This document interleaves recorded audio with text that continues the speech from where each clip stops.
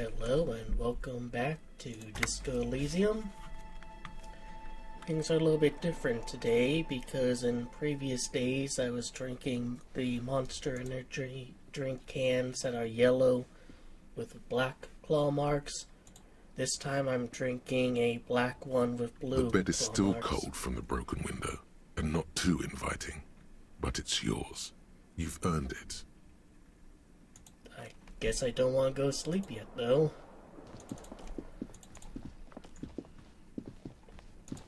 Alright, I guess I can do a little bit more exploring.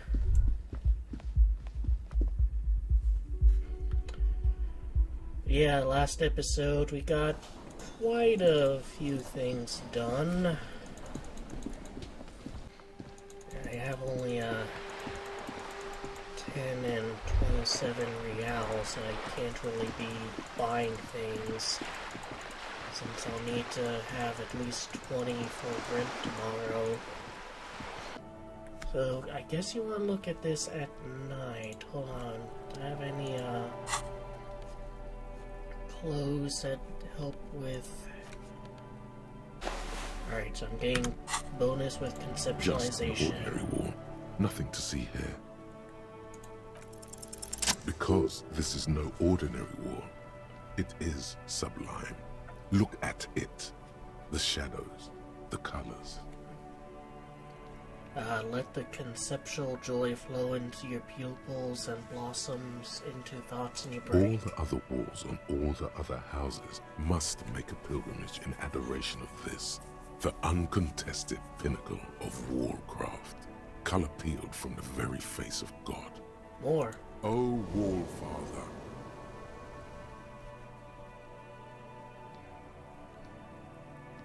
I guess I can paint it. Absolutely. Now you just need the materials. Cindy the Scum has a paintbrush and paint. Talk to her. Yes, great thinking.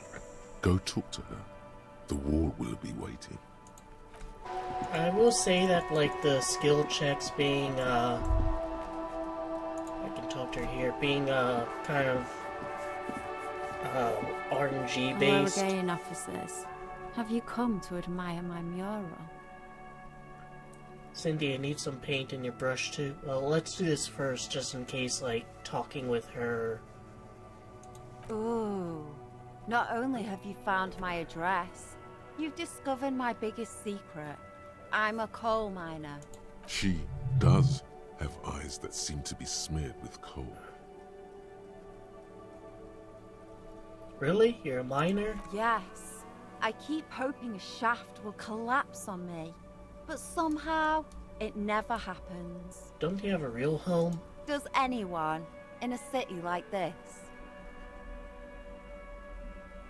It's not the nicest place, but I guess it'll have to do. It doesn't have to do anything at all. Nothing does. Like me. Right now, I'm doing nothing at all. The inspiration will come to her once hell is set loose on the streets. It's too calm right now. Shoot, Piggy. It's Yeah. what you do, isn't it? I need your paint and brush. What for? For art. It's for art, okay? Well, if it's for art... But what kind of art are we talking about?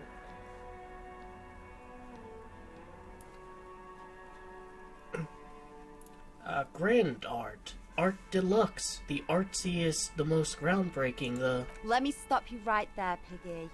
You have no idea, do you? No idea. No brush? Fuck off. You'll see. You'll all see. And tremble. Yeah, not gonna hold my breath, Piggy.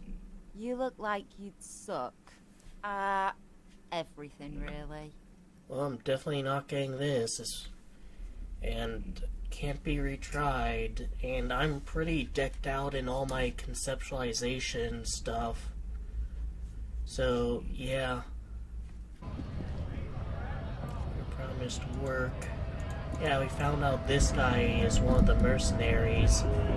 And you can see he's trying to start shit, like he's trying to get these scabs through, which will piss off the Union and cause a huge fight.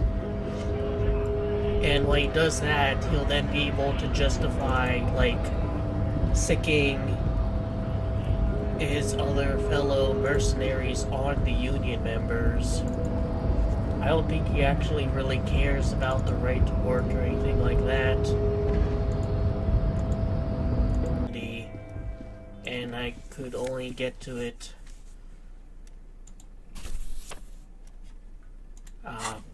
when I knocked him over.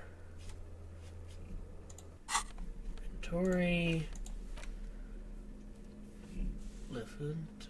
Oh, there's like antlers. Maybe it's communist propaganda. The leading intellectual organ of Martinez communism. Yep.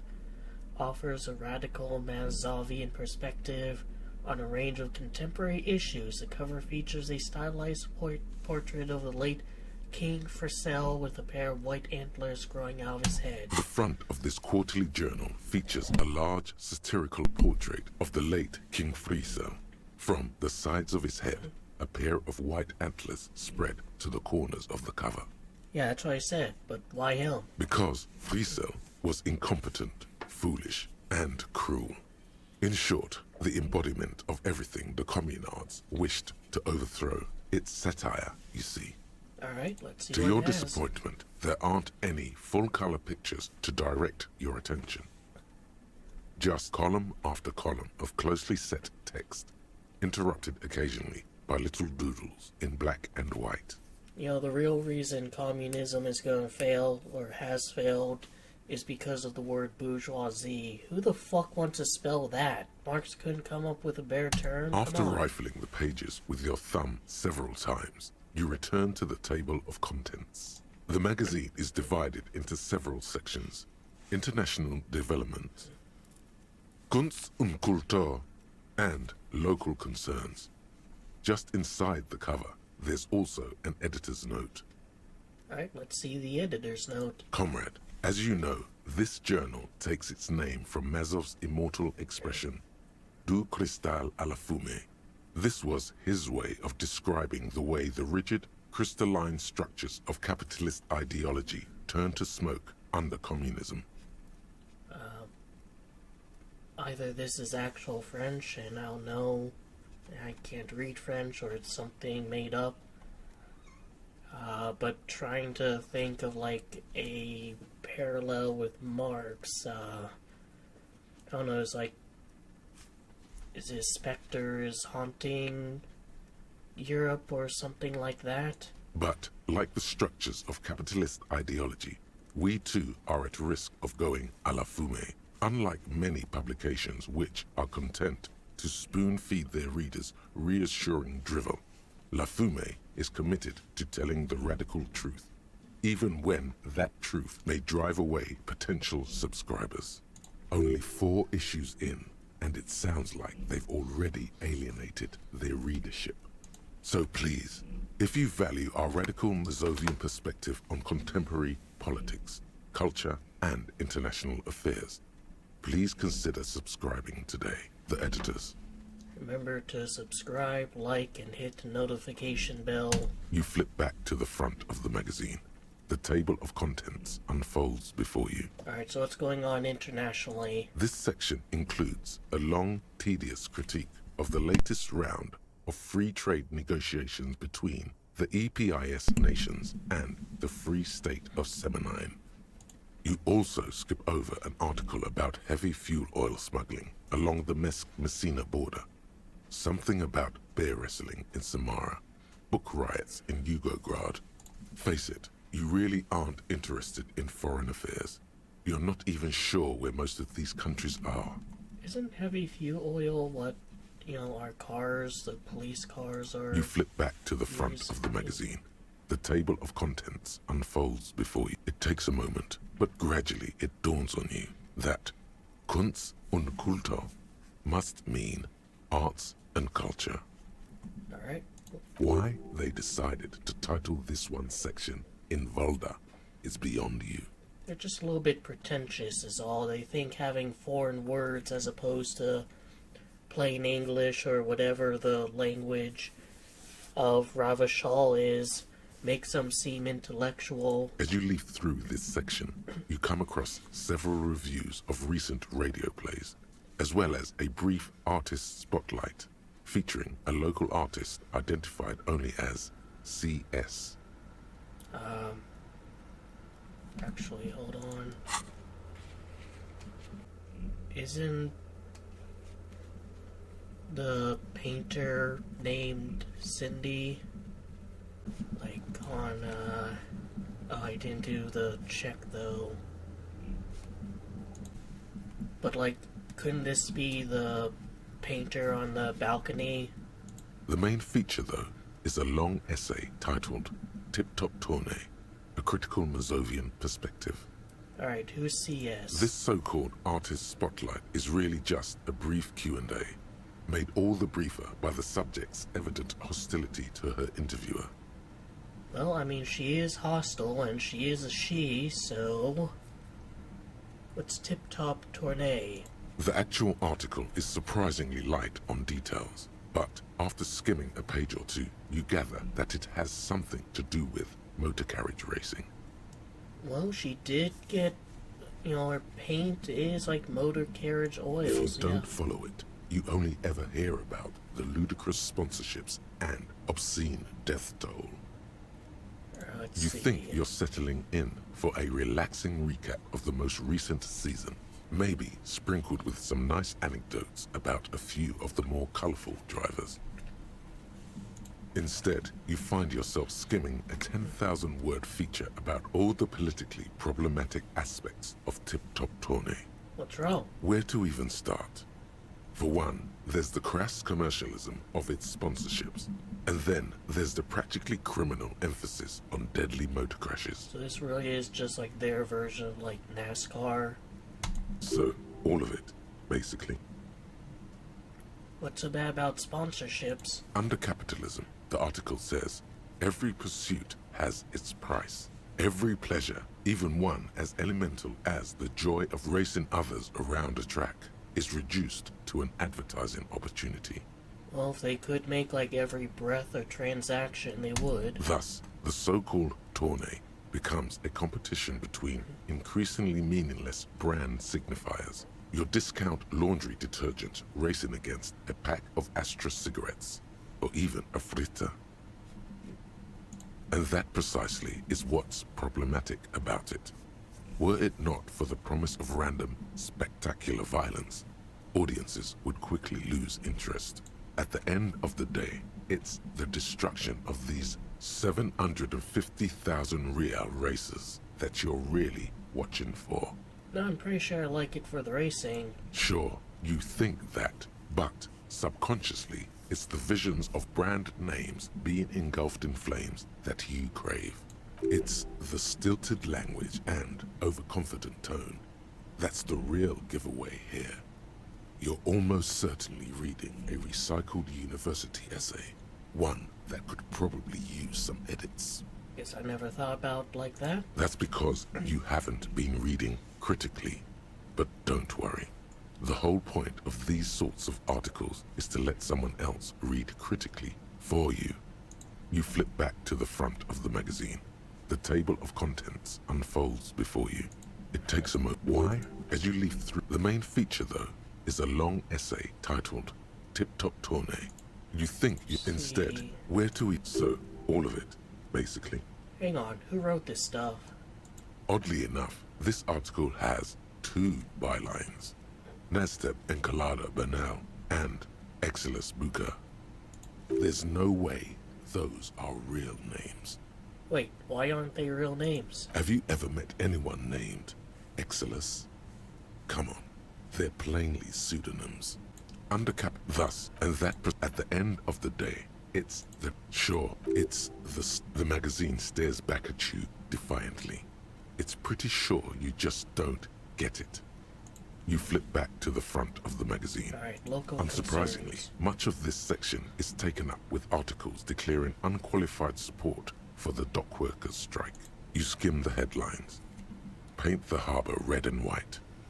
Martinez tames the wild pines. A city in revolt. First, we take Martinez. Then we take La Delta.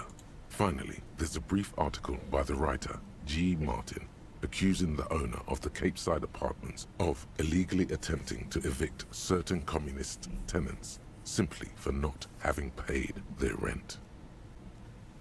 Well, as someone who loses 20 real every freaking day, this is... The writer my G. opinion. Martin remarks dryly that capitalists love wealth redistribution, so long as it's only redistributed upward. It's true, the rentiers have been bleeding you dry. You really ought to find your own place one of these days. I know. You flip back to the front of the magazine.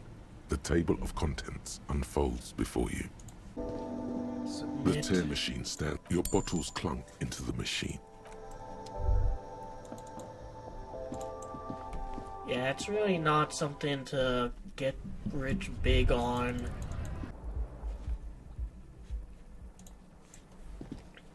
The bed is still cold.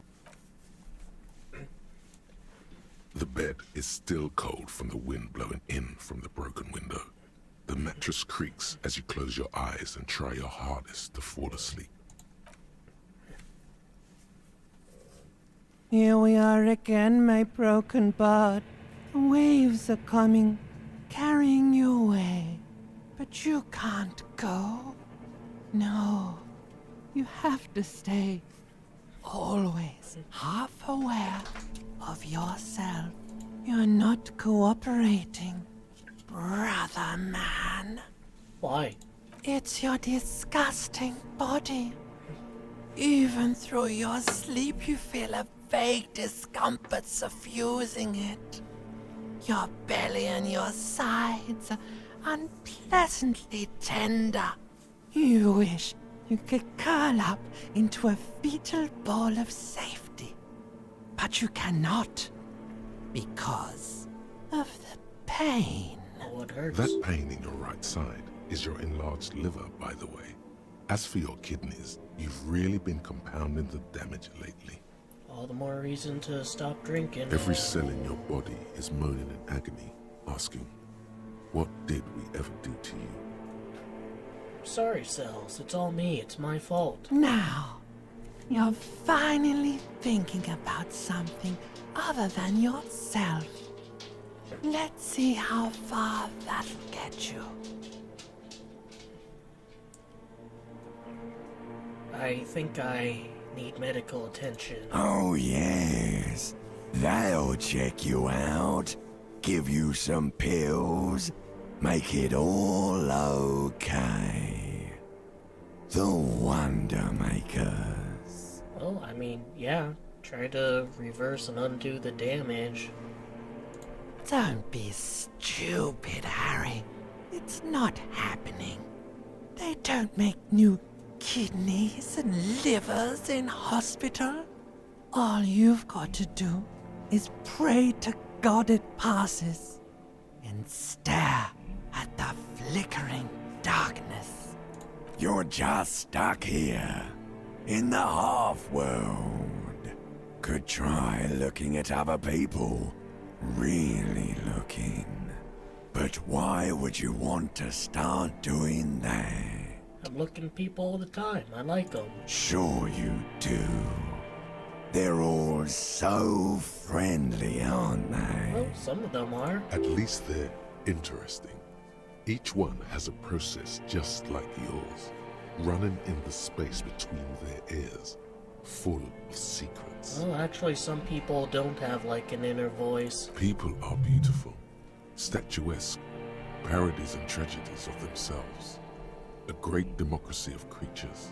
What do you think you're doing right now? Coming to some greater awareness? I'm actually sleeping. Look at all these lights, blinking in and out of existence. Thoughts!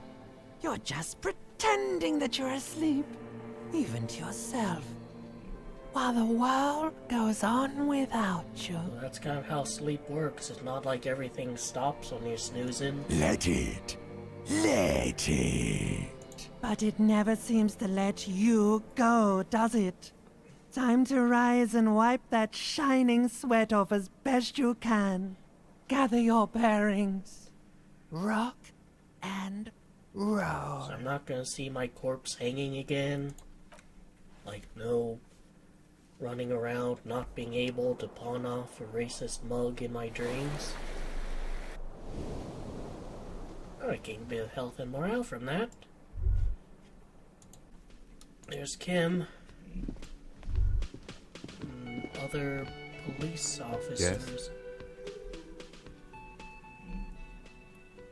Nothing. Can I help you? Got the 20 real?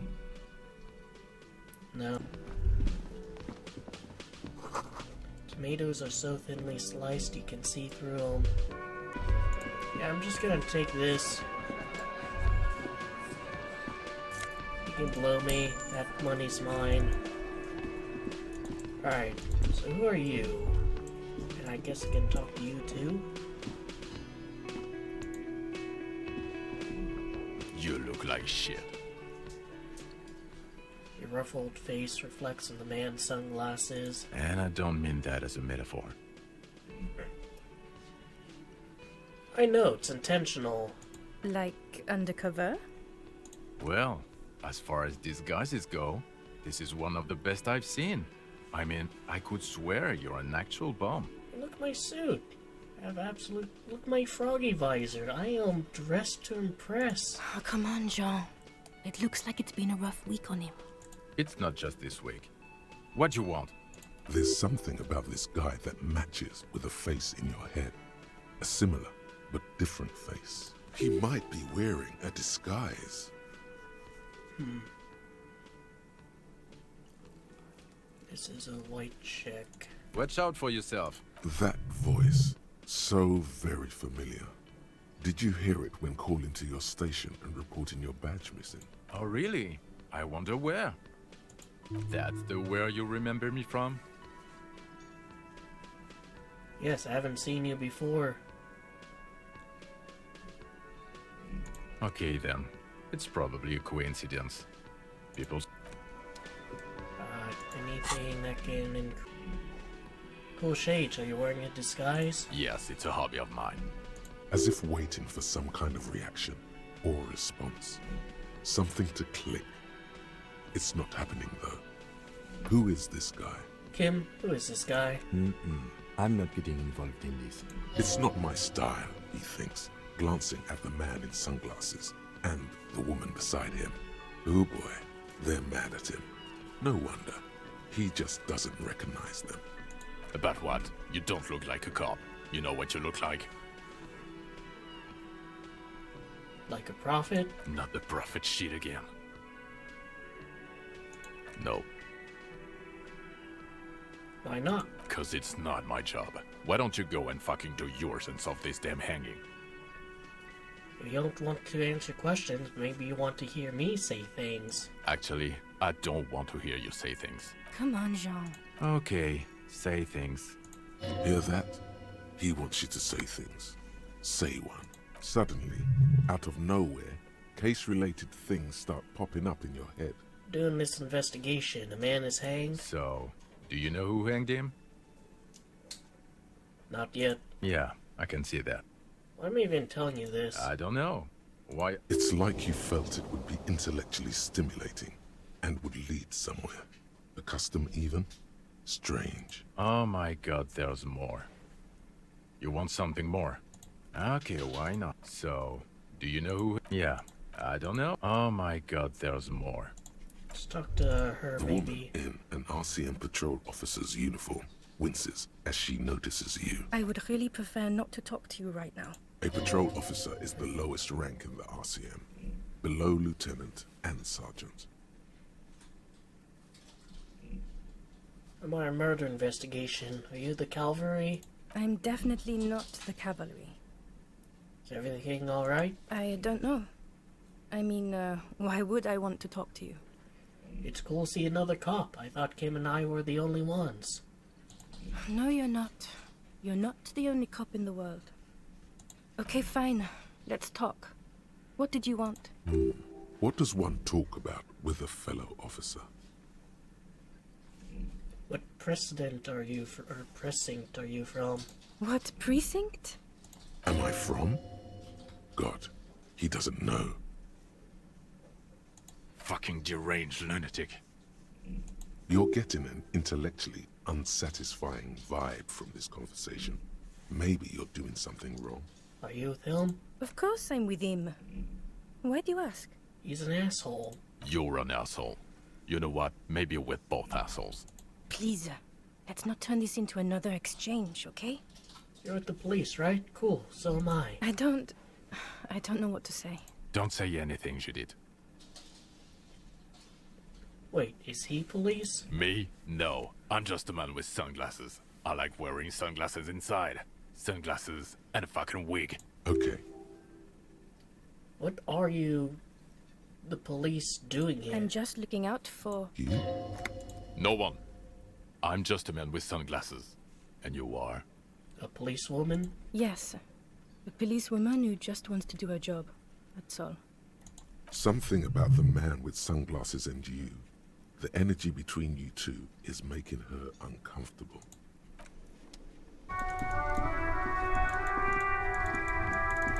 Alright, let's call in. And actually, like I was thinking, the mercenary, Inside, you see a set of steering levers, a apparently radio microphone, raped someone pull and out sexually tool, assaulted and someone, the right? soft glow of the fuel preheater gauge. This is Precinct 57. How may I assist you? But it's implied that's two different people. So what if the assault was Sylvie? Just a second. Sylvie Yes. Hello? Oh, great. What else do you need, detective? Have you seen my badge? Yes, I know who you are. This exact conversation has happened before. Establishing authority before this young girl seems to have been important to you in the past. Don't go there again. My badge is missing. Have you seen it anywhere? Oh, no. I haven't, sorry. Real policemen have uniforms too, by the way. Where's yours? Oh, my uniform too. God, I should really look into that. No, wait, Kim doesn't have a uniform. He seems real to me. He's in plain clothes, voluntarily. There are officers who wear the signature Perseus black uniforms to the highest ranks in the RCM and end up buried in them as well. Others do it more casually. Looks like you're one of them. Hey, I found my patrol cloak earlier, but have you seen my policeman uniform? Uniform?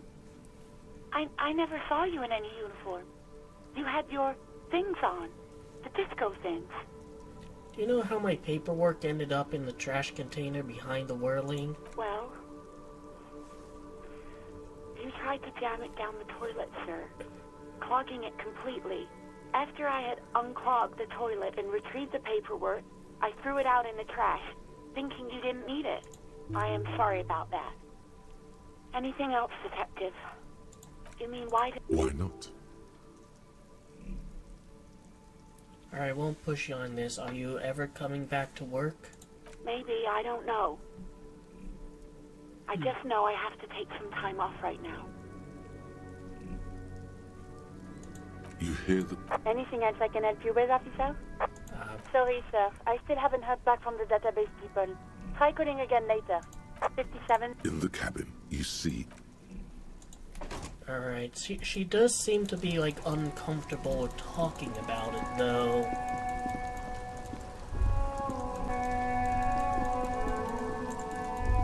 Yeah, there's some, crew here.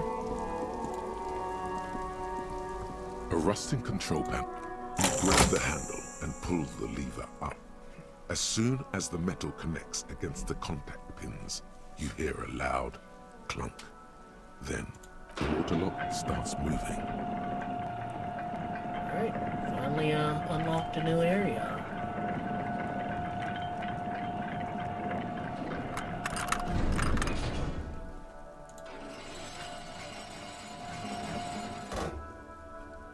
Okay, if we ever need to get to the coast, then this is the way. But please, contain your wanderlust for now. I don't want us to get sidetracked, not with everything that's going on. Focus on one thing, achieve it, then the next, he thinks. That's the task chain. talk to you guys? No? Oh, we got a new area. Radio relay hums with electricity. Soundtrack's really swelling up.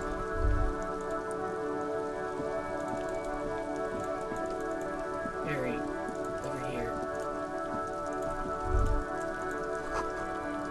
Traffic beyond the gate is more abandoned, more loaded lorries. Alright, I definitely need, like, health and morale items. No entry, someone scribbled an inverted star on it. Communists have been here, communards, I guess. I mean, if you're calling it communism, I don't really see why you need to have a different word for people who adhere to it. And barbed wire. Stay up in this area first.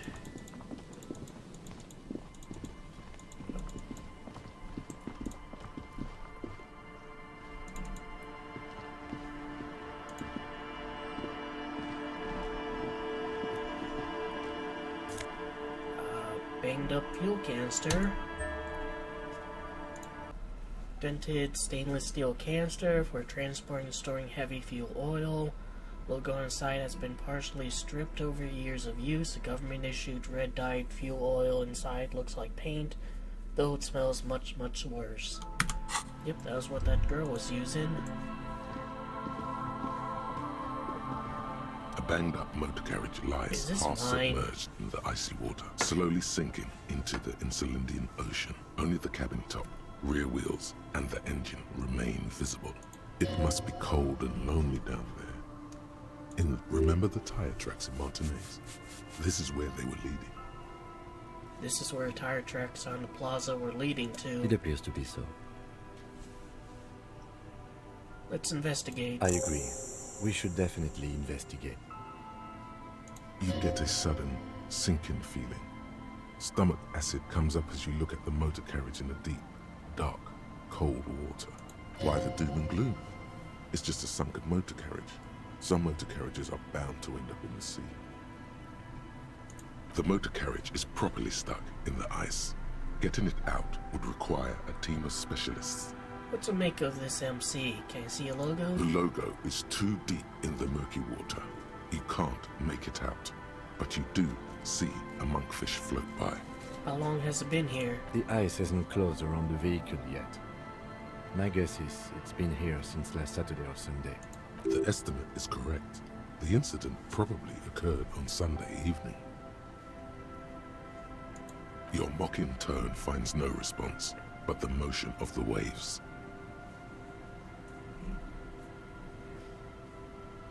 Yes, yes. Crazy recklessness. Yes, yes.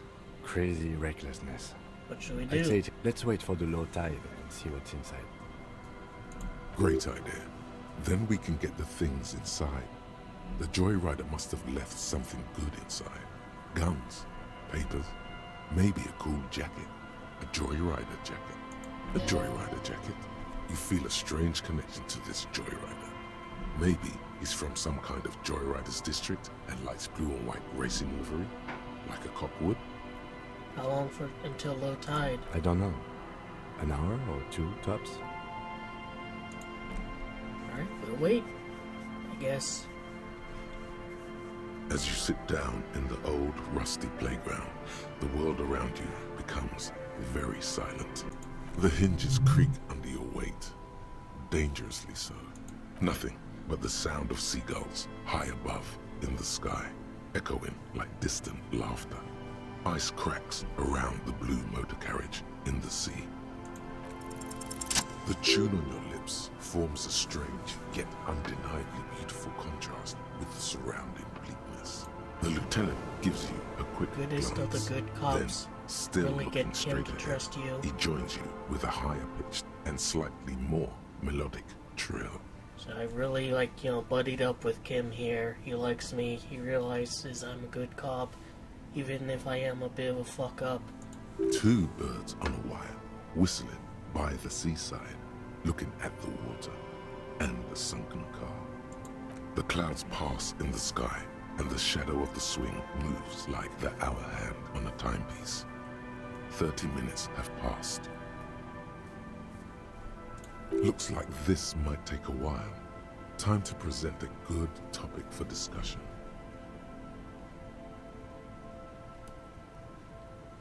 Would you rather sit on an anthill for an hour or stand in a river of leeches? Well, historically, leeches have been used to prevent and even cure many ailments.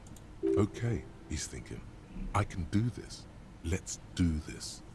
Who'd want to sit on an anthill? There are no therapeutic benefits to, well, napalm ants, for example, are used in some rites of passage rituals. Clouds on the horizon grow darker, and the shadow of the swing set keeps climbing. You hear the distant rumble of the city. 30 minutes pass. Is this their version of, bullet ants?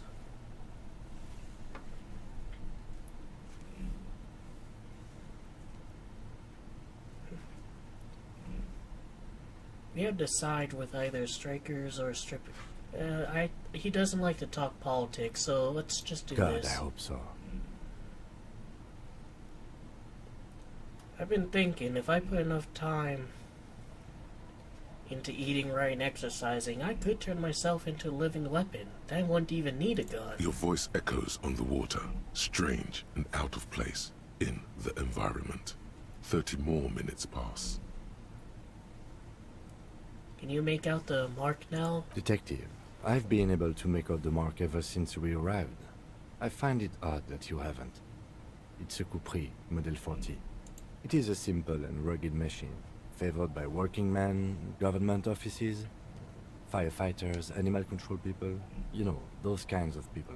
Is that number on the side? Yes, 41. What do you think it stands for? It's as if he knows what it stands for, but wants you to say it. It's pedagogical. Does he know something about the driver of this vehicle? 41, huh? Street racer is quite the ladies' man. Oh God, no. I'm sorry, Harry. I'm so sorry. 41. Precinct 41. A massive pit opens up in your stomach, and the most terrible feeling comes over you. Oh God, Harry. Oh God, Harry. What did you do? No. Just nope. Say no to this, Harry. No. No. Yes, your car is in the sea. Face it, so we can start dealing with this.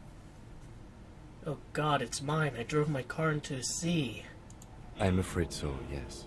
It looks like you drove your police motor carriage into the sea, after you jumped across a canal. Maybe I was in pursuit of someone? Of whom? I don't think so. If anything, you were probably drunk.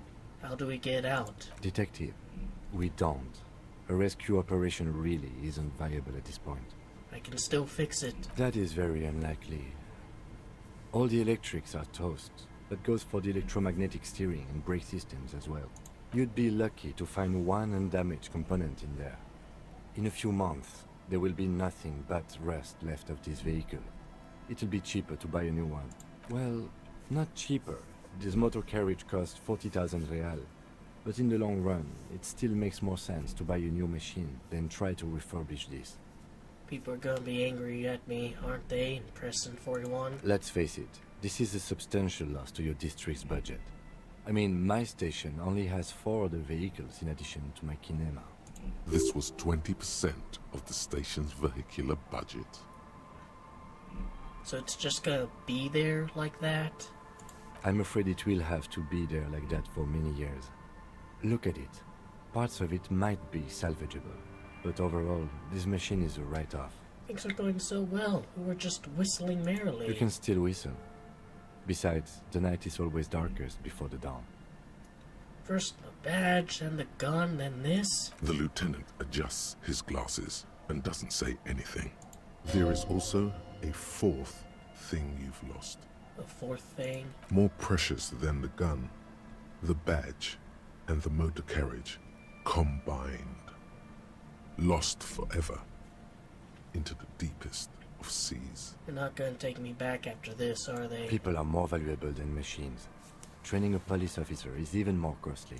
People, yes, but not you. Screw you, Half-Life. Or Half-Light. Well, Yes. Let's go take a look. even more evidence that I'm a total fuck up. But hey, get new coat and my badge. Nice. So first, let's look at the coat. All right. So this is another jacket, right? Yeah, so it's not necessarily going to help me. Black uniform with the RCM signature rectangle. There in the colors, leads Lieutenant 2JFR. Jacket is of exceptional quality other than some minor wear and tear. But also, my badge. Finally. And he actually doesn't look like much of a fuck up in the picture. Thick blue piece of acrylic covering a thin leaf of paper with the officer's name and rank on. Next to writing, see a man stare back at you, a younger version of you, already disintegrating inside but still presentable on the outside. Police badge on which you see the photo of a man. You. Some seaweed is stuck to the back. I found my badge. At least something good came out of all this. Encased between two durable plastic sheets is a bluish card with lines of information and a watermark in the shape of the street grid of Revachol West. You see a photo, a name, a rank, a document number, the date of issue, and in the lower right corner, your precinct.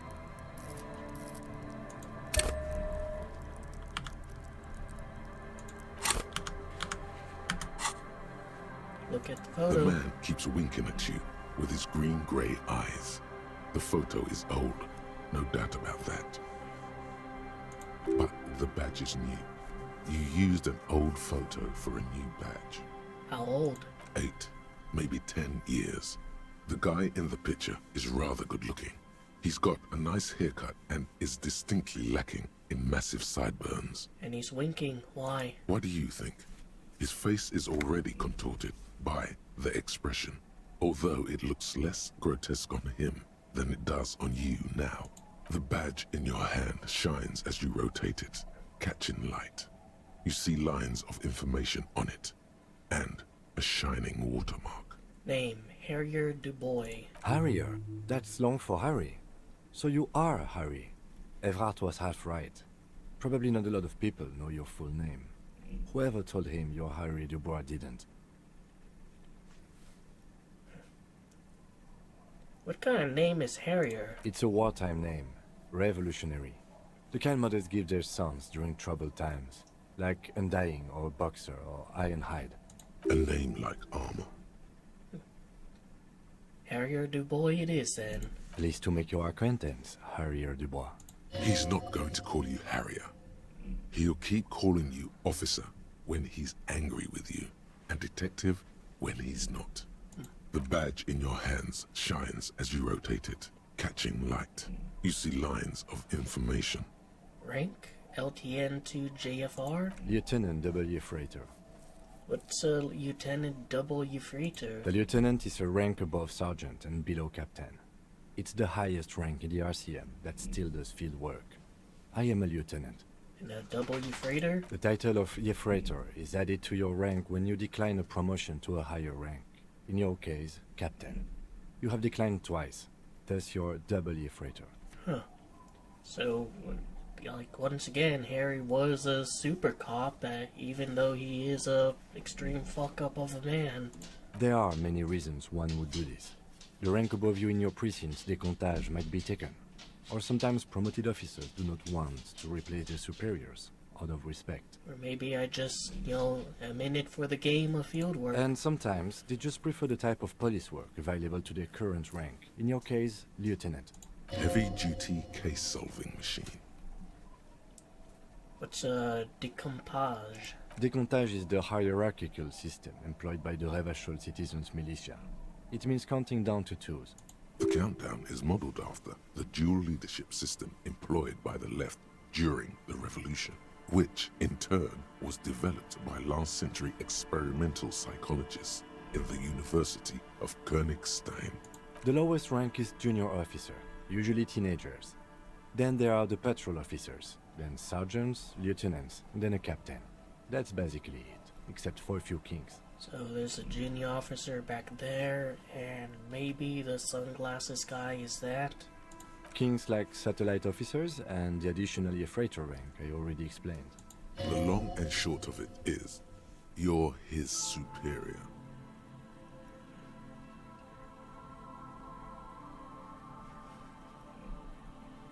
So you've been putting up with me because we're of the same rank? No, I've been putting up with you because despite an unconventional approach, you are doing good police work. It matters more than driving your motor carriage into the sea. And now we've even found your badge. He trusts you, for now. Try not to spoil it. Thought my rank was drunk.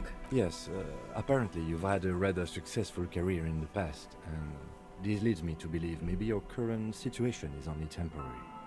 Thanks, that gives me hope. Good. Such a small yet precious thing. Expensive paper caught between thick plastic, like a fly in amber. It reads, Serial Rev 126205 Jam 41. That's just the serial number.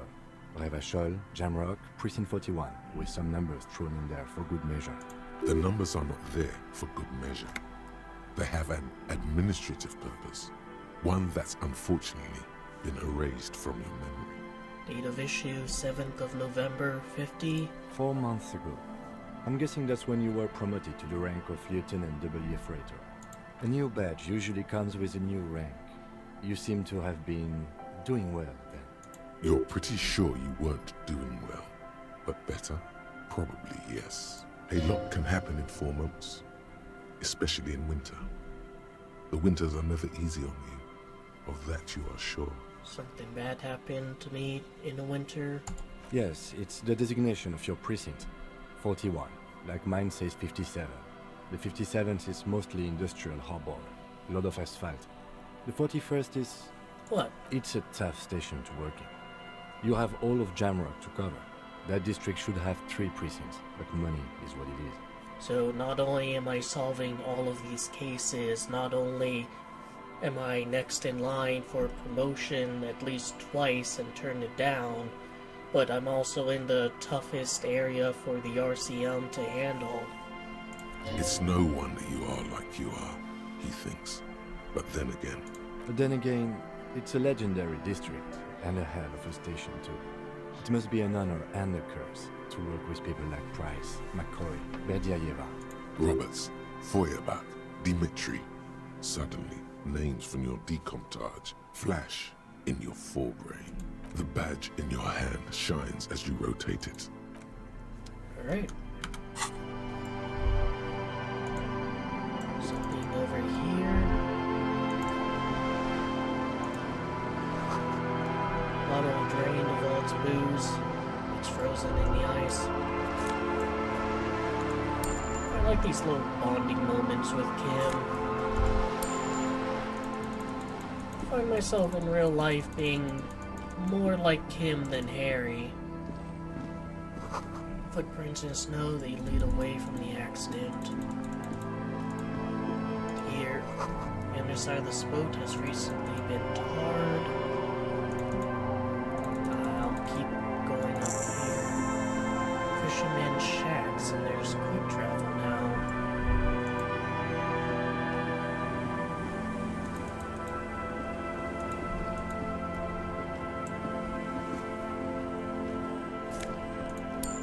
Need all dosh I can get. Oh, I haven't seen the RCM around for ages. Oh, air helps. What are these doing in the fish? Oh, let's talk to them. Hi, officer. Woman in raincoat stands on the quarry, considering an overturned boat. A sword in a scabbard hangs from her hip. Anything I can help you with? As always, I am the lawbringer. You've graduated to Lawbringer now? Men with authority have their quirks. Comes with never being second-guessed about anything. So what brings you here, Lawbringer? Where are we? A fishing village on the seashore.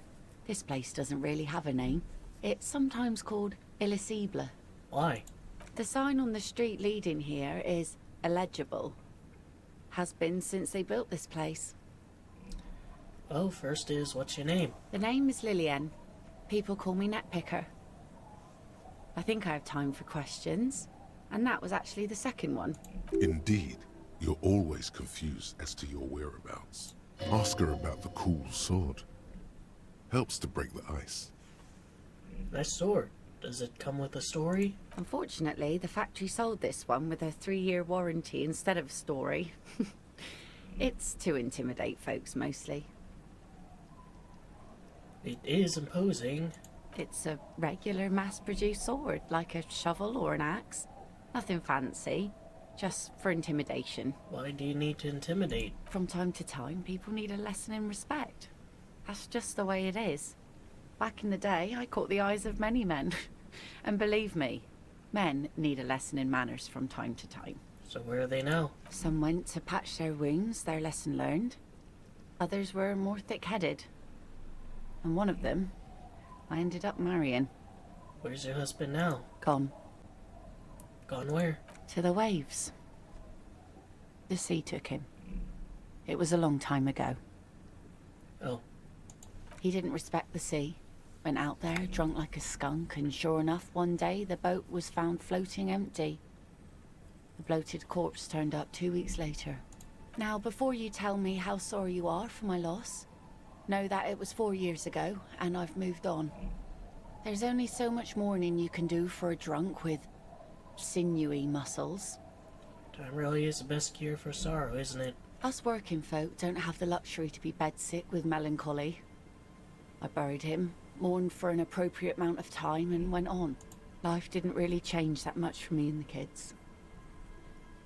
This is neither a touchy nor a very interesting topic for her. She looks like she's ready to go on a date with another, better, drunk. Ask her. Both of you could need some action. What do you do around here? Like I said, fish mostly. Sail the waves, take care of the kids, pick nets. Right now I'm tarring a little skiff. What else? I sell the fish to people in the Delta to serve at their fancy restaurants. Authentic Insulindian cuisine. Is that enough to make a living? Sometimes I also walk to the beach to see what the sea has given up. The sea is full of surprises. Keep it professional, man. Don't make it sound like you're hitting on her. Walking on a beach sounds quite romantic. Oh, very. Finding pieces of glass, bits of wood. Every once in a while we get dead bodies. Human, animal, fish, other sea creatures. A mine washed ashore once. What else? Bottles, drugs also, lost cargo in general. Most of the time it's just wood and glass. Very romantic. I'd love to see some bottles wash ashore. All I right. have rent to pay. Major choice moment. You only get to ask one thing. It would be weird to say them all. Choose wisely. Need to know about those human bodies. Well, you're barking under the wrong tree then, officer. I have no interest in floaters. Seen enough of them in my life already. Very unattractive bunch. Looking for someone. Maybe you can help? Let's see. Who are you looking for? A missing cryptozoologist? I don't think I know what these are. Care to elaborate? People look for imaginary animals. Aha!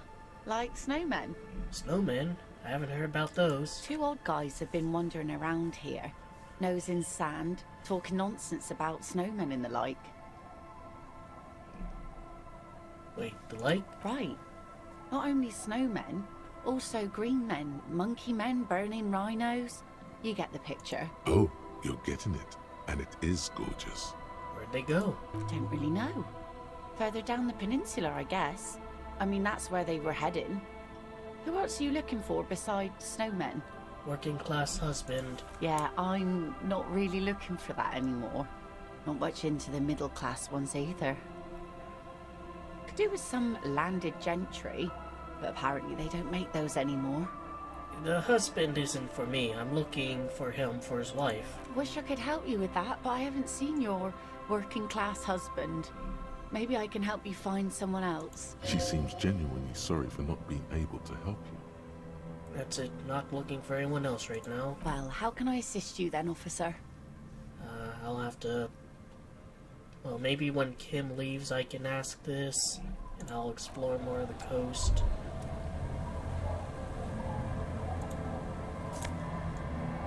Oops. Give me increased perception. So you just seem like the officer nick all these items, like those might as well be her moves.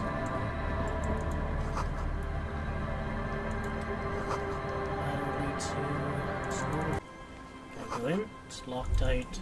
Guess not. Let's talk to her.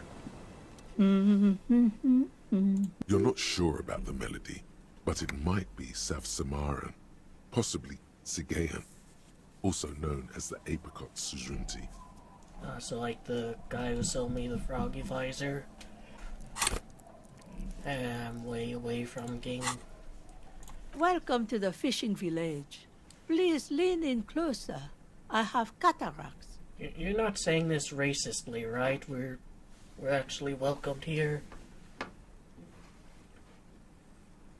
If you can't see, then how do you know I was here? I still have a golden ear. Come, come. Oh, welcome, police officer. We don't cause any trouble around here. And we don't want any trouble either. We are not here to cause any trouble, madame. What he said, we're cops. We don't cause trouble, we take care of trouble. Oh, of course. Last time we saw you around here was 12 years ago. You also came to take care of trouble then. Wish you did. But still, in Martinez, you're considered an ill omen. Wait, I've been here before? No, not you personally. I meant the RCM. Some of the men got into a fight. One of them killed another, locked himself in that woodshed over there. He was brooding, needed some help opening the door. You got it open for him, and took him to think about what he'd done in a more secluded place, somewhere more quiet. She says it as if he was on some kind of spiritual retreat. What kind of ill omen are we talking about? Oh, the usual. Dark tidings. Black hound. That's you, all right. A black hound licking your own heels. I am an ill omen, alright? You're not. No one around here considers us an ill omen. People would have told us. Maybe they are afraid. Why? Because you're an ill omen. But you're still welcome here. As long as men with guns aren't chasing you. And maybe even then. Because that's the kind of fishing village we've built. I'm sorry there's not a lot of room to park the motor carriage. And not a lot of houses. Or a lot of people. My kids are long gone. Searching for treasure. So are others. Ah, look at me ramble on. What brings you to us? Where could someone stay around here? Stay? Most people here are trying to leave. That said, if lodgings is what you're looking for, I've got a free room in the shack. How much is it? I won't charge you for it. Take it as a gesture of goodwill from the village to the RCM. Wait, hold on, just giving it to me? No one is using it, and God knows it's not much anyway. You can stay there. There's this guy, Gart, who makes me give him money every night just so I don't die out in cold. That's exactly how they get ya. That's why we built our own cinder block houses on the seaside. So we don't have to give money to those crooks. We might not look like much, but they are ours. You've got yourself a tenant. Don't make an old woman regret opening her house to the police. Well, if you are not in the hostel in the morning, I'll know where to find you. Here, in a shack. He's a little relieved you're no longer in that room. Should he? This environment encourages one thing, and one thing only. Drinking. What's further down the coast? Not much. There's the abandoned church, the DeLorean Church of Humanity. It's been there since before my time, even. Why is it abandoned? Some things just don't fly, officer. Look around. Who'd go to church here? They built it 300 years ago. Must have been nicer then. So, they don't hold services there anymore? The Ecclesiastes? No, we've tried, but things just keep happening. Crime, accidents, other things. The place never stays open. It's a pity. It used to be such a nice church. She's not telling you all she knows. Keep her talking. Get the feeling you're leaving stuff out. What else is going on? Well, there's that music. Music from across the sea. Huh. It started a few days ago, and now it's blasting even through the night. And now, suspicious-looking people are sneaking around the church. I don't like that. Interesting. You could look into this ruckus if you have the time. What else is down the coast? Before you get to the church, there's some ruins, an apartment complex, or some kind of electrical plant. Run-down bunch of houses, empty. What is it then, apartments or electrical plant? I don't know exactly. A pre-war place. It used to be something, before the war. I wasn't here then, you know. Was born in Samara. Anything else of note? Of note? The old fish market up on the boardwalk. But it's closed. What? You're one of those real estate people with big plans? If you want a development opportunity, you can check out the abandoned building over at Land's End. Used to be a supply depot, we think, sending goods and ammo across the bay. It's jammed shut though. We tried to get in, see if there was anything to sell or scavenge, but it's impossible. And now you know everything there is to know about this coast. Alright. I might ask her about herself later. Street sign is ineligible, so is this like the one? Inside you hear a cozy sound of some kind of heater sputtering. The door has seen better days. The layer of paint has started to peel off due to the salt and wind from the sea. I'll wait outside to give you some time and privacy to check out your new living arrangement. After we are done with the day, I'll still be staying in the whirling in rags for the night. We'll meet in front of the shack in the morning. The key turns with a satisfying click. Alright. So, thing I complained about actually worked out. Intricate heat engine hums quietly, giving out pleasant warmth. Alright, so it's nice and warm. Old science fiction magazines, books about bird watching, an almanac from 39. Sea waves in the sea, a church. On the table, you see a bowl of water, a rough soap, and next to it, a small hand mirror. A straight razor soaks inside the wash basin. Is shaving the right call? The water reflects back a vague image of your face. Nose bulbous and red, hair unkempt, wrinkles lining the eyes and forehead. The stash is gigantic. A fresh start looms ahead. Clean yourself up and be born anew. Don't have good enough hand-eye coordination for that. Jack here's logic. An old mirror hangs on the wall. You see the reflection of your face in it, adorned with the expression. Alright, so I can do that thing here too. The bed is comforting, if a bit run down. Still, you've earned a rest. Not yet. Very somber place, actually, you know? I mean, there's a dishwasher, no toilet, which is a bit concerning. Talk to one kid. The scruffy-haired little boy kicks a stone. He can't be more than 5 years old. The other one looks indistinguishable from him. He watches his brother kick the stone with his tongue lolling out of his mouth. Must be Little N's twins. This one doesn't say anything, kicking the concrete with his worn-out sneaker. Lily's our mum. I already said that. The stone kicker laughs suddenly. His head is too large for his shoulders. The other one laughs as well. Wow, so intellectually stimulating. You guys look identical. The stone-kicking one becomes frantic all of a sudden, as if that's something to be scared of.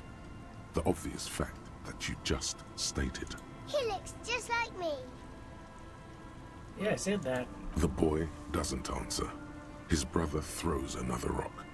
Both of their hair is covered in some kind of dirt. The rock kicker was just being shy, but now he's enthusiastic again. You're bad with kids. Who are you, Kid Master General? Maybe I am. Now, how about some actual police work? We are not getting anything here. Bye, kids. Take care.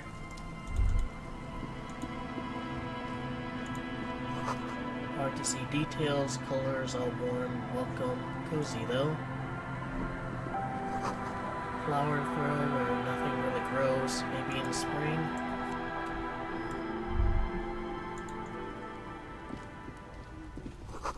Industrial coal pellets burn and with an orange glow. What is this? I guess I can just take that. Alright, it's mine now. I sure hope you don't mind I took your bird, kid. Because, like, maybe I can give that to, like, Gart. Hello, mister. She clutches a small stuffed animal. Occasionally, she twirls it around. What's that thing you're holding? It's Lammy. He's my friend. Sort of. Like... Lambie is a stuffed lamb that, admittedly, has seen better days. One of the eye buttons is missing, and the fur is tattered in several parts. Oh, okay. Well, pleased to meet you, Lambie. Lammy usually doesn't like strangers. But you're also fuzzy, like Lammy. Are twins outside your brothers? Yes. They don't want to play with me. They're older and play outside.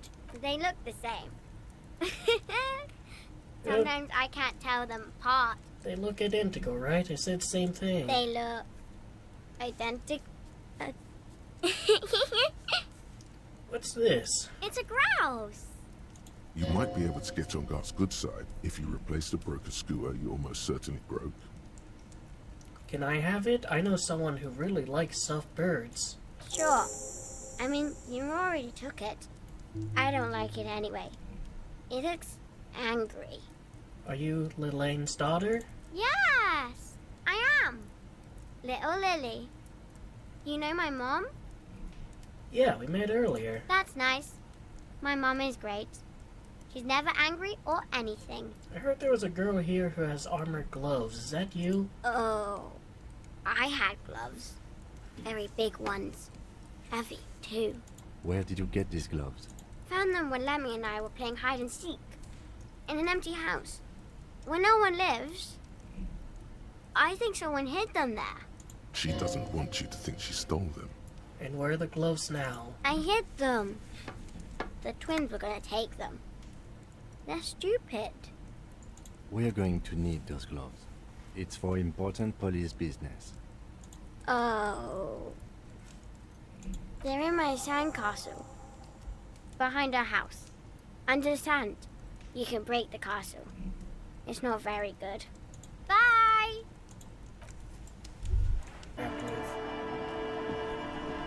Weather has not been kind to Lily's little sandcastle. The once mighty towers are quickly eroding away. You can see something shining back to you from what must have been a vast underground catacomb network. Broken. The little castle? The reigning lord must have come upon some really tough times to let it sleep in such decrepitude. The walls and floors give way to the giant's greed, collapse and present you with a pair of ceramic gauntlets. Congratulations. That's the gauntlets down then. We're doing good on the armor collection front. Still not gonna be able to get everything, though.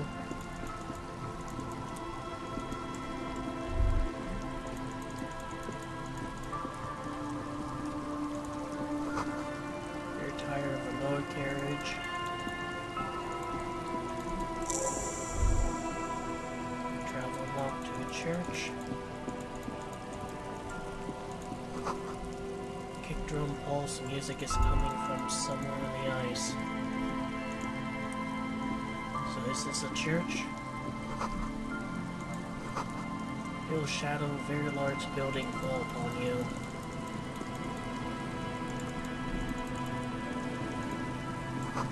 Dead phone, smashed receiver, like someone hung up too hard. Must be a bad call. Wait. Someone must have worked hard to smash this plastic dome.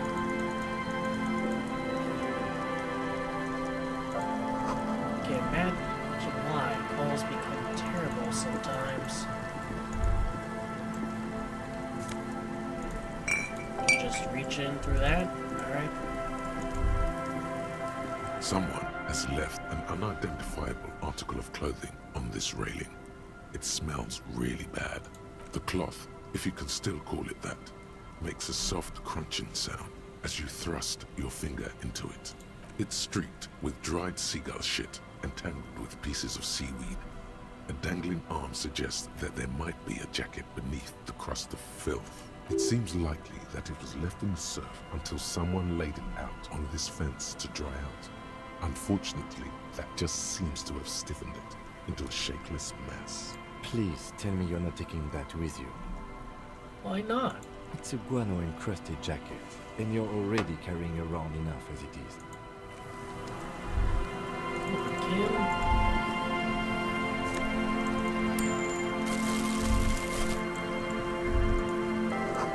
Makeshift roof. Workers have tried to make the boardwalks habitable. Top will keep neither rain nor snow nor wind. Very sad area.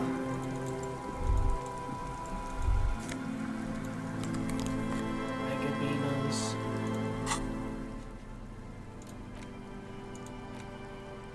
Dead body of a grouse stuffed with some unknown material. From a distance, it might just pass off as a real thing. The bird itself looks extremely ruffled and slightly grumpy. Whose idiotic idea wears square and beige plastic frames anyways? The beige is a color that does not look good on anyone. Not to mention that seeing the world through these exceedingly thick lenses feels almost nauseating.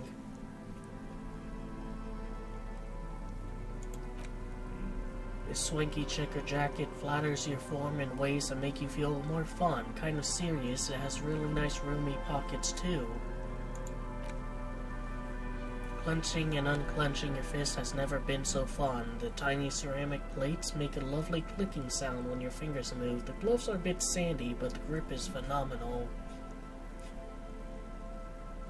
I might swap these.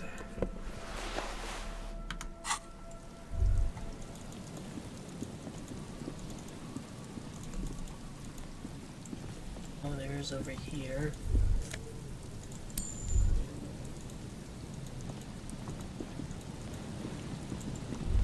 I mean, now that I don't have to stay at the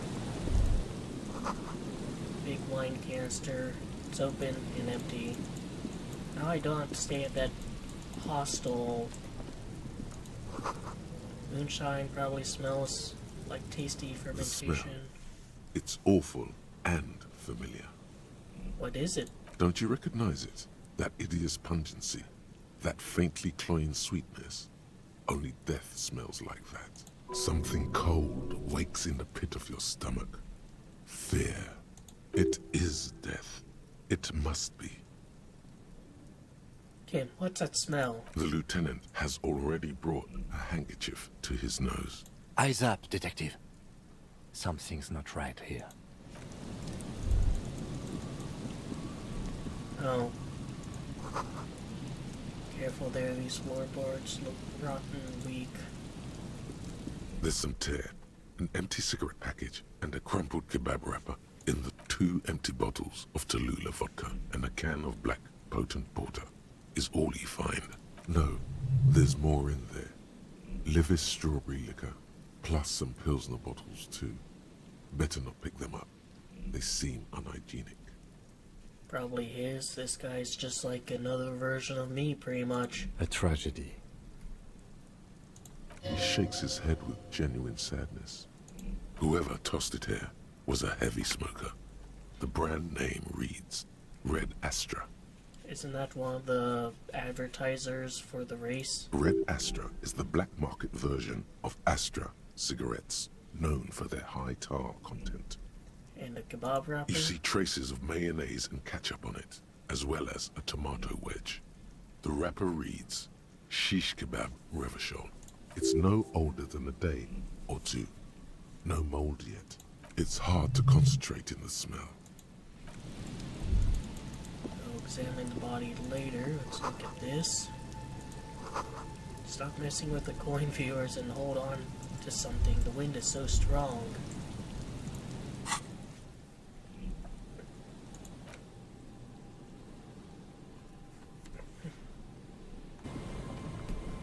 A man lies on the boardwalk, his limbs bent and neck turned at an unnatural angle. Right next to him is an empty bottle of spirits. In his cramped hand, a chewing gum wrapper. Half of his body has slipped between the cracked boardwalk, starting with the right leg. The fall has left him broken, contorted like a sad puppet. The smell is not as bad as a 2-week-old corpse, but it's definitely heading there. Hold on. Phase 2 bulging eyes stare back at him, void of any signs of life. Lividity is faintly pronounced. Whoever this is has been dead for 2 days. No longer. We need to investigate. Another dead body. This is your job. Steel yourself. Calm now. Carefully. Just another day. Just another dead body. Stay Breathe. close. He's wearing mud-caked boots, beige trousers, and an old brown leather jacket with a bright blue lining. There are traces of kebab sauce on his chest. Isn't that what the working class woman, like, gave him? With bright blue lining? The leather jacket suits him well. It must be custom made. Yeah. A cool leather jacket with a bolt of blue? Oh no. This sounds terribly familiar. You find some sunflower seeds and a rain-soaked library card folded into two. His jacket feels sodden and heavy under your hand. Good. We should take a look at that library card after this is done. The man has fallen through a crack in the boardwalk and hit his head against the metal bench. Coagulated blood covers his black hair. One of his feet is still dangling through the hole. Sad thing is that, like, when you're drunk, you're slightly more likely to survive things like this because you're just so loose. You're not, like, being stiff. And yet that wasn't enough to save him. A bad fall. It might have been dark outside. This place is a minefield in the dark. Bad and he's drunk. His expression is dull, like the sea behind him. Drops of water shining on his mustache. His eyes, empty and wide, look frightening in their frozen gaze. Height, 170 to 175 centimeters. Curly hair, stout build. Age, approximately 50 to 60 years. There's some dried blood on the metal bench, right where the corpse's head rests. The floorboards are rotten and slippery wet around the hole. An empty bottle lies nearby. A chewing gum wrapper is clutched in his fist. A dried chunk of blood covers the hair at the back of his head. An open wound. It's sticky and cold to your touch. Wonder if he died instantly or just kind of bled out. This is what killed him. I don't see any other major wounds, do you? No, just this one at the back of his head. Seems like the head wound was fatal. It's exactly the shape of the bench. They screech under your feet ominously. It's hard to say whether the dead man's weight was the cause of the boardwalk to break. It definitely looks fragile. You see waves churning below. Something cracks beneath your feet. He could have easily disappeared into the sea through that hole, and you would have never found him. A .75 liter Tallulah vodka with its cap missing. There's hardly anything left inside. Tear all around us.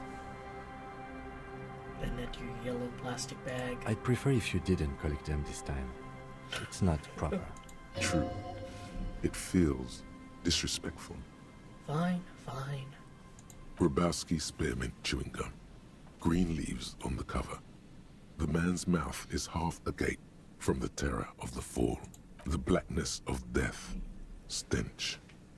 You think you see white chewing gum too? He ate the whole pack, right? It's to cover the smell of alcohol before going home. I've seen it before.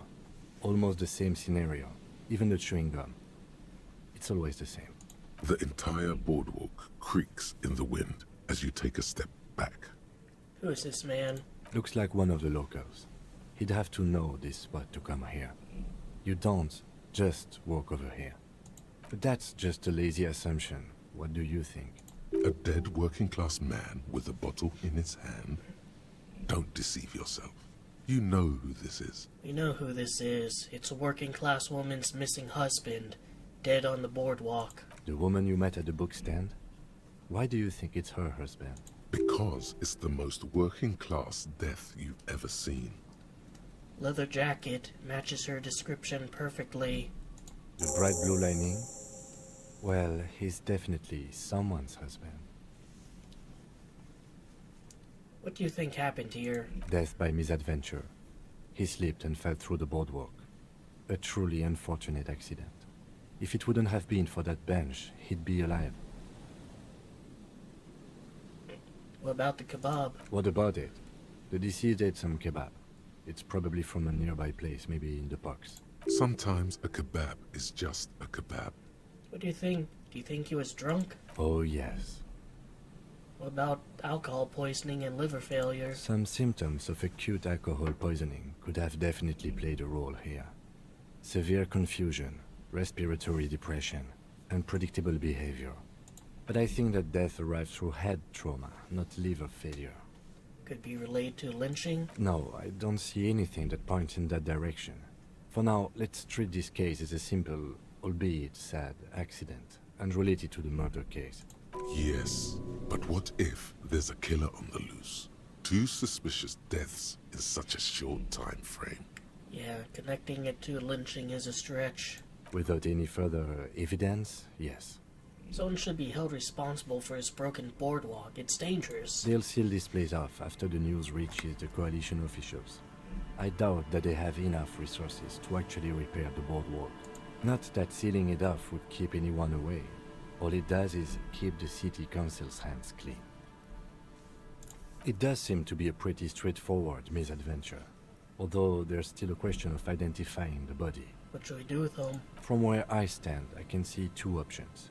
We either take the case and follow the leads to identify the body on our own, or we report back to the station and leave this for our colleagues to handle. What about field autopsy? A field autopsy isn't necessary if the cause of death doesn't appear to be criminal, and this looks like a simple accident to me. I'd say we should just write down head trauma in the autopsy report and leave it at that. It would save us at least 2 hours of unnecessary work. Yes, but isn't that kind of sloppy? Maybe, but we don't really have much time or resources to spare. The guys at processing will take care of the rest. We found him. We should finish this. Alright, we should first examine the library card you found. Then we can call the station from my kinema. Let them know we are taking the case.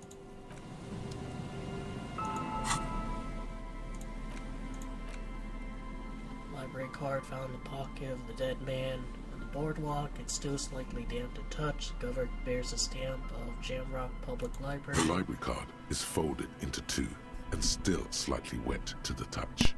The front side reads, Central Jamrock Public Library Card, issued to Billy Mejean, expires July 53. That's what I said. Billy is a unisex name. Could be the deceased, or his family member. Whoever owns this card is an avid reader. You find a list of books written in blue pencil. Radio thriller. Stand a little less between me and the sun. The last one in the list is The Glinting Curve by M. Theobald. A library stamp indicates that the book has been returned. Any Dick Mullen? Most of these titles seem to be in the sci-fi genre. Some thrillers too. If lost, please return the card to the library.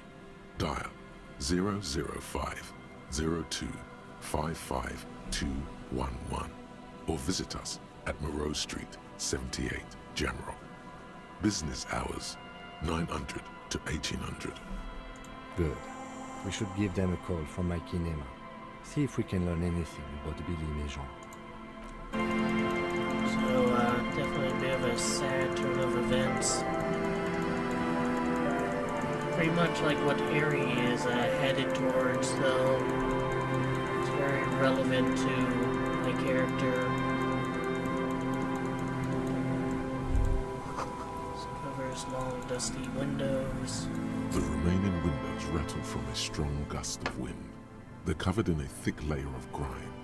They must have been like this for 40 years. Dripping water falls from a high place. All you can see is the shadow of a collapsing staircase. There's rust and corrosion on the bars. They're foaming with it. And a small layer of white salt from the sea. Lieutenant, can you make out what's inside? No. I won't even try. You know, I had a partner once. They called him Eyes, because he had to show me things. It's that bad. Can you still shoot? I'll just nod. Kim obviously struggles in the site department. Necessity-driven architectural design at its You see finest. a once bright mural towering above you.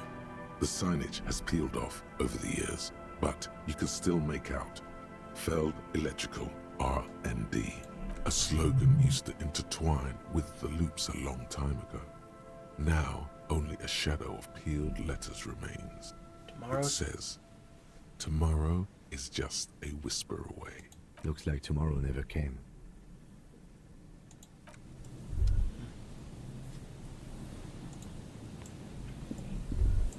And Mikhail noticed the windows, especially with how there are no windows on the south side. This was to deal with.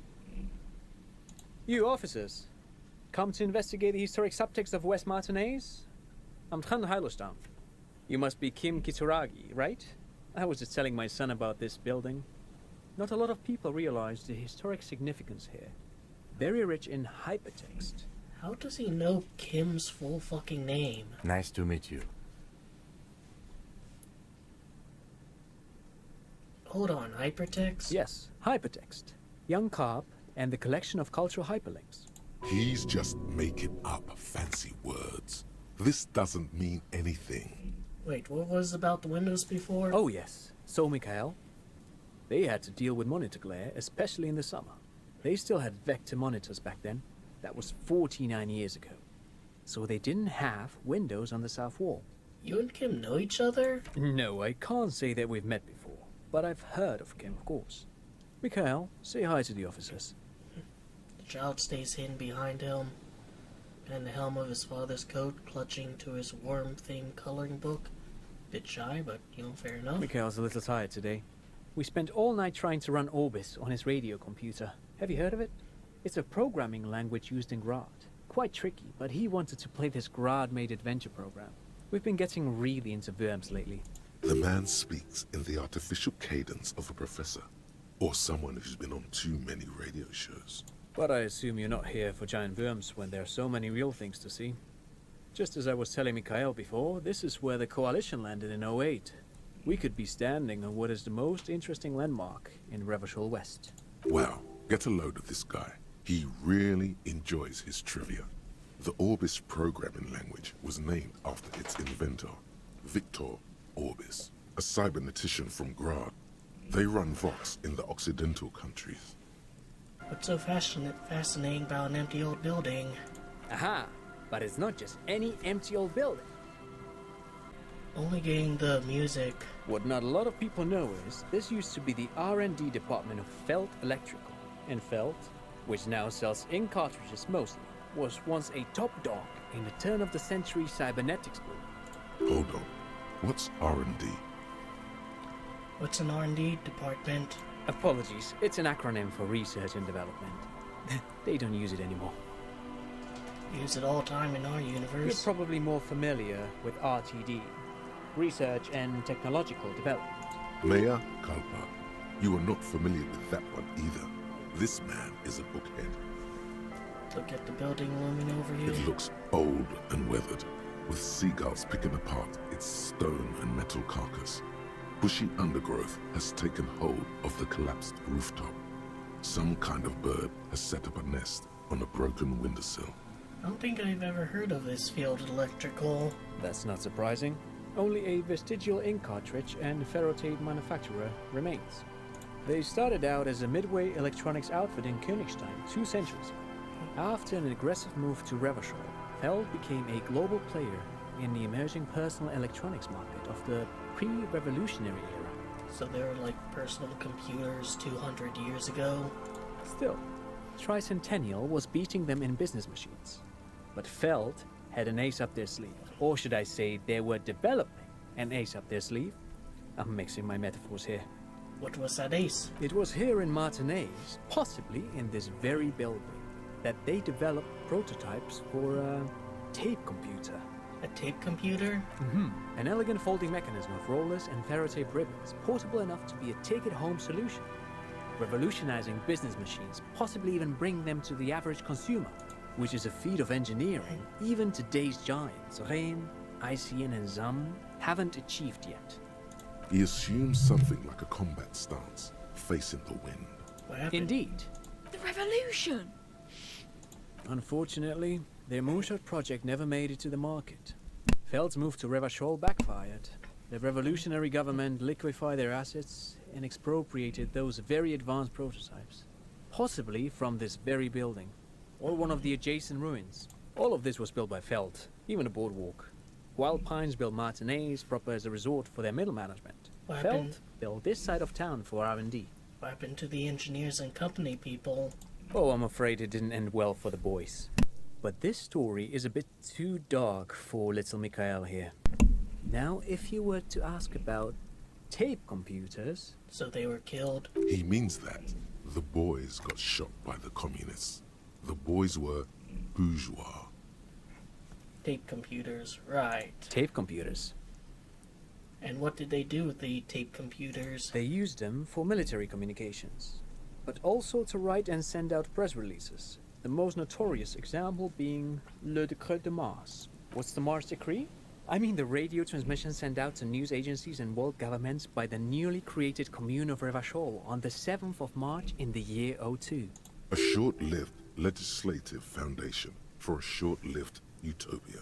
It's a beautiful piece of text, actually. A singer-songwriter I know, Charette, called it a love poem to Revachol on her political concept album, Bon Baiser dans ce Lind. You should read it.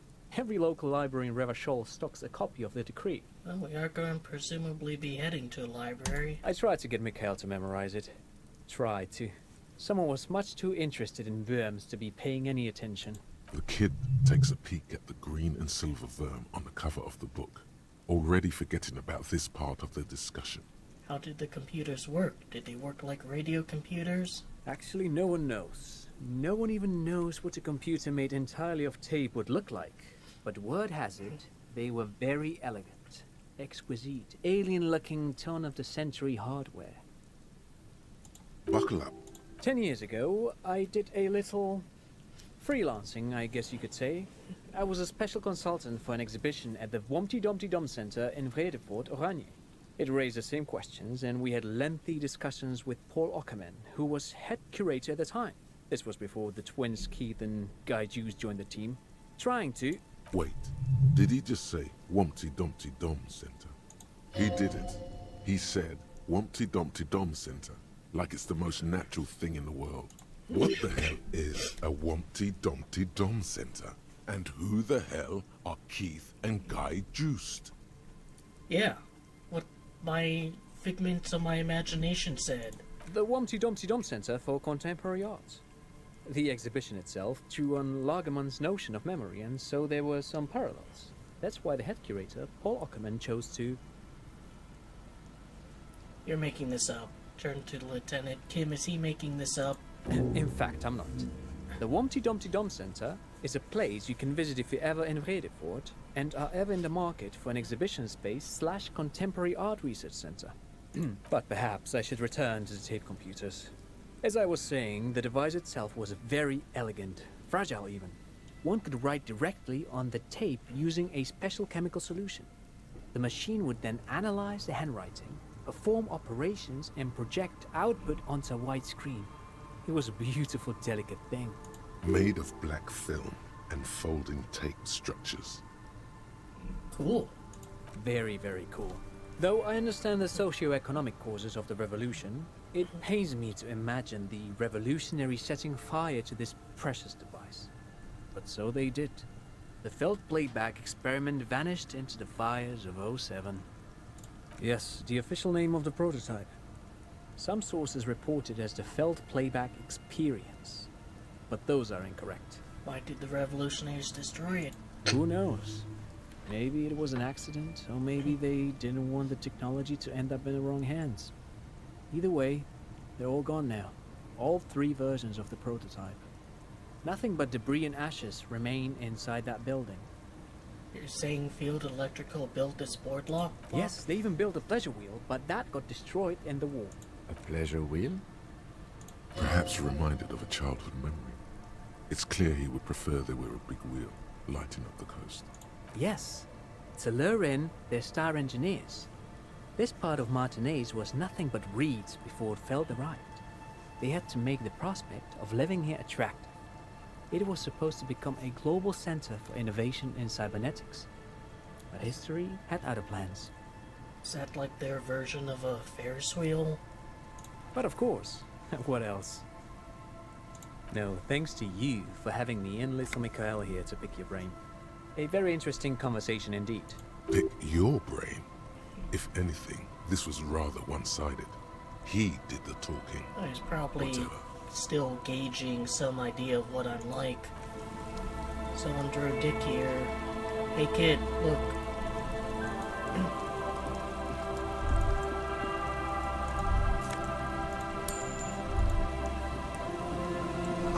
Another power box. It charges nothing. It's empty. Fence blocks a path, no way from here.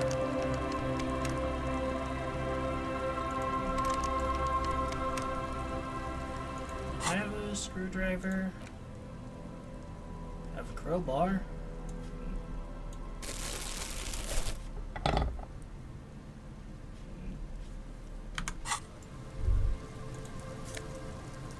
Oh. And that actually works. Nice. It's a big new area. It's hard to navigate. Look at this fast travel points. I think this might be a cryptozoologist. Here we go. Yeah. Nice and easy. No way out, little guys. Not out of this gem. There's a cylinder on the ground in which the man is arranging some netting. It looks like some kind of trap. He notices you. Who's there? Oh, the police. Hello, officers. His self-conscious enthusiasm renders his movements ungainly. He looks like your understanding of a scientist. Is that the police? Why are the police here? Crypto-fascist? Don't worry, Gary. I'll handle it. You must be Morel, the cryptozoologist. To what do I owe the pleasure? That's sarcasm. He takes no pleasure from your appearance. You don't seem too happy to see RCM. Oh, no. It's all right. I'm just busy. What's this about? Lena sent me. She's been really worried about you and is waiting for you to get back. Of course. Thank you for passing along the message. That damn water lock is broken, and we can't go all the way around the 881. Yeah, that was me. I broke the water lock with my motor carriage, but it's fixed now. You can go back. You broke the water lock with a motor carriage? There was a billboard in the canal. Not a vehicle. It said Samaran Butter. I guess you're right. It really was the sign's fault. Anyways, you can go back now. Did he say we can go back now?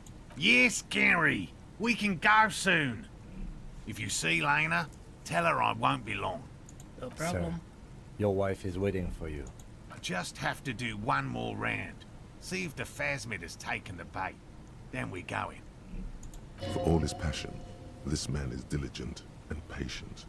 You could learn things from him. Tell me about this phasmid you're looking for.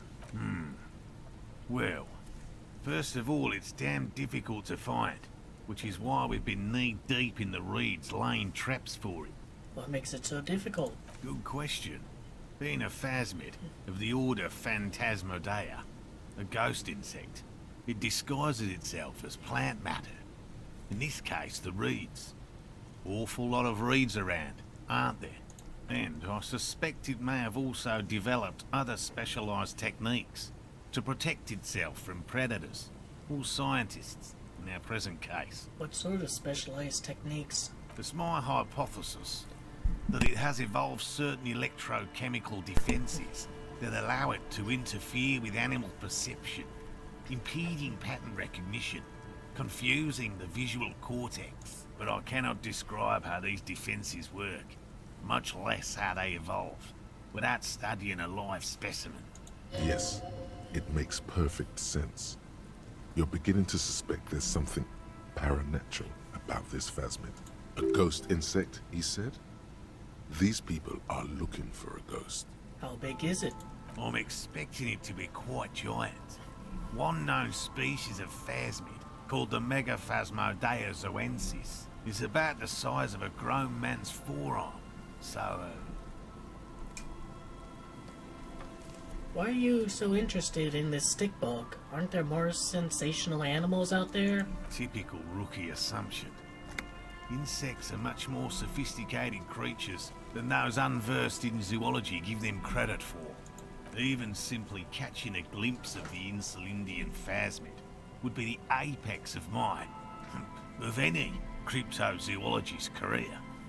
But to study it and its defences, find out how it stayed hidden so long. What have you discovered about it so far? Very little, I'm sorry to say. No one's ever captured a specimen, so all our information is based on first and third-hand accounts. So no one's ever found one? Not yet. That's what makes it a cryptid. Just out of curiosity, there's no proof of its existence. How do you know it's real? I know it's real. It's clear that his obsession with the phasmid is driven by something more than the pure pursuit of scientific advancement. By which I mean, I've heard enough first-hand accounts to believe quite firmly that the Insulindian phasmid is more than mere superstition. I'm gonna level up Encyclopedia now. And next, I guess I can do... Yes, the most recent sighting was by a couple of teenagers along the coast here. That's what brought us to Martinez specifically. It's the first credible sighting in several decades. Admittedly, it's an unusual location for this species, but with all the sewage runoff upstream, it probably doesn't matter much anymore. Maybe the Insulindian phasmid has died out? I have to resist the thought. Such an extraordinary creature is doubtlessly highly resilient. After all, it's generally thought to be capable of parthenogenesis. Well, extinction can be funny. He means asexual reproduction. The females of the species don't need to mate to produce viable eggs. This makes it easier for a species with a small population to survive. Females reproducing without males? A travesty, a crime against passion and common sense. Nature does not concern herself with ethical propositions. As a scientist, my interest is strictly dispassionate. Tell me more about these traps. Well, they may not look impressive, but Lena designed them quite cleverly, so I'm sure they'll do the trick. She designed the traps? Yes. How do the traps work? Simple.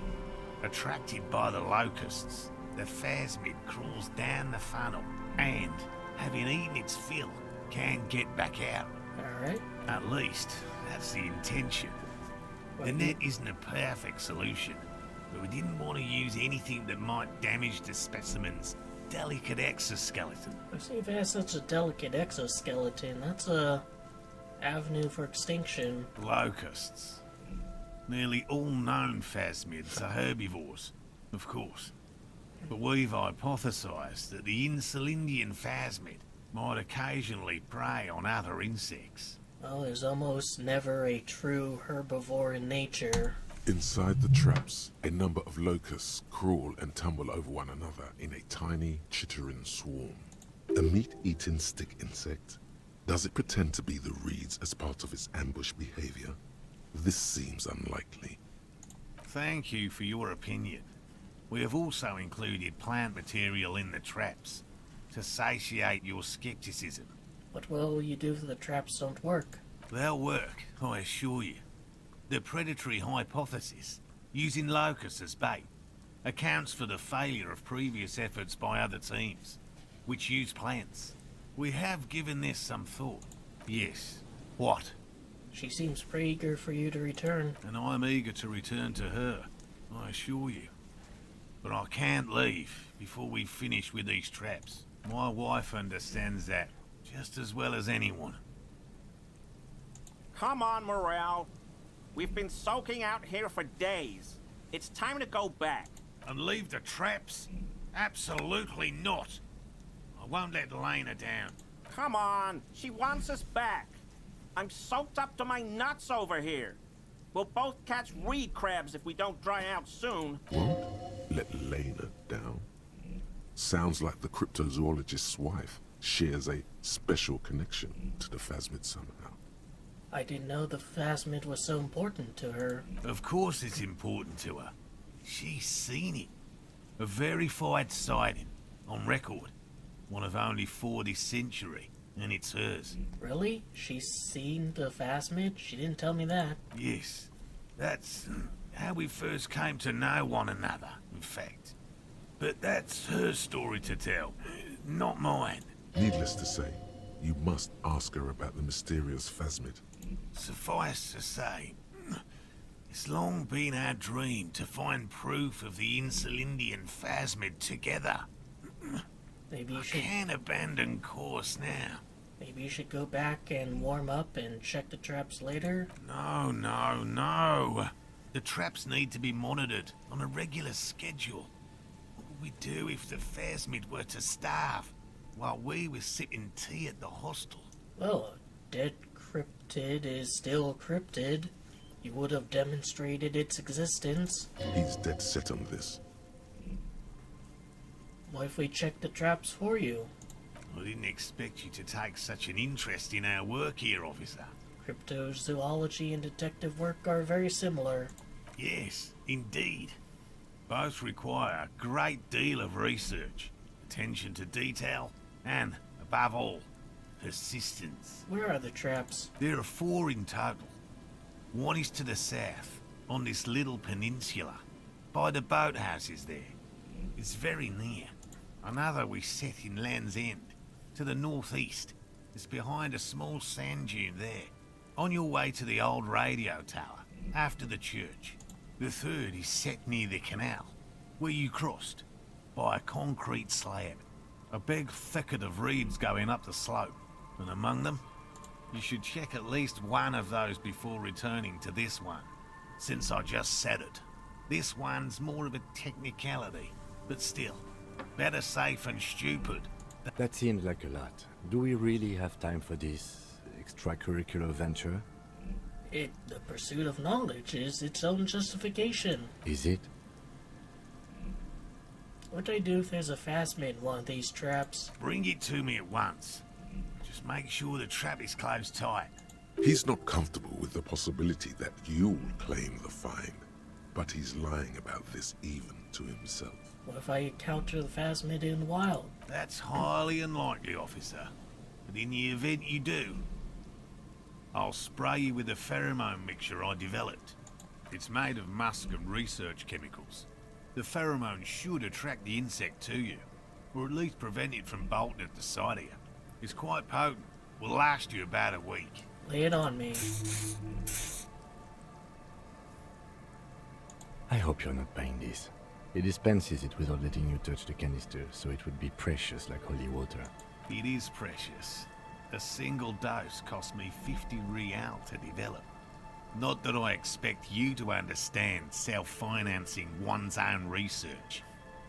Alright, Right, let's get to which means you two can pack up and go back to the whirling. Whatever he thinks about this detour, It's clear that these men are exhausted and in need of assistance. Finally, someone's talking sense. Thank you for your help. Gary and I will start breaking down camp. If you have any more questions, now's the time to ask. We'll be gone once you get to it. If it's more cryptid-related business you want to discuss, you'll have time for that later too. But what if the information is vital? On the hunt. How did you become a cryptozoologist? I've just always liked animals and puzzles. Searching for cryptids is a bit of both. Why not just be a zoologist? Real animals are puzzling too. Real? I know you think one is a respectable profession, while the other is superstition. Everyone does. I don't. It's a profession. Indeed. My methods do not differ from other scientists. I simply draw upon a wider variety of evidence. And I have more hope that something truly surprising might happen. And has anything truly surprising happened to you? No. As I said, I have yet to catch a cryptid, although I have come close. Interesting. Something for later, this close call. So, you have never discovered a cryptid? No. Very few cryptids are ever discovered, and not for a lack of trying. To stay hidden is a cryptid's primary quality. It's even in the name, cryptid. How many cryptids have been found? Of the list of cryptids kept by the Cryptozoological Society of Chemnee, which is 4,082 items long, about 2,000 have been confirmed as hoaxes. 2 are categorized as confirmed discoveries. The rest are in differing stages of discovery, refutation, and data collection. Only 2 have been proved real? Yes. The Chateau Quan forest pygmy, who turned out to be an extinct species of primate, and a cave salamander from Yugograd, who is, honestly, quite unremarkable. It's in a zoo somewhere. We cryptozoologists are brutally honest with ourselves. More so even than the public. With cryptids, most cryptids are hoaxes or they are never found.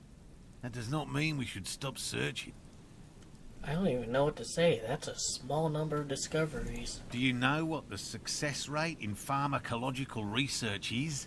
0.00003% of bioreactive agents have reproducibly beneficial effects. Yet science persists in the search for medicine, as we persist in our search for new species.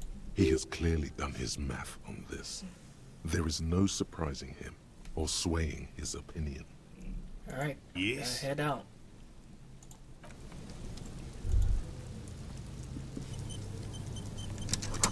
Soggy smell of ignition fluid. Still won't light this up. Hello, I'm Gary. Very generous of you to help us out, officer. Shouldn't you be a cryptozoologist and not a crypto-fascist? Yellow man. I mean, officer. The lieutenant raises his eyebrows slightly and takes out his notebook. Yellow man. Interesting. This is something to ask him about, after a little probing first. This could be our third racist. You have your wishes ready, Kim? I'm just waiting for my friend Morel to finish up with his insect traps so we can return to civilization. Yeah, I'm more of a city boy too. I like nature, just not this bloody coast. It's mostly drunks and degenerates that come here. Drunks and degenerates, that's my crew. Dark times will do that to good men. Do you know anything about the man hanged behind the whirling rag? Oh, so that's what the RCM in Martinez is about. Great. Great to hear someone's finally taking care of that. So you do know something about it? No. Nothing. He was some kind of mercenary. But everyone here knows that. I'm just glad to hear you're looking into it. That's all. He's not feeling very comfy in his clothes, is he? Strange. He didn't kill him or anything, but there's something going on here. Is this your mug? My mug? Why would you think that? You said yellow man. That's not something many people would go around saying. Really? I hear it all the time. All in jest, of course. No offense meant to anyone. Still seems suspicious. Did I mention the mug was found at the scene of a lynching? Okay, I admit it. I threw the mug away in the trash container behind the hostel. I know I shouldn't have, and I am very sorry, officer. Grant us our wishes, you racist fuck. You're not going to find me, are you?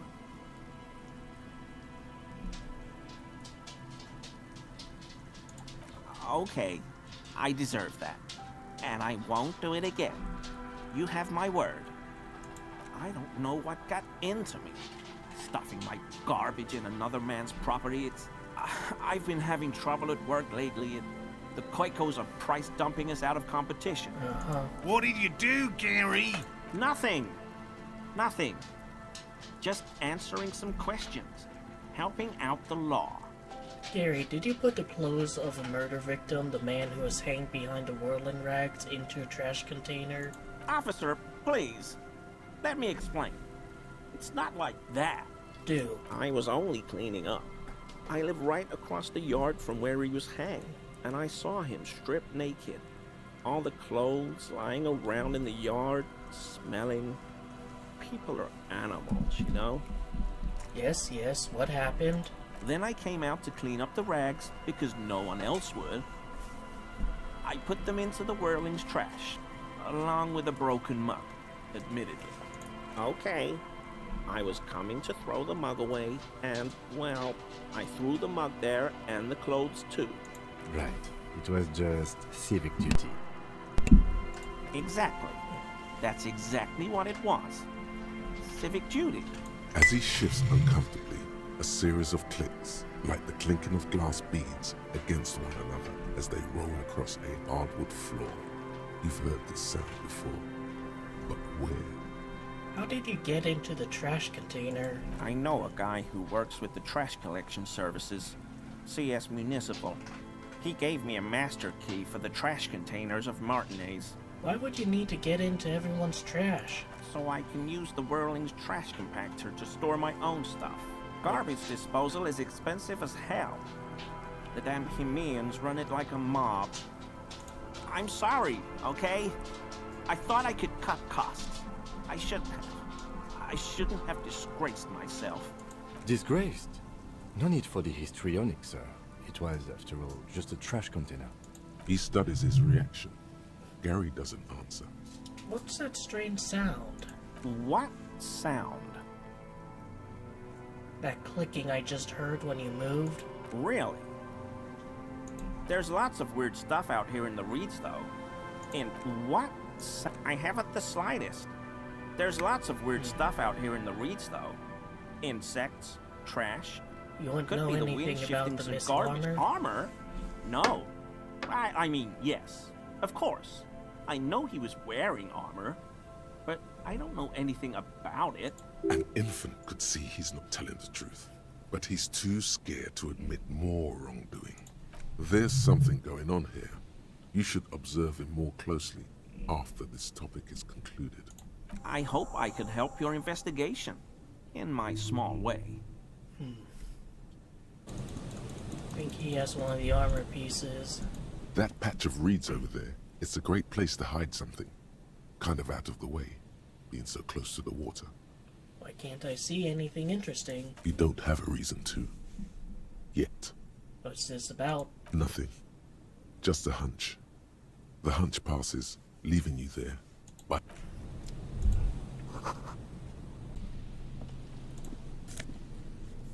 morale and savior flare at the expense of visual calculus. There's one of the traps, might as well. there's a trap in the reeds at your feet. Behind you, the ruins of a residential building. Locusts are crawling around in the trap, confused but uneaten. Big surprise. Anyway, 1 down, 3 to go. Damn, I was hoping I'd be in the first one. No, you weren't. Actually, I was, because I'm kind of lazy like that.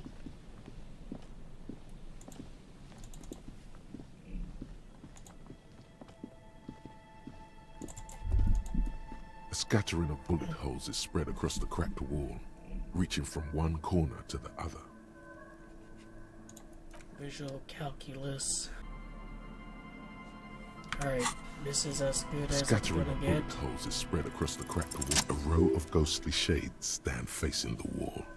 There are many of them, a dozen at least, their heads lowered and eyes blindfolded. It's quiet. No sound. No movement. 10 meters away, other shades are lined up in an orderly manner. Automatic rifles primed. A gust of wind blows by. The coats of the firing squad flap slowly in the breeze. A single person stands on the side. The sun blazes high up in the sky, baking the planks, the sand, your skin. The order was carried out in the afternoon. A long time has passed since the moment of this fusillading. Rain and brine have since washed all the blood away. Not a trace remains. What is this? The abundance of bullet holes leads to two options. Either an inordinate amount of executions were performed here, or they did not use a conscience round, where only one soldier has the loaded rifle. Looks like this was a mass execution with everyone fully armed. A host of men, probably in everyday clothes, ragged from the conflict and covered in dust. They were not sitting, a common practice for executions in some nations, as demonstrated by the height level of the bullet holes. They stand, facing the wall. It's impossible to discern any details about their personality or background. Ordinary people, familiar, each and every one of them. Who are they? Comrades, the forsaken, the wretched, who tried to rise against the horrors of the world. So, the communists, or...?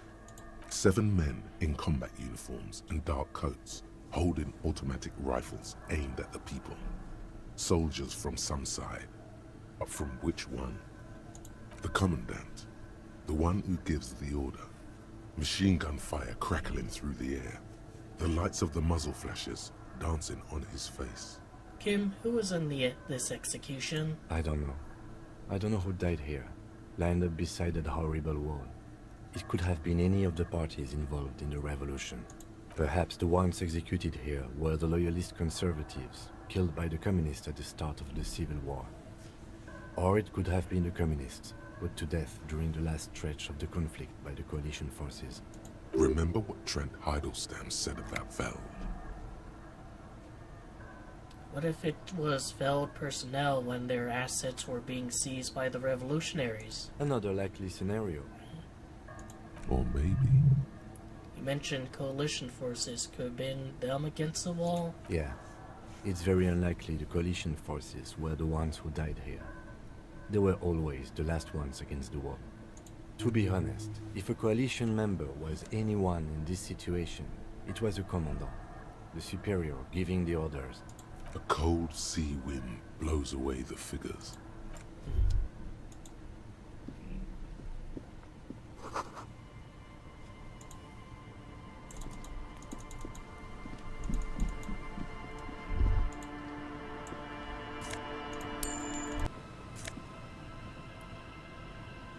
Alright, something that gives me 2 logic. So,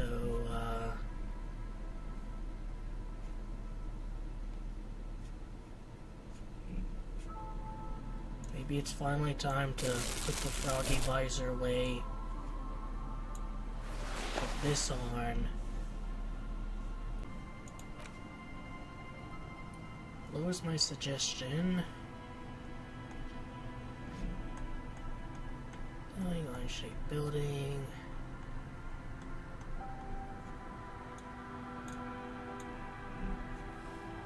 Where are you if you're not there? I mean, I guess I'll do it. My suggestion anyways.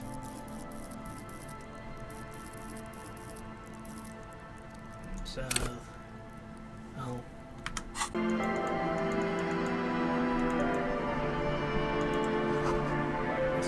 lot of patience to do this. Who are you?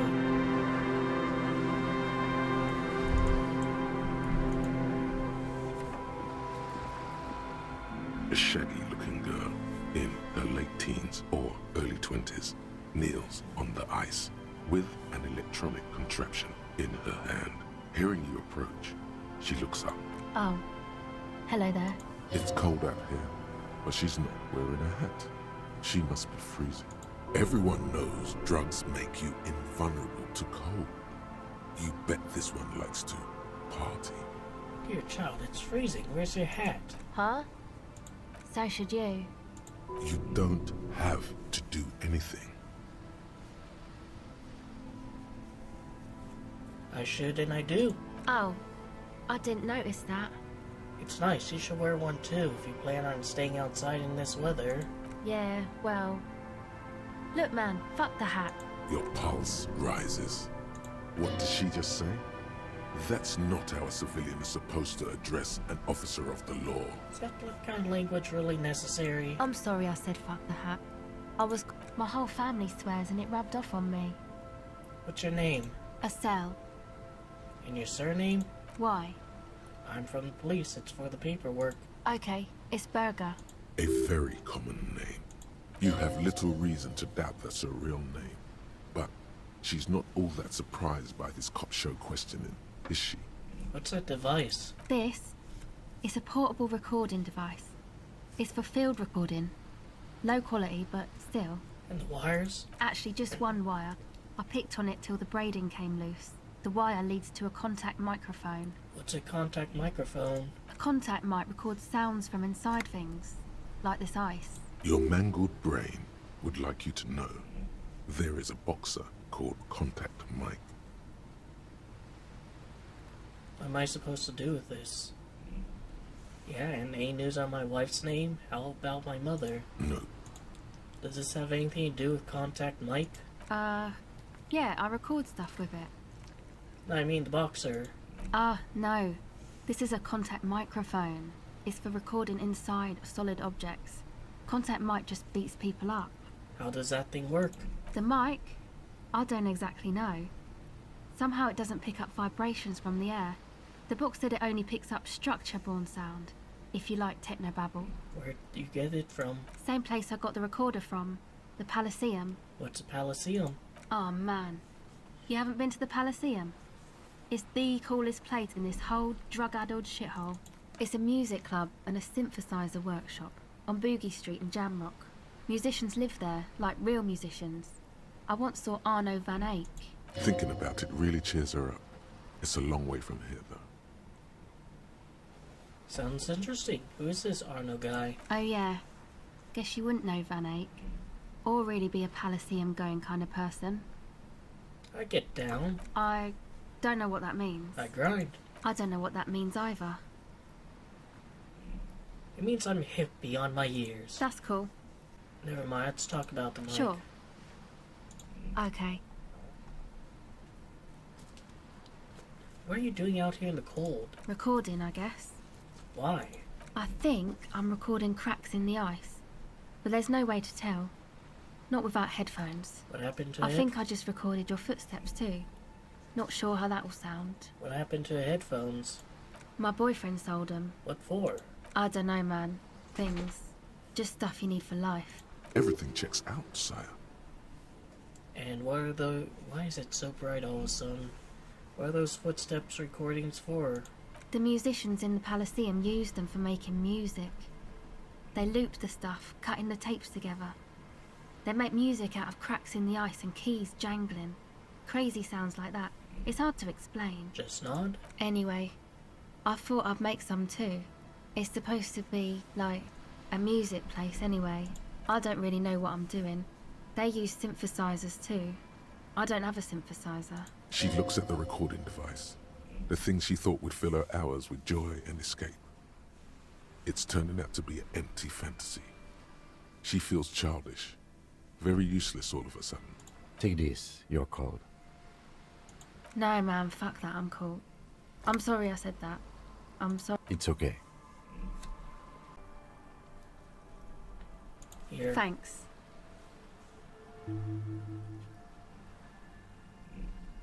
Go ahead.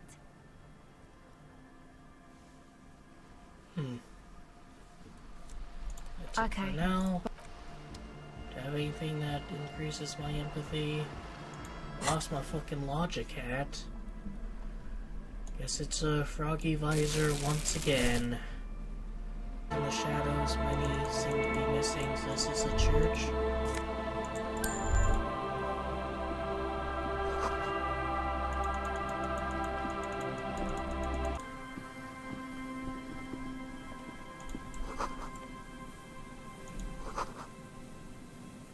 Seems important somehow.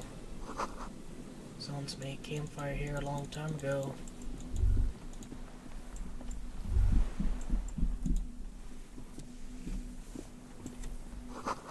Rusted, broken control box for radio tower.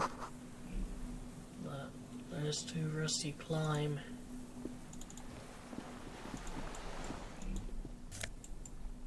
Shivers. The floor is my physical instrument. Now let's get over here. Make that call about that library. Inside, you see a set of steering levers, a radio microphone, a pull. This is Precinct 57. How may I assist you? Connect me to Jamrock Public Library. Hold on, officer. I've got Central Jamrock Public Library on the line, and I've already introduced you to the librarian. Connecting the call in 2, 1. Yes, this is Central Jamrock Public Library here. How can I help you, officer? He sounds worried, yet ready to assist. This is how people get when the police call. Looking for any information that you can provide on Billy Mijan, a reader? Billy Mijan, you said. Give me a moment, I'll have to check our database. Yes, hello, are you still there? Yep. I found Billy Mijan's home address, is that alright? No phone number, unfortunately. They're too poor to have a phone line. Yes, home address is fine. Here we go, sir. Rue de Saint-Ghislain, 33B, apartment number 20. It's in Martinez, I believe. Cape Side Apartments, it says. That's all. That's where the smoker on the balcony lives, isn't it? Do you have any other information on him? It says here that they returned their last book just a few days ago, but I wasn't at work that day. Do you know someone who was? Marie? Marie? Do you remember a reader named Billy Mijan? They returned a Tybalt book the other day. Yes, it was my colleague Marie. She said that it was Billy's husband who returned the book. He also asked for this new sci-fi release, Lowe's Radio City 87, but we don't have it yet. So Billy is a working class woman's name? Good. You have a name now.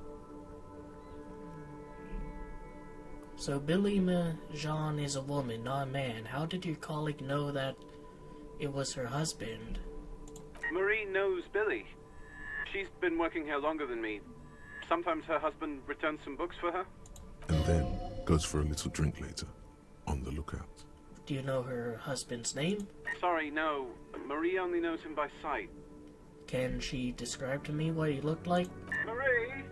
She said it was an older man, and that she's pretty sure he'd had a drink or two the last time she saw him. What was he wearing? 1 second. Sorry, Marie wasn't really paying any attention to that. Thank you, that's all from me. I have no other questions. Happy we could help. Goodbye, officer. Anything else you need from me? I'd find out any more about the owner of the armored boots? Still no word, I'm afraid, sir.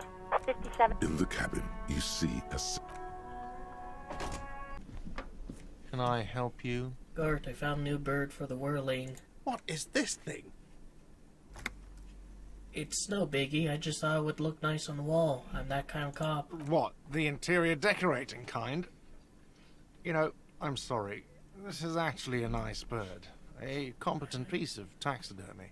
I can fix it to the plaque and have a new bird in the establishment, I guess. So, I don't know. Thank you. I'm gonna go with thank you.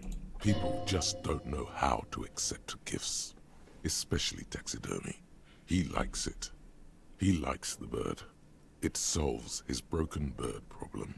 I feel good about our work here today. It's all about the little things, like bringing people random stuffed animals. It's not actually about that, but... Got the 20 real? I do, and I guess, like, even though I have the other place... Then why are you wasting my time? Yes? Alright, well, I have this. Wumpty Dumpty Dum Center. You're at home, stupid cop. Not with the art crowd. You hate them. Everyone hates them. Even they hate themselves. It's nauseating. An industry built on sprezzatura and sparkling wine. And, let's be honest, tax evasion schemes. The Wumpty Dumpty Dum Center is the heart of this unholy symbiosis of aesthetics and tax optimization. And now that you've internalized it, you can have a piece too. -2 perception. Encyclopedia gives 10. -2 suggestion gives plus 10 XP and 2 real. I'll accept it. Because I think, like, getting something that gives me money passively for something I already kind of use a lot, or want to use a little more. The theme on that pinball machine is a standard royalist theme, used on everything from pinball cabinets to full-flavor cigarettes. Or its hallmarks. Clinging to a picture book version of the past century, waiting for the king to come back and cast out all the profiteers and homosexuals. Basically, imagine a yellow plastic crown with a liquor brand emblazoned on it. Wait, where did I get such a crown? It comes free with a six-pack of Vermilion Roy d'Or. The words Roy d'Or are stamped into the crown's plastic. The idea of a king in the century gone is pretty fascinating. The sentiment is called anti-centennial nostalgia, pining for a time before the turn of the century. It's common even now, after 50 years.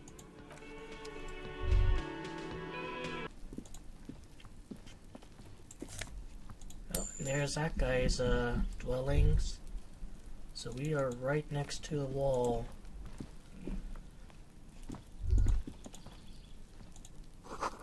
Someone's growing rosemary, thyme, and cactus. 29. Complete silence. Whoever lives here isn't home. This door is made of metal and appears to be reinforced. Someone here really values their security. Number 28. This is where the cleaning lady said the smoker on the balcony lives. Let's see if anyone's home. No one answers. Looks like the young man we are looking for isn't home. I think our best chance to catch him is in the evening.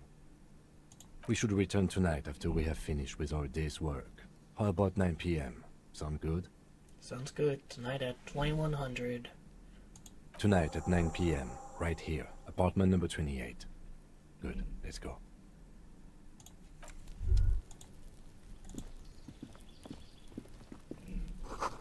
Store apartment 30. And is this the... A weathered brown door. The number reads, something smells good. The lieutenant motions to you to go ahead and knock. This is the door. You already know it's the right door. This is going to be so hard. Before we move on, what should we expect? You're right. Let's talk this through. You hear light footsteps passing by the door and some folk music playing on the radio. We have our first preliminary identification. In all likelihood, the deceased is the husband of Billy Méjean. We need to confirm this, as well as deliver the death notification to Billy herself. Now, delivering a death notification is never an easy task. There's a reason why it's often called the most stressful part of our job. This is why it's usually done in pairs.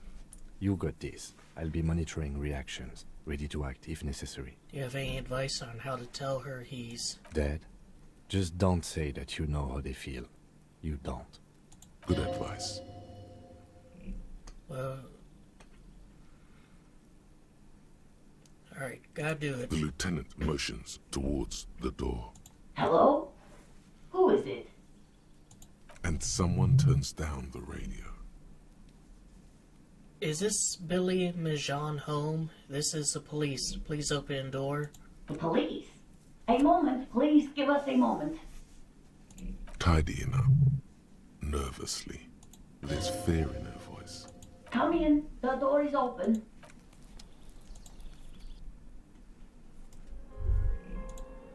Gonna look around first. Chalk drawn height chart for children's growth over years. Posters of contemporary pop stars adorn the wall. This clock is ticking away with an odd cheerfulness. Ticking makes you anxious, rings hollow in the room. Textbook for high school mathematics, trigonometry mostly. Good day. Package of humanitarian aid macaronis. Some leftovers kept warm on a stovetop. Window covered in old newspaper clippings. Alright. It's you from the bookstand. Did you come to bring my cockatoo back? She smiles nervously before a smile vanishes on her face. Kim, do you want to take this seriously? I don't think I introduced myself properly. I'm Billy. Would you like something to drink? Tea? Lemonade? We're out of coffee. For fuck's sake, Kim. You're worse than I am. The lieutenant has taken off his foggy glasses and is busy cleaning them in his handkerchief. For now, you're on your own here. It's doing a little bit more than that. Good grief, Kim. Condensation from stepping inside. He must feel vulnerable without his glasses. Is this why he's letting you take the lead? Thanks, but I'm alright. Is this about Victor, my husband? Is he in some kind of trouble again? I can come pick him up in the station if that's what. No, this is something much worse. Is he in the hospital? How bad is it? How about some small talk before you break the news?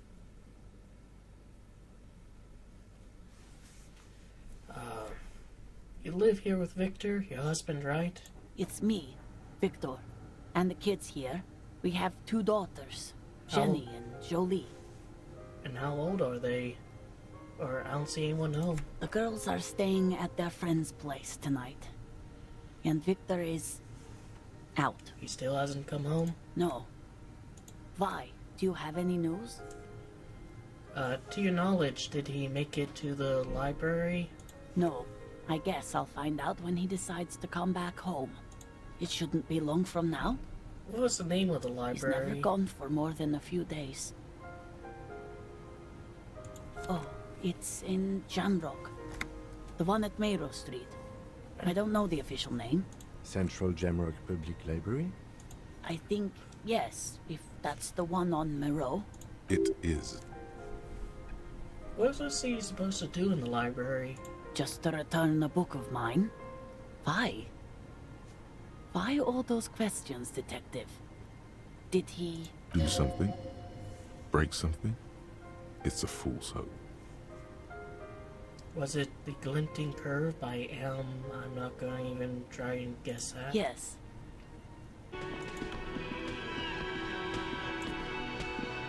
Can I help you? What is this? What? The interior? I can fix it to the plaque and have a new... People. I feel good. It's not actually. Actually, I should talk to her since I'm here. Oh, hello, dear. There you are again. Ran into your husband on the coast. Goodness. How is he? Did he say why he hasn't returned yet? He's fine, ma'am. As we had suspected, he couldn't get back earlier because the water lock on the canal was broken. Now he's just finishing up somewhere. Oh, yes. That's my Morel. He's bound to catch a cold staying out there for so long. But I am so relieved to hear that he's okay. Thank you for putting an old woman's heart at ease, if even a little.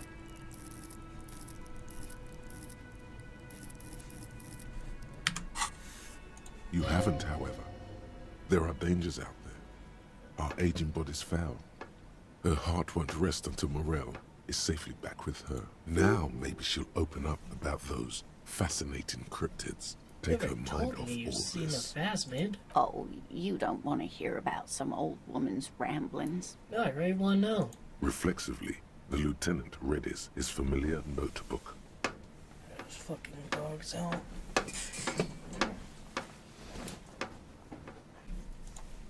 Well, it was summer. I was building a racing track out of sand on the beach near a tall stand of reeds. Quite a tall one. Many times my height, I remember. When, all of a sudden... Where was this? How old were you? I'm getting ahead of myself. I was 5.5 in Betancourt in the suburbs. My grandmother had a summer home there. Betancourt got bombed in the war. It used to be quite near, circa 20 kilometers from here. What happened? The strangest moment of my life. I looked up and one of the reeds moved. Not like a plant, but like a living thing.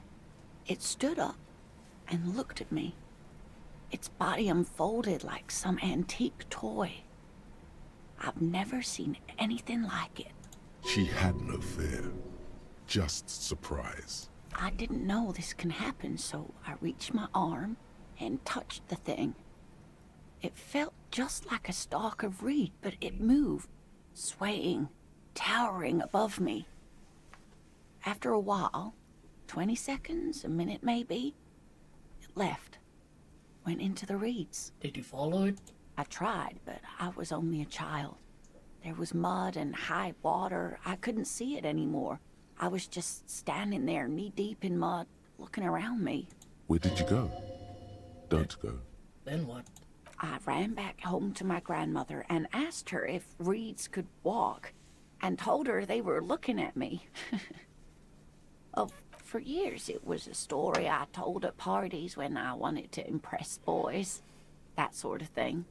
Of course, most people just took it as a strange, amusing anecdote. So did I, honestly. But then I met Morel. We were on our first date when I told him my story. You should have seen his face. He said my descriptions matched the phasmid down to a T. Its white marble limbs, the way it moved. So that's how they met. This is beyond significant for them. So you were on a date? Our first, yes. The limbs were white? Not all of them, as far as I remember. Some of them on the inside like stalks of marble, if that makes sense. How big was it? It's hard to say how big things are when you're quite small yourself. To me, it seemed to be taller than I was then, but that's probably not the case. What if it is the case? Oh, thanks You're for sharing. welcome, sweetie. And she could get up and walk right into the reeds on her own, into the mud, anywhere. I'll do that later. Wumpty Dumpty Dum sets her hands across her chest. Have a high chance of this. Kim is here, identified the jacket, identified car, discussed it through Kim. You've done this before. Just keep your focus. Ma'am, I'm very sorry to say, but your husband, Victor Mejean, was found dead on the Martinez boardwalk. What did you say? Your husband, Victor Mejean, is dead. I'm very sorry for your loss, ma'am. Oh. But he was just... But he was just here, alive. We understand this comes as a huge shock. I want you to know that me and my partner are here for you if you have any questions. Take your time, ma'am. What happened to him? It was an accident. He fell through a hole in the boardwalk and hit his head. Was he drunk? Alcohol may have played a role, yes. I see. And you just found him there, lying in the cold. How long had he been there? If you say 2 days maybe, it will be etched in her mind forever. It's hard to say at this point. She blinks, eyes welling up with tears, as her hand starts searching for something from the pockets of her dress. The handkerchief. Yeah. Yes, thank you. Is there anyone we could call for you? A friend, a family member, someone who could be here for you? No, no. I just need to tell my girls. Unreal. God, should I call them? Should I tell them to come home? No. A day. No, take a day to recover. You'll be better prepared when they come home tomorrow. Good. That's probably the right thing. Thank you. Just tell me, what do I need to do next? Where is he? Can I see him? We've taken him to the city morgue. The local coroner will be contacting you shortly to arrange the funeral. Here's his number in case you want to contact him earlier. Is there anything else that the RCM could do for you? No, I'll call you if something comes up. I'm still... Thank you. Thank you for telling me. I'll call if... I'm very sorry. We should step outside and talk.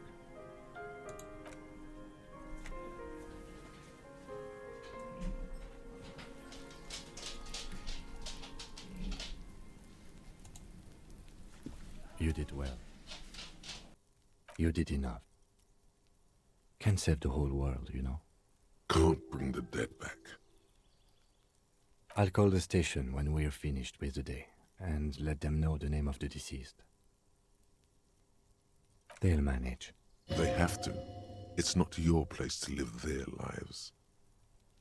That's it. We should get back to our case now that our duty here is done. Let's go.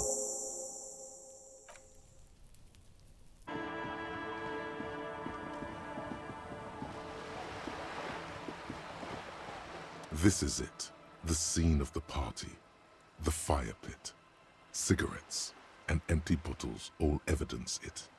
Looks like they were here a while, judging from all the bottles. The sunken motor carriage provided them a focal point, like a goose ice sculpture or a chocolate fountain. Looks like it. Hey, let's keep moving, detective. Somehow, he doesn't want to dwell on it.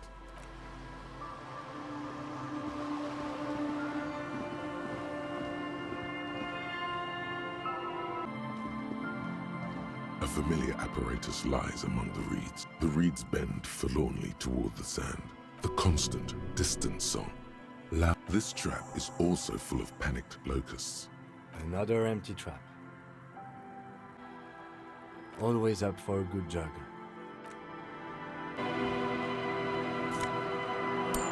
Rust peels off the bent iron posts of the swing. The wind whistles through the skeleton of the small house behind you. There's desolation everywhere. In this yard? He's assessing the situation. Someone thought they could have a summer house in a block obscure, for cheap. It didn't work out. They abandoned it about a decade ago. A black block, a part of the city left unrenovated after the war, or one that has fallen to gang violence, or has become inhospitable in some other way. On aerial photos, block obscures look like dark squares, hence their name. Practically, it's not an official term in any way, but look around. No sewage, broken power lines, crime, drums. Life is tough in the blocks. It's no place to build a summer house. Yes, for you to scavenge like a post-apocalyptic scavenger who collects trash and errant magnesium blisters. It's not meant as nagging, just an observation. We should move.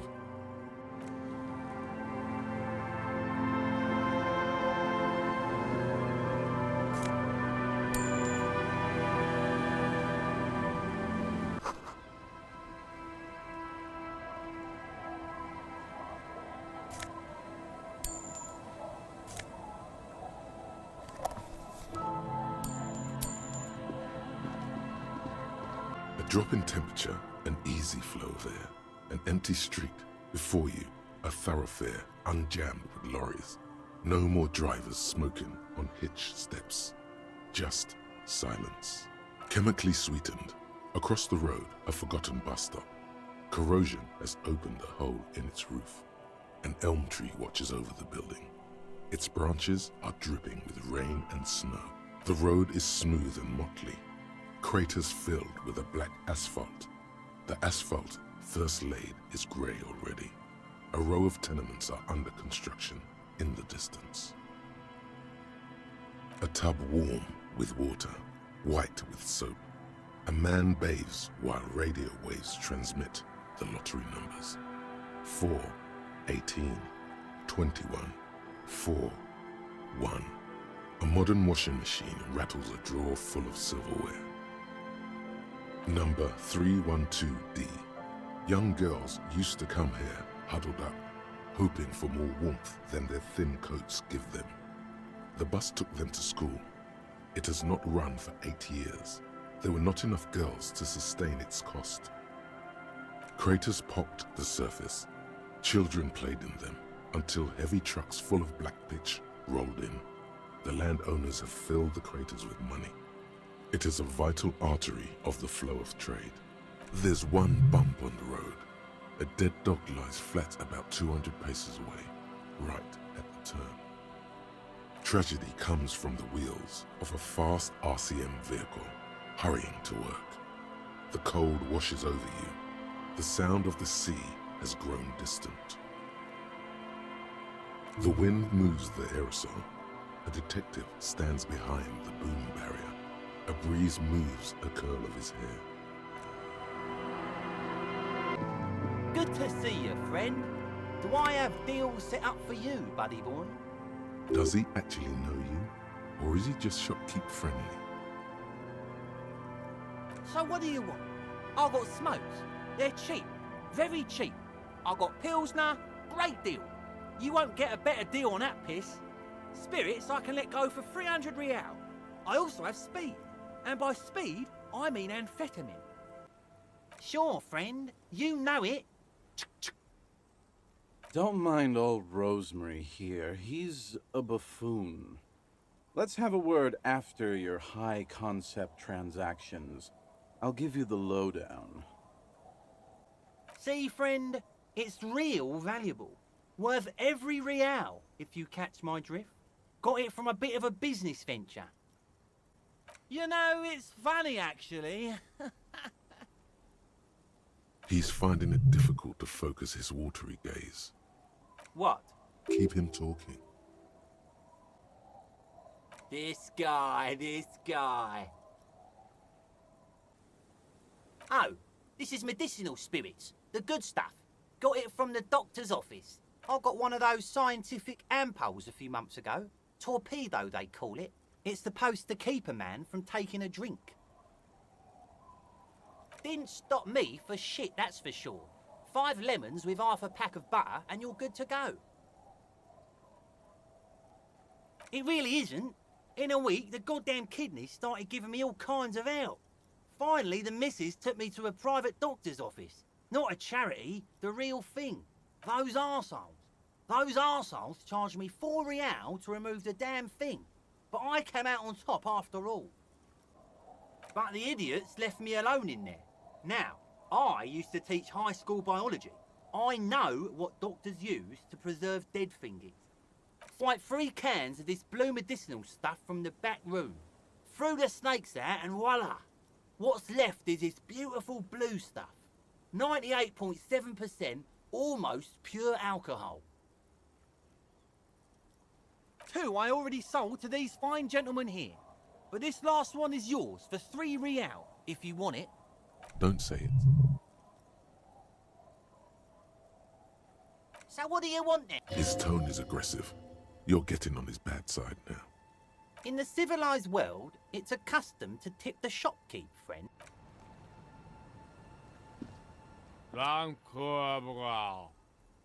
The noxious odor emanating from the drunken man is strong and familiar.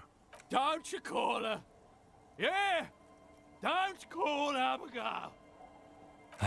You really don't have to. Besides, he won't understand you anyway. Abigail. Oh, Abigail. Oh, Abigail. Don't you fucking call Abigail. You're not going to get anything out of this guy. He's too drunk. He snorts and beckons you to lean in closer. He waves his hand as if shooing you away, all the while murmuring something indecipherable. Don't you fucking call her! Hear me? Abigail? Don't call her. The legend returned. Hey, Tequila! Good to see you. How's business? How's the whole reality situation treating you? So what's happening? Yeah, Tequila Sunset. How are the, high-concept, reality-based adventures proceeding? He says it like it's obviously your name. Like you call someone Billy Brunel or leader of the 4th Street Gang. Good. These people know your true name. Looks like it has preceded you, Mr. Sunset. More on that later. That's the spirit. I used to shape reality into my image, long time ago. Those days are over now. Sadly, things aren't going that well in Idiot Doom Spiral Land. Haven't found those keys yet, haven't won that great piece of ass back. No word from my business buddies. Idiot Doom Spiral, huh? This is bound to be a good, high-concept conversation. At last. It's you. You're Tequila Sunset. We've met before. Don't you remember? No, you sure don't. Aha. Do you want to know how Tequila Sunset came to be? Tequila. Tequila Sunset. Something ominous there. Mm-hmm. Let me take a sip to moisten up my chords. Tequila Sunset rolled into Martinez last Friday. And by Tequila Sunset, I mean you. The man, the myth.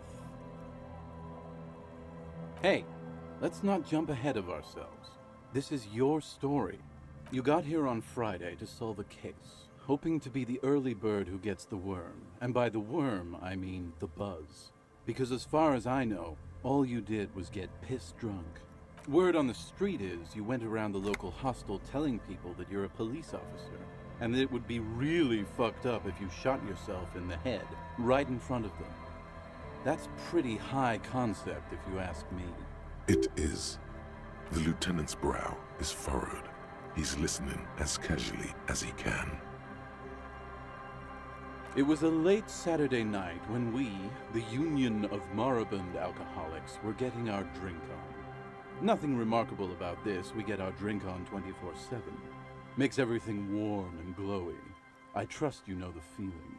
One moment we hear the sound of a motor carriage revving up somewhere on the plaza, followed by a series of dings and bangs.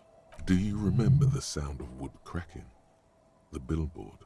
Naturally, loud noises pique the interest of anybody owning a pair of ears. That's just the reality we're in. Anyway, there was a brief silence. A gasp of silence, if you will. Followed by a real commotion. We heard the carriage careening towards the coast at top speed. Sounded like someone jumped the canal. We grabbed our brewskis and rushed to the jetty. Never underestimate the speed of an alcoholic. What we saw was a sight to behold. A beat-up police carriage containing you. Right there on the beach. You revved the engine and screamed at the top of your lungs. "The time hath come!" So, naturally, being the curious cat I am, I asked what time hath come. To which you replied, "The time hath come for Tequila Sunset, the end of all things." After which, your reality contracted. You jammed the pedal, plowed right off the jetty and through the ice. We ran towards the ice whilst you crawled your way out, miraculously unhurt, covered in seaweed and shit, like some kind of sea monster. When we finally got there, you were sitting on the beach crying. You said that your badge and uniform were in the car. It was too late to get in there, though. The carriage had sunk too deep. Recognizing a brother in need, we offered our condolences and invited you to party with us, which you naturally agreed to. We asked about the whole Tequila Sunset thing, and you told us it was your name now and insisted that we all call you that from then on. I'm not sure. I think you were the event. Tequila Sunset. You know, as opposed to a tequila sunrise, which is long gone. No, that's just what your mother called you. Your real name is Tequila Sunset. Just embrace it, brother. Hours. It was an all-night drink-a-thon. Then, at some point, I think it was Sunday morning, you got belligerent and wanted to talk about Revacholian women. How they're beautiful and also whores and so on. How one of them fucked you real bad. After a short while, you crossed the event horizon, looked sullen, got up, and left without saying anything. Wow, that's quite a story. Yeah, I bet Tequila's a fucking legend around the precinct. You must be proud to work with him. If you only knew.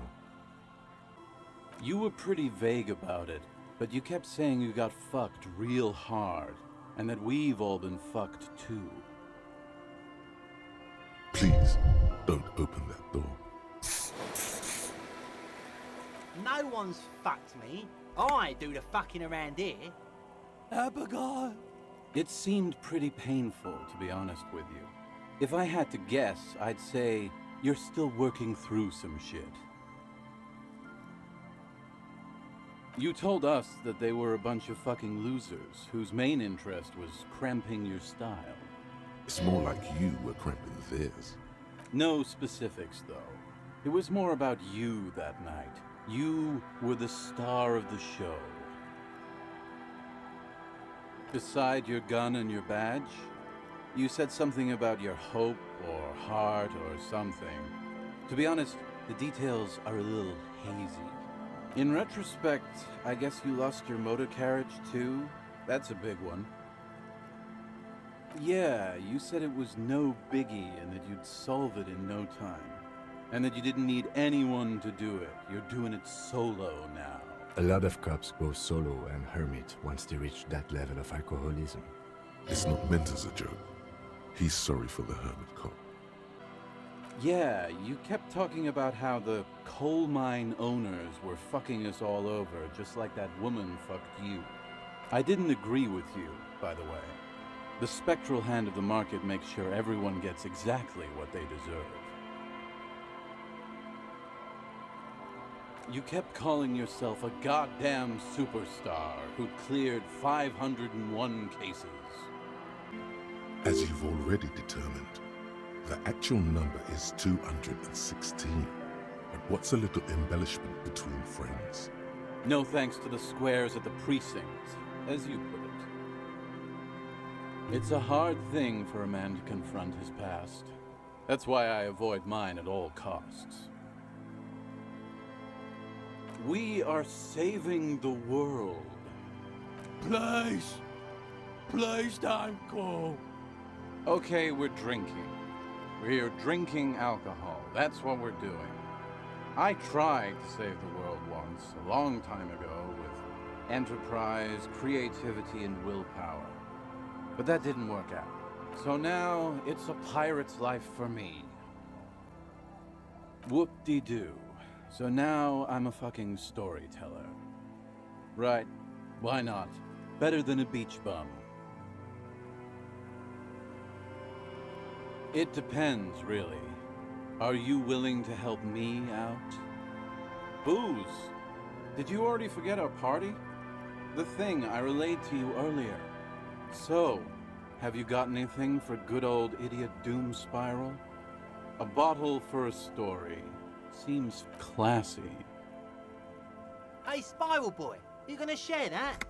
Don't call Abigail! Shut up, guys. I'm telling a story here. Something happened to you. Something happened to me, too. My actual name is George, but around here, you already know.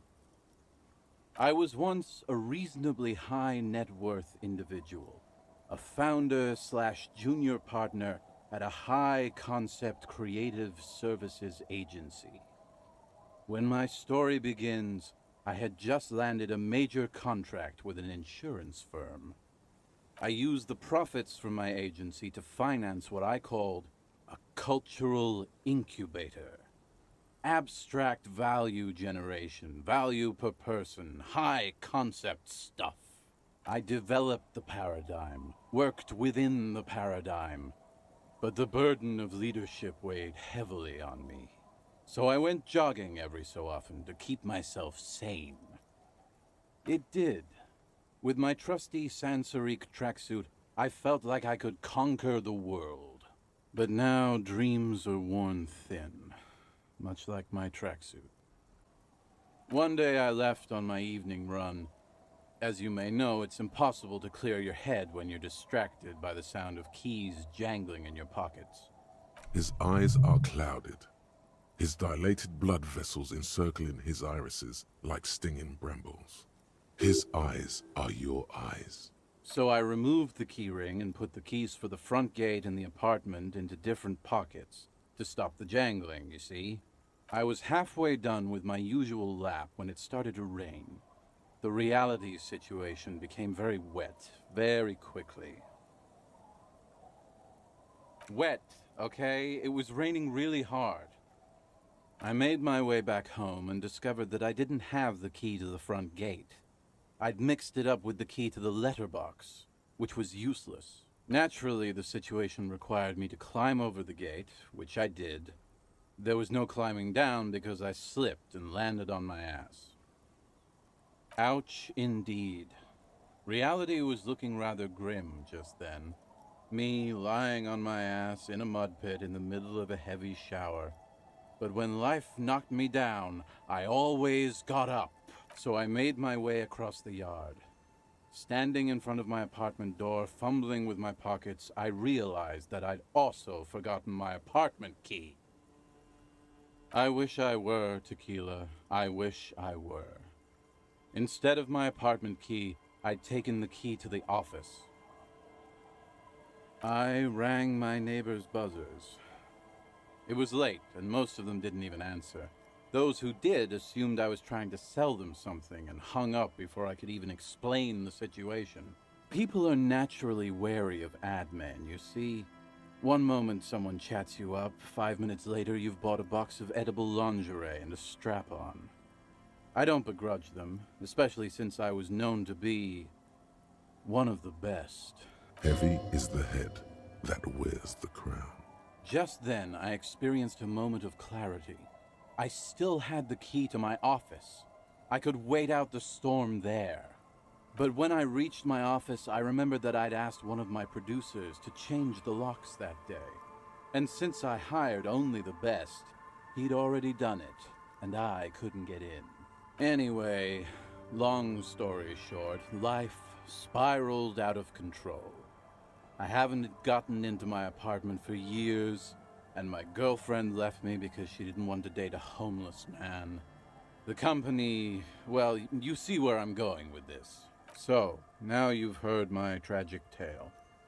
What do you think? Like nothing you've ever heard, huh? Tequila, I've thought about this series of events for a long time. If there was anything else to it, I would have thought of it by now.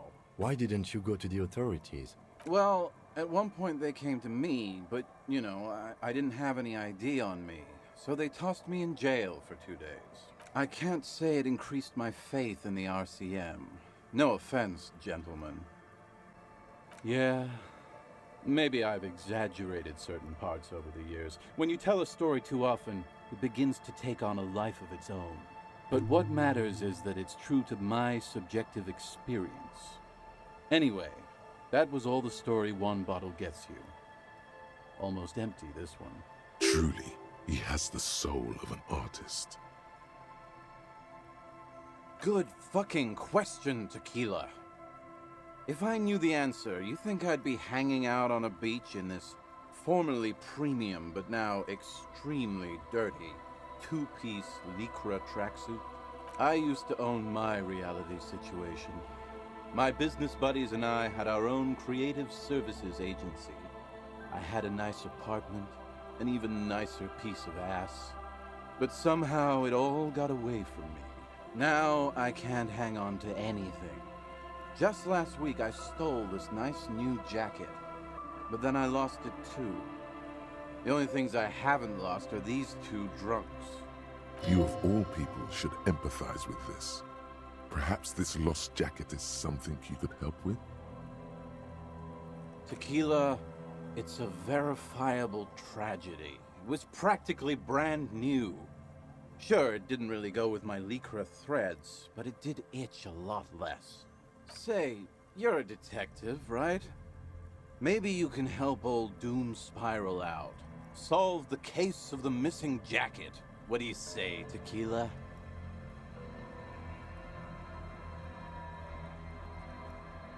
Yeah, exactly. You're here to serve, right? If I knew where I lost it, don't you think I'd have it? I mean, maybe I was up by the boardwalk, or walking along the beach, or checking out the abandoned fish market. Somewhere north of here, that's for sure. You could ask around, see if anyone's seen it. I'm all ears, Tequila. You too, Tequila.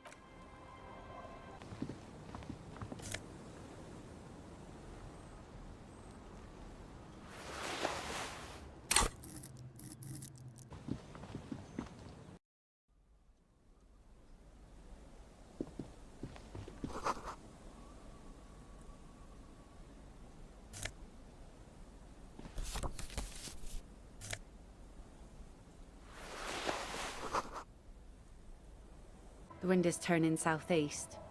What's on your mind, officer?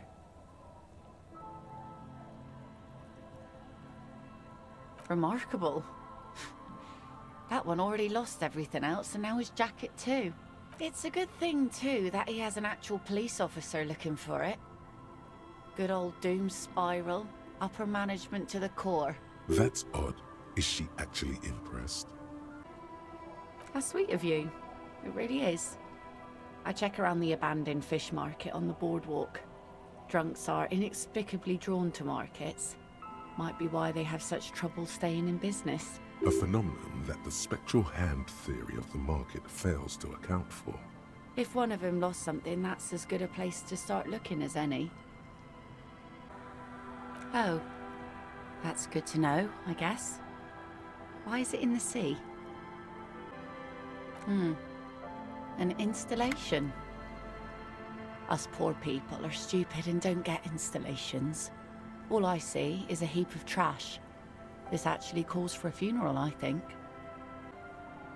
Aye. Feels deserved, don't you think? Falling in the line of duty like that and all. Quite odd. Our things are a part of our life world. They're made with our human sweat and they share human history.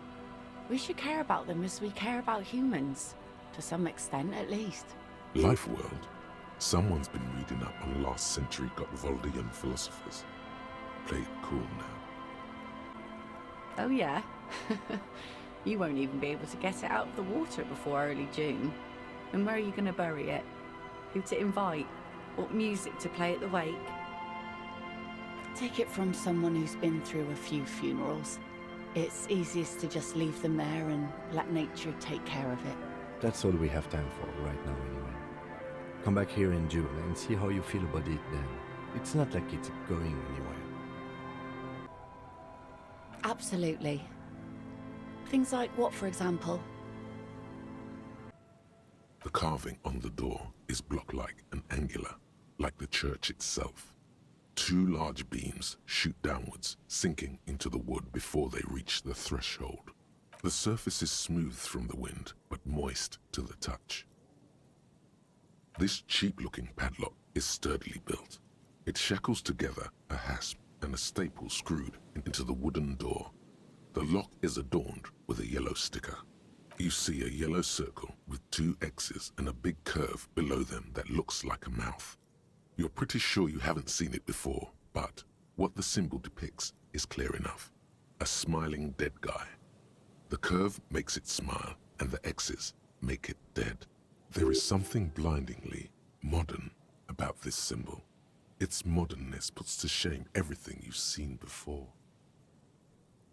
It's the contrast between the cheery, chemical yellow and the rigor mortis.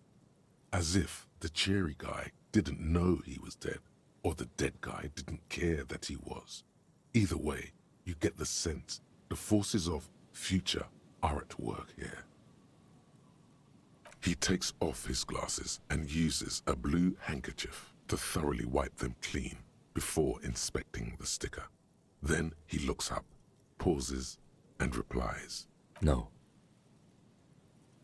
Looks like a dead man smiling. Suggests junior delinquency. For Revachol ZOC, the moral intern defined junior delinquents as minors between the ages of 10 and 16 who have committed an act in violation of the law. These acts aren't called crimes as they would be for adults. Crimes committed by minors are called delinquent acts. This was part of your officer's exams. I haven't seen that sticker before, and I'm not a youth. That level of conceptual thinking is not part of my skill set. If you really think we should get in there, we need to find some other way. It does seem rather irrelevant to our case. Heavy wooden doors, more than... If you really think we should get in there, it does seem... Heavy wooden doors, more than twice your... There's nothing like the sound of a sticker unpeeling. Now it's stuck to your thumb. Voila! Looks very modern. You're part of the Future Brigade now, and so is your formerly humdrum ledger. Neon, baby. It's the ledger you own, and the cool piece of toilet paper is stuck to the back. The two sides of the board appear slightly misaligned, like a drawer that's come off its slides. If you bend the plastic on your knee slowly, the slides snap back into place. It should be possible to just, without resistance or sound, the two panels move against each other. The compartment is now open. Two ticket stubs and a handmade postcard. Two octopuses are smiling, reaching their tentacles toward each other in the colored pencil drawings. The tickets permit access to the zoo in Revachol East. The aquarium costs extra. These let you go there, too. Thin wax paper has been glued to a piece of cardboard. Sounds like leaves rustling when you pick it up. You see violet flowers, floral patterns, patches of glue.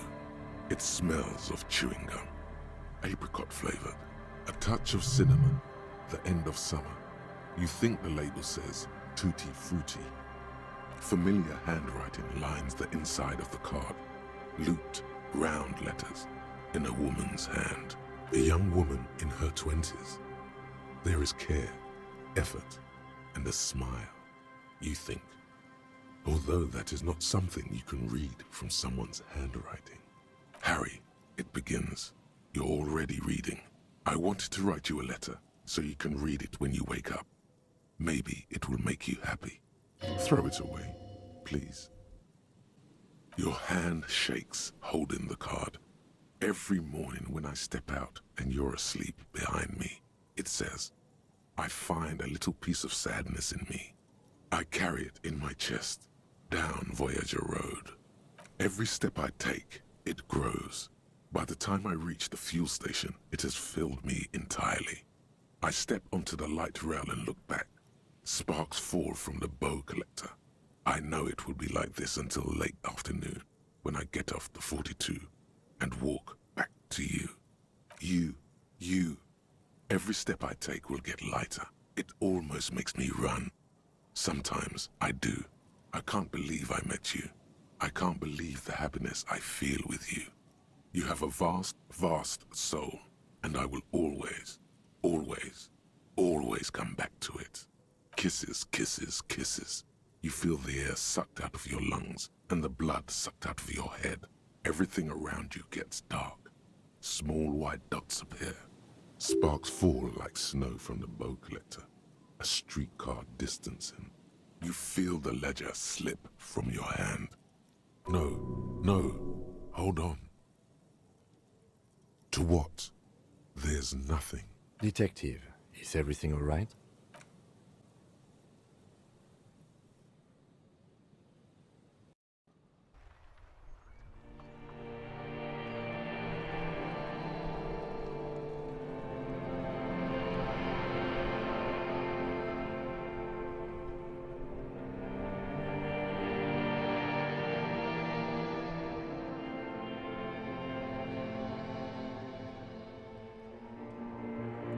There is nothing. Again. Nothing sad, brother. No treachery, just blackout. Well, almost nothing. There is the ground below you. That's me. Blue eyes, that's me. Is it? The world is gone. You are no longer reacting to outward stimuli, yet still. A bitter caustic sense of loss remains. Even in the darkness, great sorrows slip in the water. Slimy. The cool when you're dead, brother. Here in the paleo-mammalian cortex, we call it the shadow. Because it's always there. Tell him. Ah, yes. In the olfactory system, they call it the like betrayer. Bloated corpse of the past resurfacing. Beautiful. Believe me, stupid ape, its lack of beauty was not the problem. There is no Voyager Road. There are no roads, no houses, no lights in the windows. It's all on pause. Your name is fuck all. It certainly ain't Harry. Your name is passed out on the ground, dragged around by one of the other evil apes. They're taking you somewhere. Yeah, man. What was that about? You think they would let you? Until you disintegrate into biomolecules? No. Someone is breathing on your face now, inspecting your pupils, stupid idiot. Yes, they're pouring something on you. It's in you. And It's delicious. Glowing lights on a dashboard emerge out of nothingness.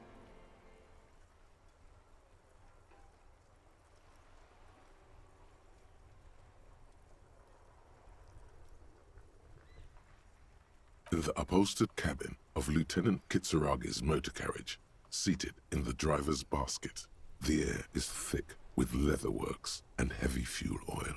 Cold water runs down your chin.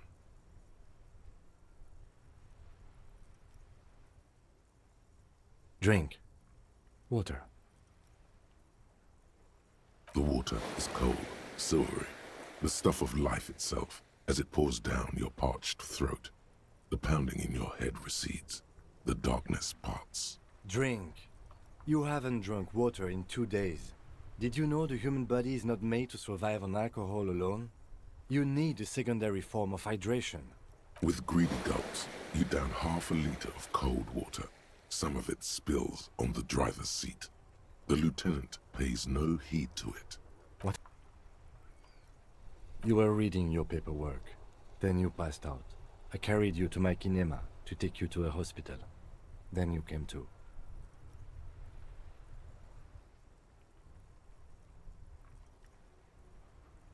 "10 minutes, maybe.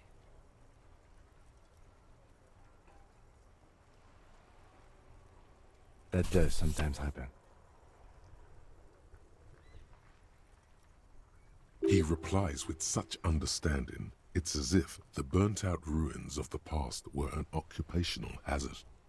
Athlete's foot for cops. You dropped these.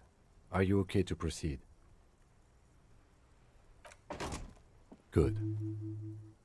The Ledger of Failure and Hatred is a special item that can be used both as an interactable and a tool equipped in your held slot for skill bonuses.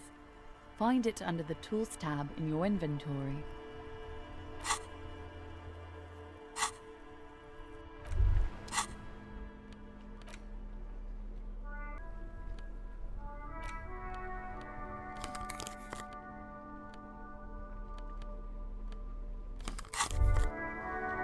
Snow covers the white on blue police livery of the motor carriage. The white colors nearly meld together. Do something important? Something murder-related? There's always something important. Doesn't mean you can't take a moment to admire this piece of machinery. This is a Caprice Kinema, the Caprice Motor Corps follow-up to their highly successful workhorse, Caprice 40, and the answer to the Lum's racing breed, Ferv series. With its air-cooled, rear-mounted 12-cylinder compression ignition engine, driving the rear wheels through a 4-speed manual gearbox, the Kinema is able to reach 100 kilometers per hour in 13.5 seconds and go on to a top speed of 180 kilometers an hour. The high center of balance is offset by a large battery bank mounted at the bottom of the cabin, feeding all the auxiliary systems and making the Kinema effectively a mobile power plant.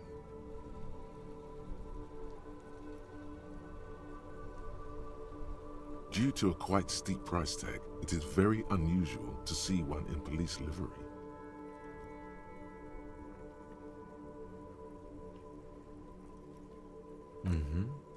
You want to take a closer look?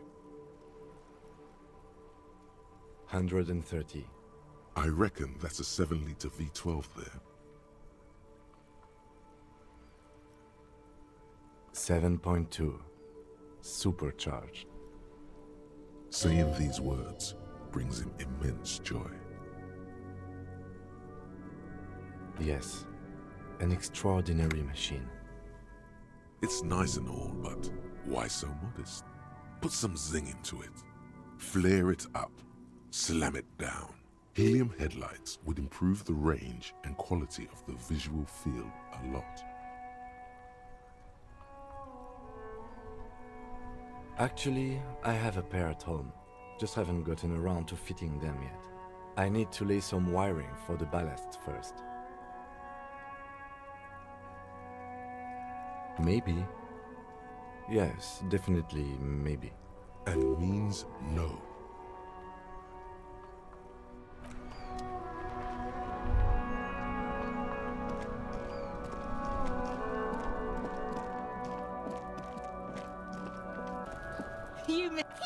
You need to act decisively.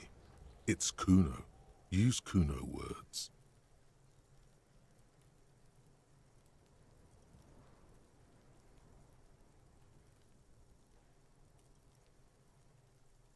Stop choking, Kuno! The faggot has got you in a chokehold! Kuno's not fucking choking.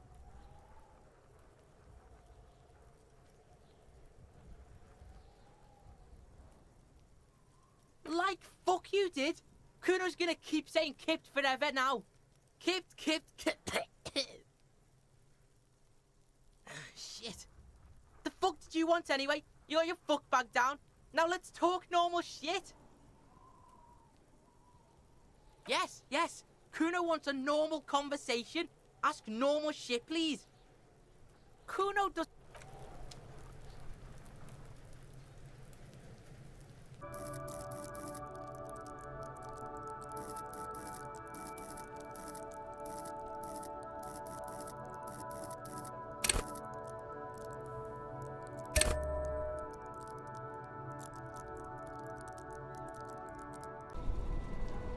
Now it's turning into a kind of... In his eyes, an unfamiliar longing. Flecks of brown and gold. It's hard to say. His gaze wanders southwest, down the street that goes beyond the horizon. Excuse me?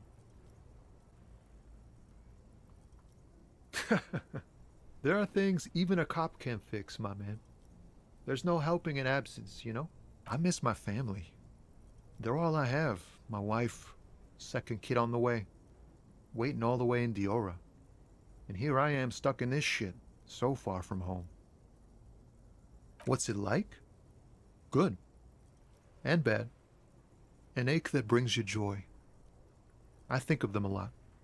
I dream up these silly scenarios in great detail of living with them. It comforts me. What about you, cop man? You missing someone? Is that what it is? This feeling? No, it's scarier than that. You're pursued by a hunter, smelling of apricots and sorrow, and the past. I feel for you, my friend. It's bad enough to know who you miss. Missing like that doesn't feel like it has much of an upside. But, thanks for this. It's nice to talk to someone, and I know it wasn't easy to ask. I hope you find your way through your own troubles. You see a set of tire tracks in the brown slush that covers the plaza mosaic. No, these tracks are not interesting at all.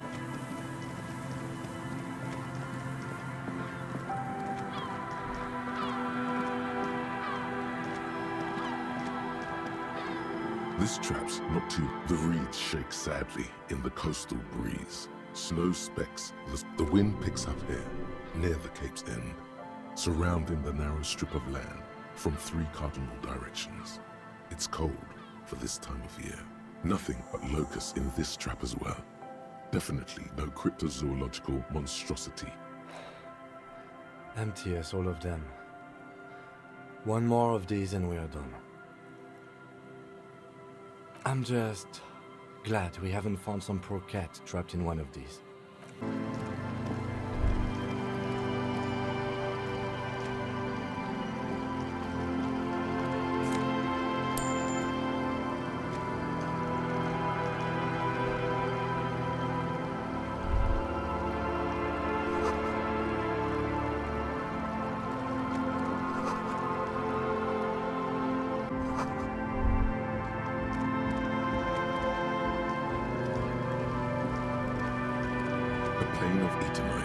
Planted into the snow, barely holding it up.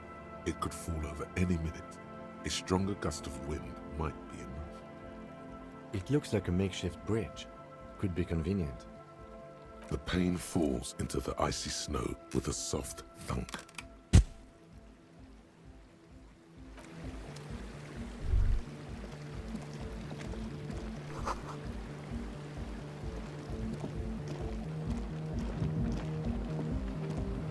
The tent is just tarpaulin fabric covering a pile of stuff. The flap is open. Inside, 3 young men, all in forward-looking apparel, reminiscent of the sticker on the padlock, are listening to some new form of music. It's like nothing you've ever heard. One of them looks at you. Come on, get in and close the flap behind you. The warm stuff's getting out. Sorry, we barely have room for one. You go ahead. I'm too old for this. I'm actually not, he thinks. I just dislike delinquents. I'm sure you will feel right at home. I'll keep watch.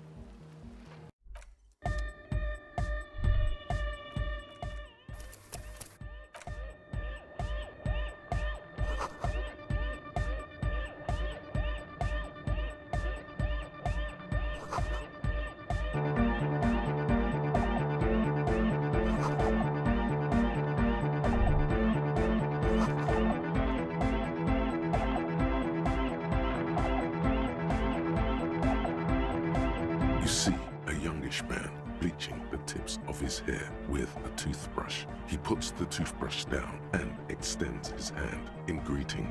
Hello, I'm Andre. It's a pleasure to meet you. There is definitely something futuristic about his hair, aggressively so.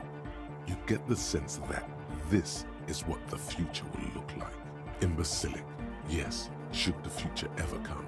It will look deeply imbecilic, like this guy. His grip is strong, sweaty, and warm. He's trying to project and inspire confidence. This is my posse, Noid. The young man with earrings looks at you suspiciously. And Egghead. Egg! Together with a Burger, who's out there right now, doing some seriously progressive sonic experimentation, we like to think of ourselves as music venue organisers. We have many in the pipeline, officer. That means they haven't set up a single one yet. You see, we've been all over Jamrock North, prospecting for real estate to establish a new venue in. Also for talent. Yeah, thank you, Egghead. And while there is no shortage of raw, unfettered talent spinning tapes in Jamrock, we've had rotten luck with the real estate part. Place is a shithole. I apologise for my friend Noid's potty mouth. I realise this is not how you speak to a police officer. He has authority issues.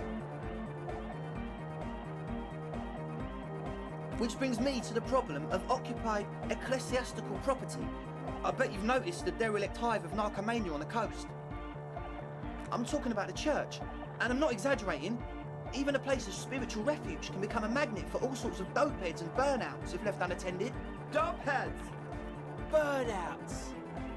Well, I'm sad to say, that's exactly what happened.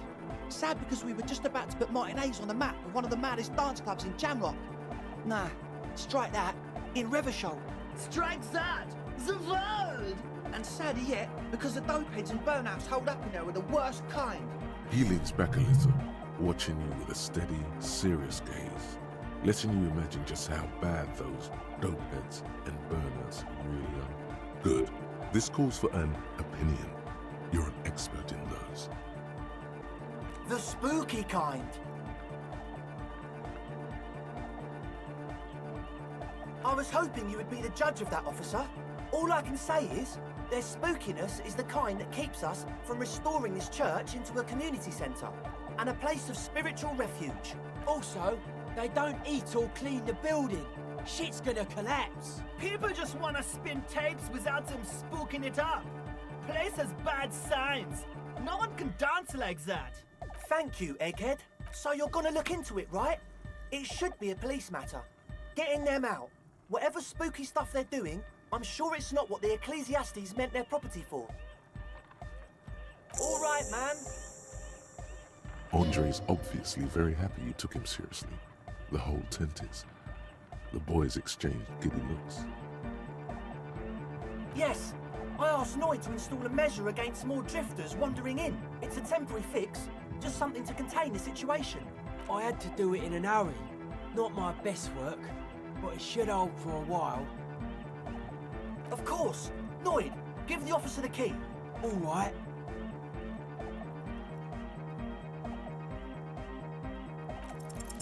You sense the trajectory of the little piece of metal and plastic. The object makes a small ringing sound as it approaches. Just the tiniest chime to your left. Ka-ching! The key hits your palm. The speed freaks nod to you approvingly. The speed freak nods to you. A respectful nod. You proved something here. Not long. Like a week, maybe? I'm super sure they're alive. I mean, come on. I'm at least 90%, maybe 85% sure they're still alive. Somewhere in the ruinous past that led you here, there was something called exams. You may have learned the term involuntary manslaughter there.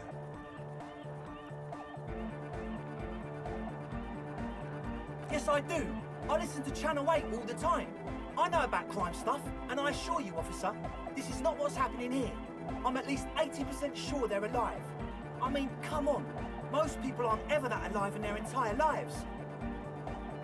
I don't know. What does anything mean, really? Oh, yeah. I knew you'd get it. You're one smart cop. He nods attentively, ready to answer the questions of one smart cop. Sure, man. Tell us what you want to know. Let's do it. Oh yeah, that's a meteor and name for the founding party. Thought it'd be cool to use it. If you don't know what the founding party is, there might be a way to mask it with minor demagoguery. Come to think of it, I've never really looked them up, you know. I can't give you a precise definition, but they're a very powerful religious organisation. And they have roots in ancient mass society. And they're the custodians of the Pericarnassian Church. Plus, they anoint the innocents. They, like, made the Innocentic system, no?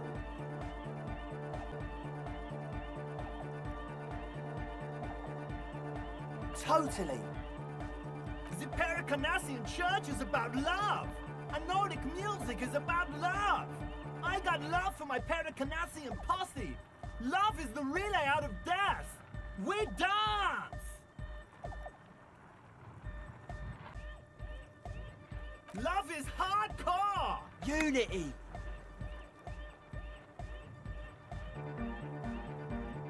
Unity! Make some noise for my Insulindian posse! You feel it, the anodes and the cathodes coursing through you. Your big toe starts tapping along to the base, as if it feels good.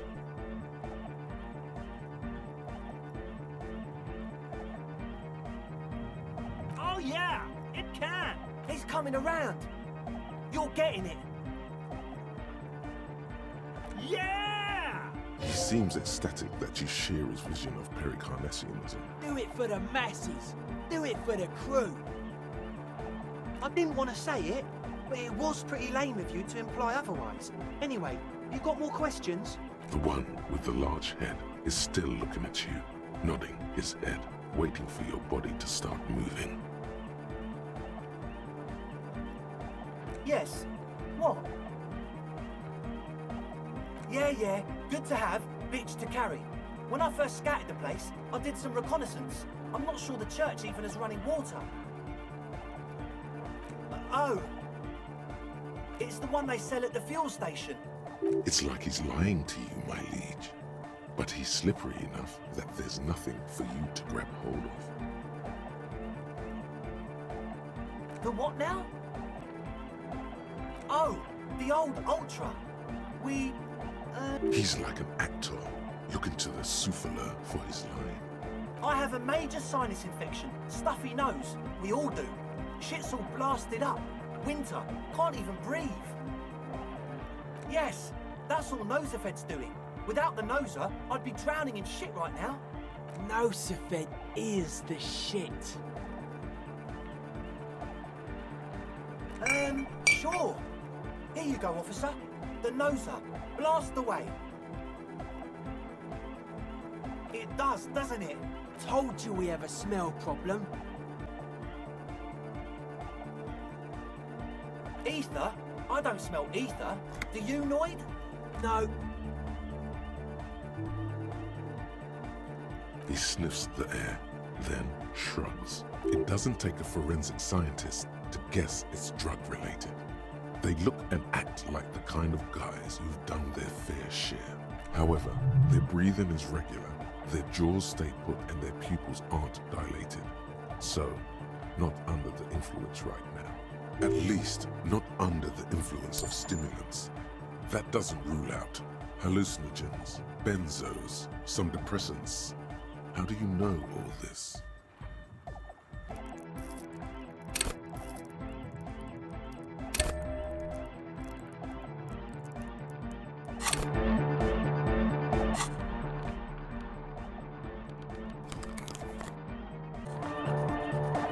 Hi again. So, how are things going?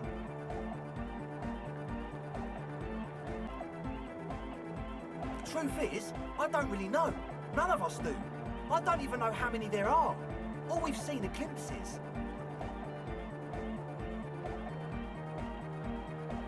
Well, there's also the machinery.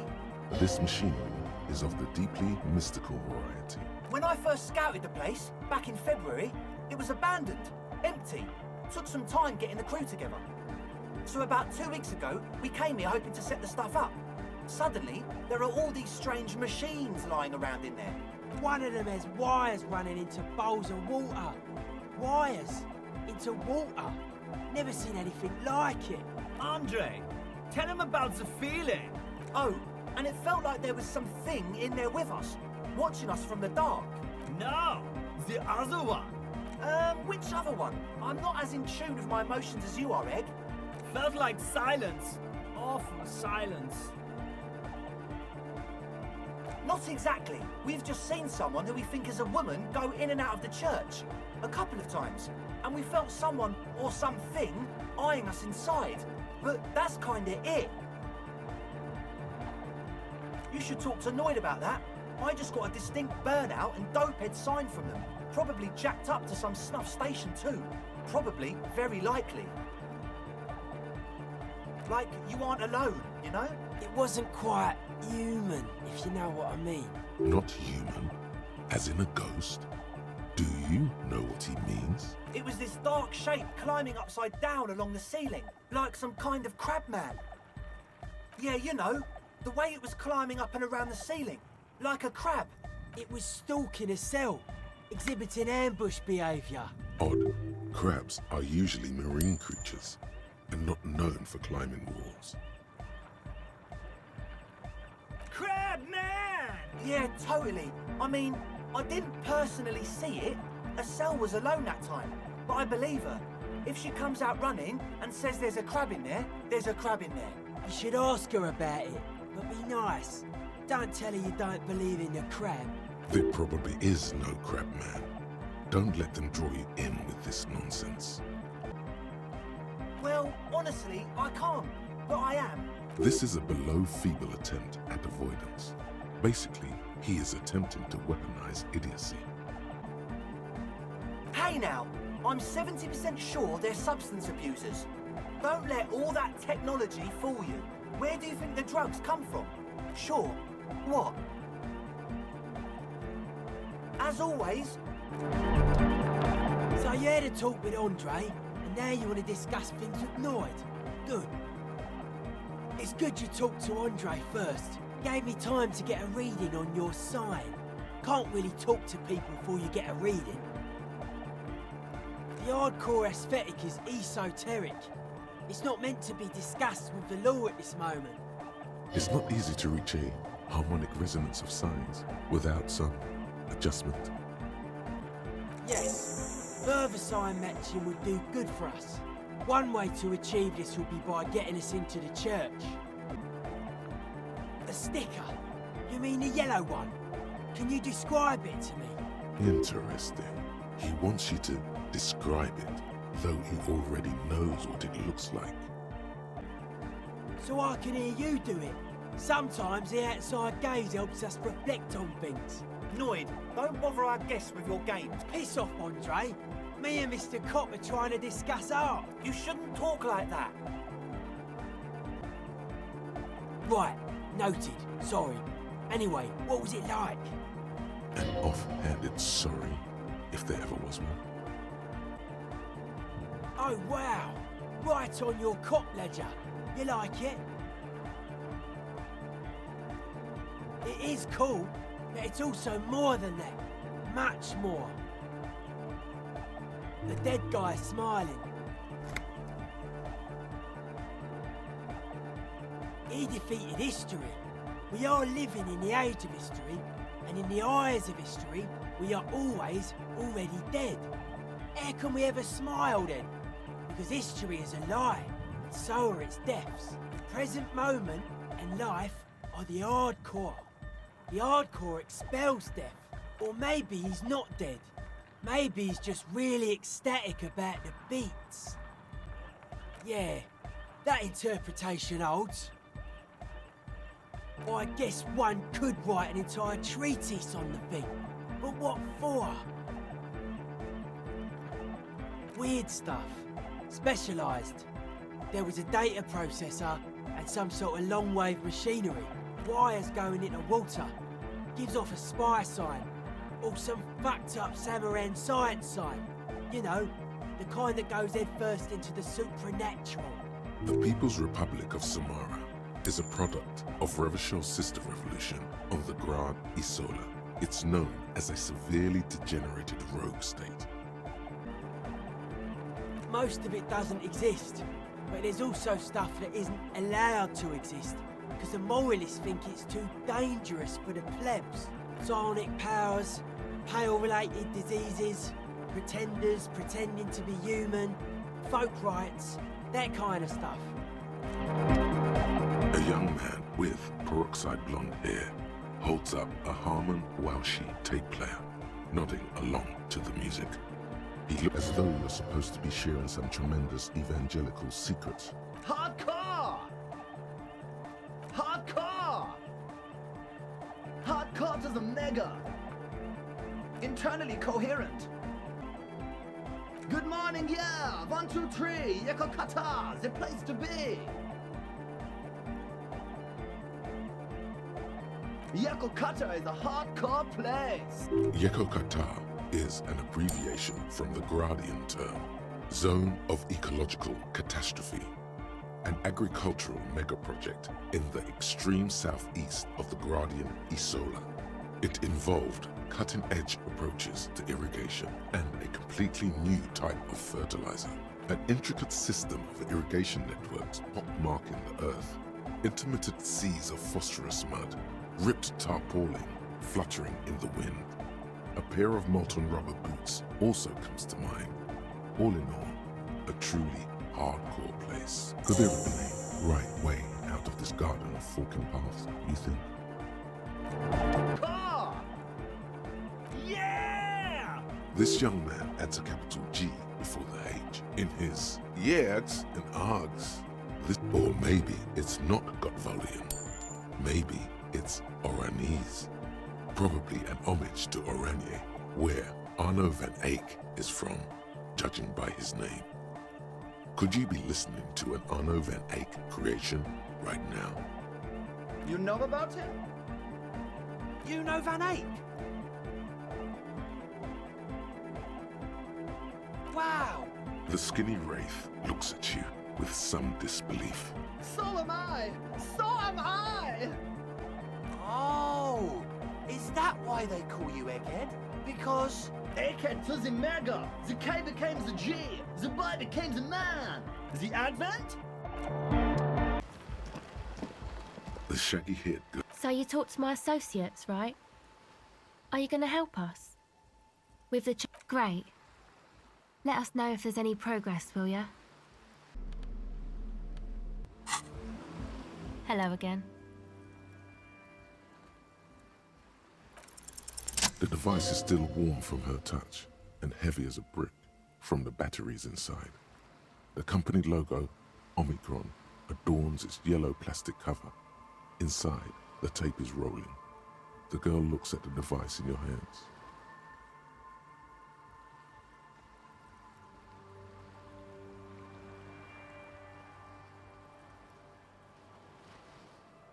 She looks you in the eye, her pupils wide, surrounded by a ridiculous amount of makeup.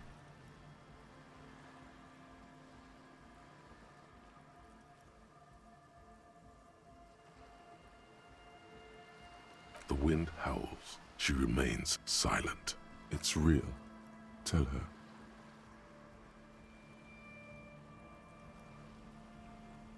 What is? I know. I'll stick to it. So thanks, I guess, for the psych session. Maybe I can return it. What's been eating you, officer? Oh, that. You're not going to believe me. There's no point in me telling you. She's less prone to blurt it out, crab man, than the others. Okay. I went in and I saw a woman next to one of those machines there. Noid calls it a mainframe. She was dressed like someone who's been raised by their grandmother, you know, strange old clothes. Had this absent expression, didn't say anything, just stood still. And then, you know, right behind her, a man crawled down the wall, upside down like a crab, down the church wall. I think the woman didn't even know he was there. He was completely silent. He stopped right before he got to the floor, then just hung there like that, looking at me. Right at me.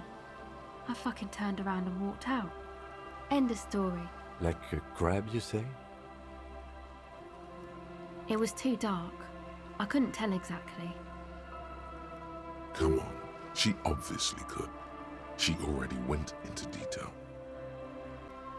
He looked like a banger, okay? He was all muscular and stuff. Had a mesh tank top. I know it sounds ridiculous, but that only made it scarier in a way. A crab and a banger? Yes, a banger. As in a mess gang member. I know what it sounds like, but that's what I saw. Why?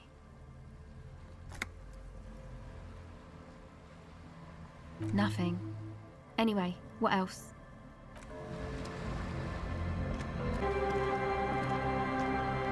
Heavy wooden doors, more than twice the locked. Let's go. As you do, you hear the echo of the doomed commercial area. Its black holes and dusty machines.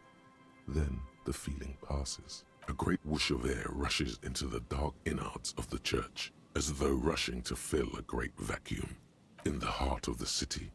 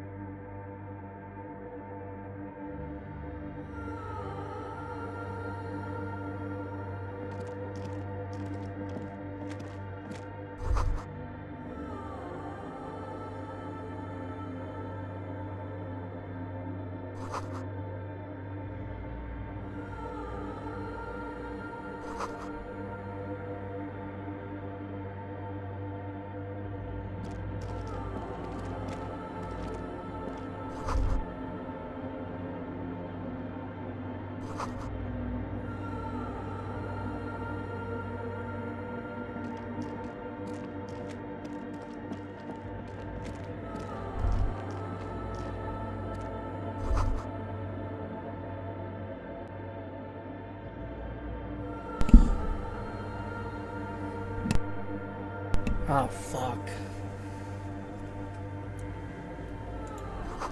Something to do with radio frequencies. This bowl's filled with water. Live wire runs directly into it. Could these wires work as contact microphones? Some shoes and what looks like some change. Empathy.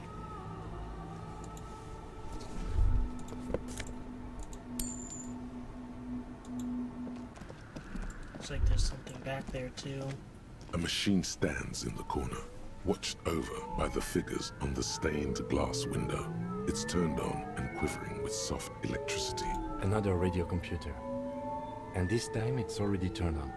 These machines sometimes harbor traps, he thinks. Alarm systems and the like. Let's be careful. We should leave. I doubt this place bears any connection to the case. Yeah, but this machine looks just like the one in the doomed commercial area. It's also quite similar to the one we have down at the station. Must be the same model. The one you saw earlier was the Ream Civic. This is the Ream Prefect, a model number RC7024, equipped with a Feld mainframe and a Ream-compatible interim printer. The Ream Prefect is the governmental version of the commonly used Ream Civic model. Although mostly based on the same technology, the Ream Prefect is equipped with better noise attenuation circuits. You see fluorescent play and print buttons on the keyboard. A hatch connected to the central compartment is wide open. The lieutenant says nothing.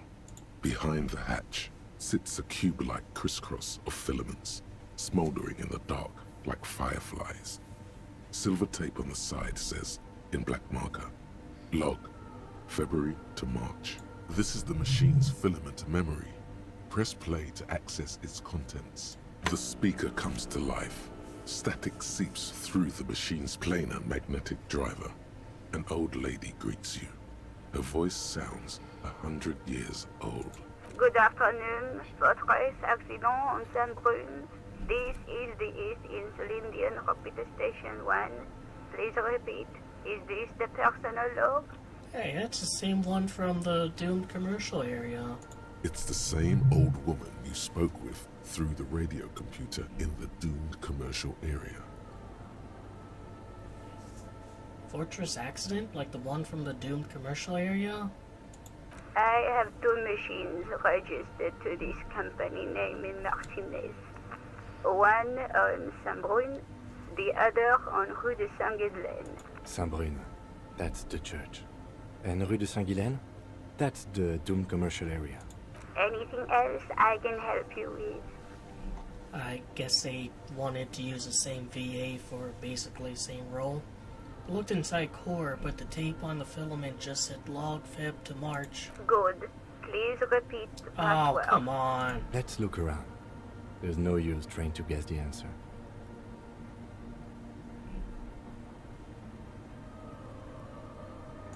Received. Fortress accident. Is there anything else I can do for you today?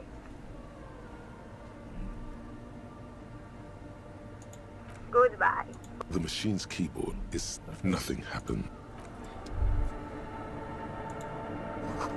Someone siphoning electrical currents from the outside into this antenna. But what do we have here? In white, silver, and apricot veils, the young mother of humanism stands above you. A crack runs across her body. She is impossibly tall, oval-faced and sad. A dark and radiant majesty. This is her innocence, Dolores Day. Just need one more of those. Cradled in her arms are a pair of glowing lungs, clearly visible from underneath her flowing dress. You should kneel. No. Cold wind seeps in from the crack in the glass. Snowdrifts cover the floorboards at your feet. Above, you feel her multicolored eyes on you, inspecting you, as if under a microscope. Look up. The woman looks down at you, standing there.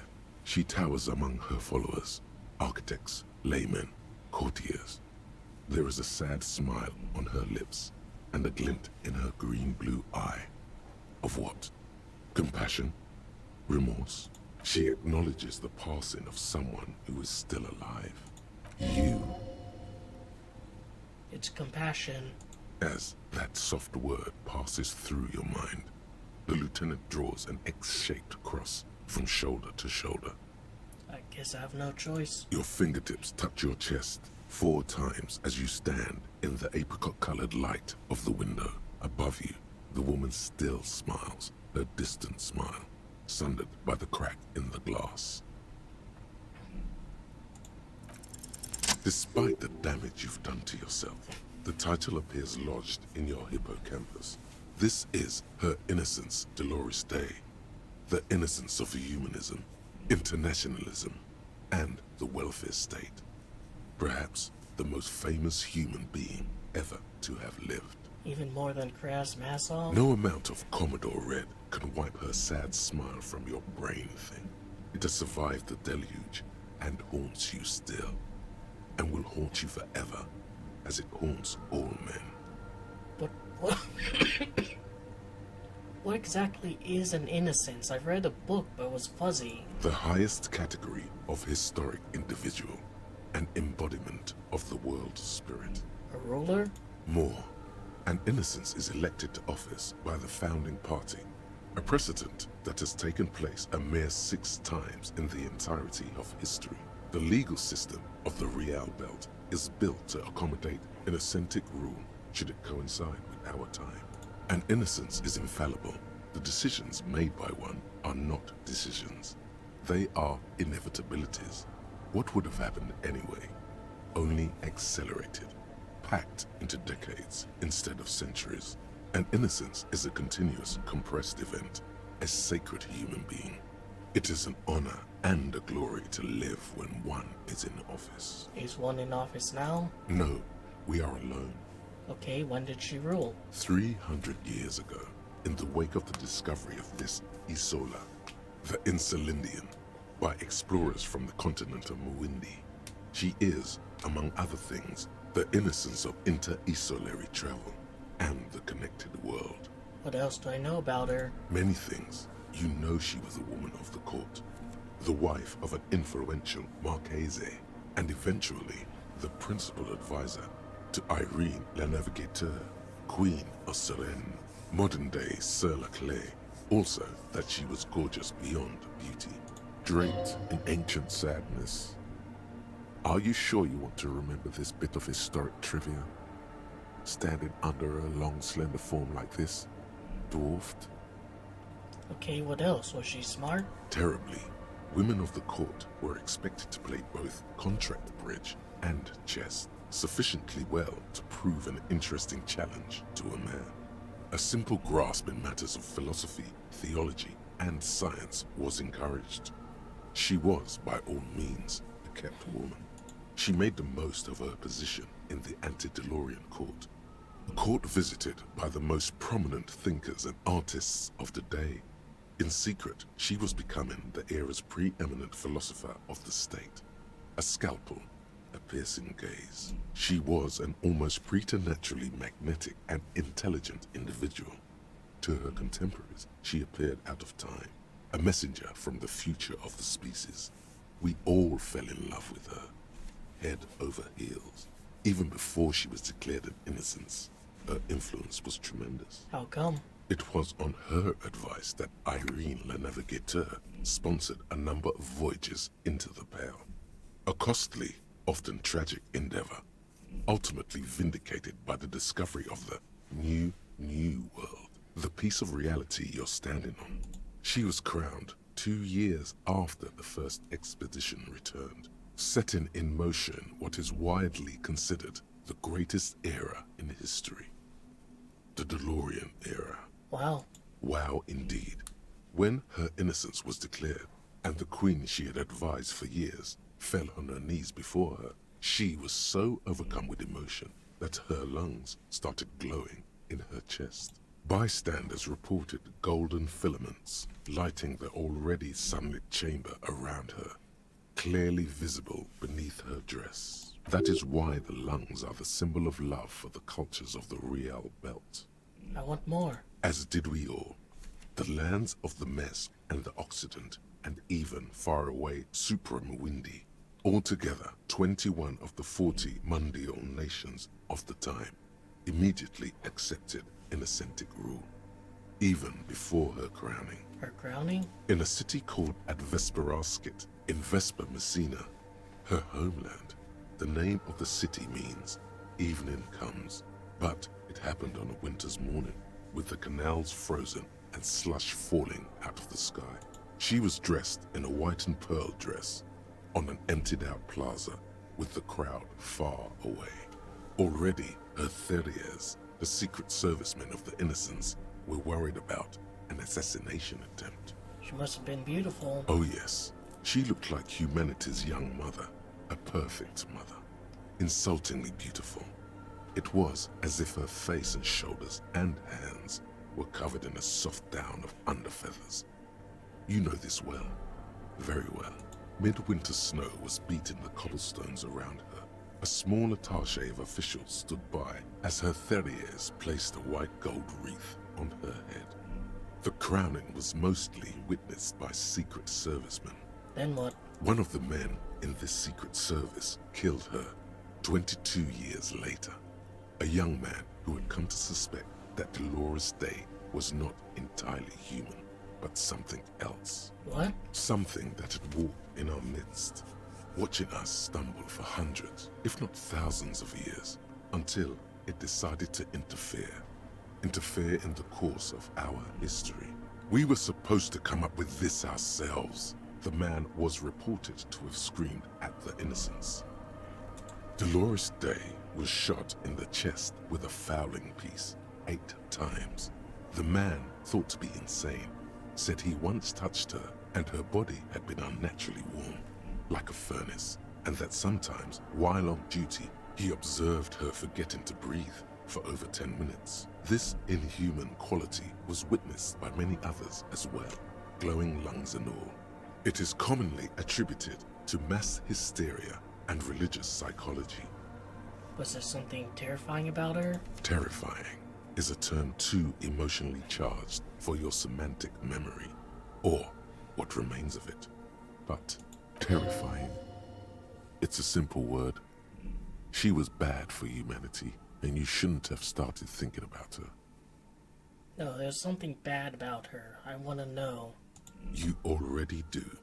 Although she is often considered to be the greatest human being to ever live, there was something ominous about Dolores Day, constantly surrounded by her terriers. She was the most socially secluded and least self-aware of all the innocences. Some modern thinkers would consider her a war criminal for the campaigns she waged against the Mesk state. And then there were the resettlement programs. What happened? The Mesk state tried to detach itself from Innocentic rule. Parts of the world were experiencing whiplash from accelerating into secularism. Her mandatory education programs and mass resettlement of upstream Marguerite were problematic as well. Dissenters were suppressed by a military force she called the Army of Humanity, suggesting those who fight against it are not part of humanity. She adored chess, yes, but also military war games. Dolores Day often holds a tiny tin soldier between her index finger and thumb in icons such as this. She was also blonde, the blondest woman you have ever seen, with green eyes the color of the Pacific, mare interregnum. Little is known of her Marchese husband. It's as if he vanished from history after completing his role, which was to introduce Dolores Day to court. In conclusion, yes, there is something lonely, paranoid, and even terrifying that people seldom mention, but feel when they think of her. This subtle terror is part of her iconography. Lieutenant Yefreiter, you've stood there for over 5 minutes. What are you thinking of, if I may ask? Glowing lungs. That's fucked up. Yes, glowing lungs are quite unusual. After that one time, they have not been reported to glow. You know, this church, the coast, we shouldn't linger. Finish what you came here to do and let's move on. This isn't a good place to get lost in.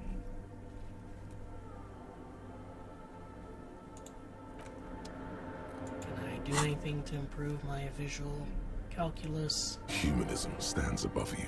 A precious jigsaw of broken shards falls into place in front of you. A ghostly reconstruction of the stained glass window. Before it was shattered, there was an older woman beneath the younger one. And a text, a light motif below them both. What shattered the mosaic? Unknown. A motor carriage? A gunshot? Someone falling into it? Or maybe just hooligans looking for something to break? Who's the older woman? The escutcheon on her throne says, Irene the Navigator. She is depicted as an older woman wearing thick-rimmed eyeglasses, holding a golden rights apfel in one hand and a scepter in the other. This is the queen her Innocence Day advised.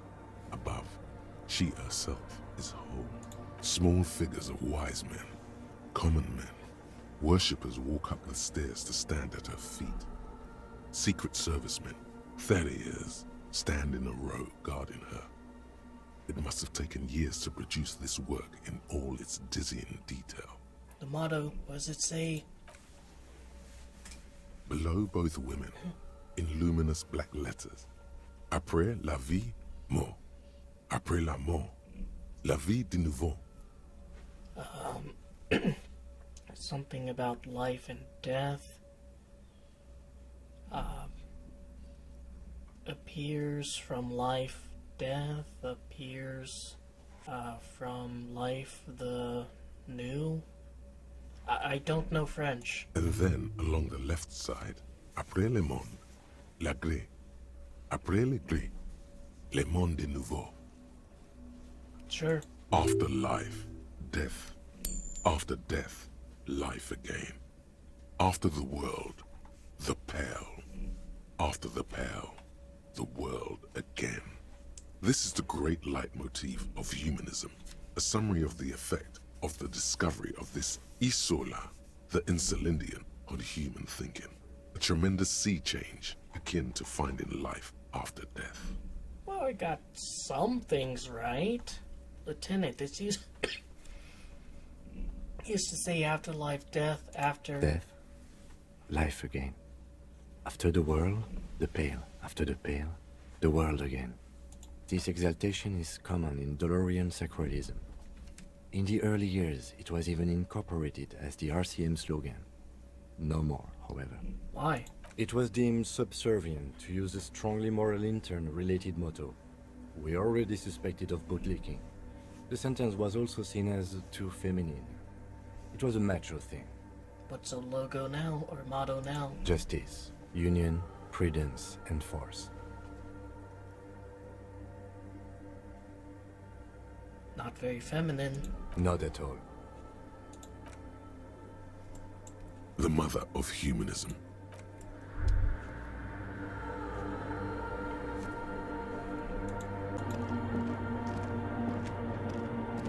We still haven't seen a crab, man.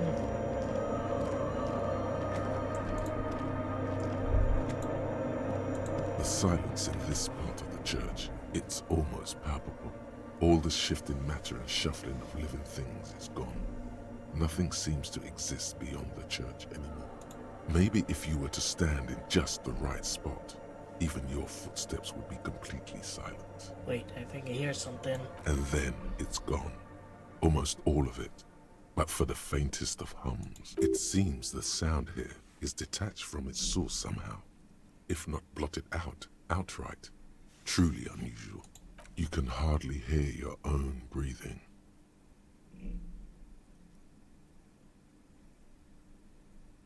Your voice is barely audible. Not a howl, but the softest of whimpers. You produce a few muffled thumps, after which the silence feels even more total, somehow. What's happening? The lieutenant points to his ears and shakes his head. Then he leans closer. Can you hear anything? Almost nothing. It's beginning to worry me. The church just has strange acoustics, some engineering trick. His detached tone conceals how uncomfortable he is. Maybe the church was designed this way to prevent boisterous activity, singing and dancing on its premises. Maybe they want to discourage singing and dancing. Could be. He doesn't seem entirely convinced, though. The orderly rows of ceiling panels become barely visible, then disappear completely in the darkness of the tower overhead. Oh, 50-50.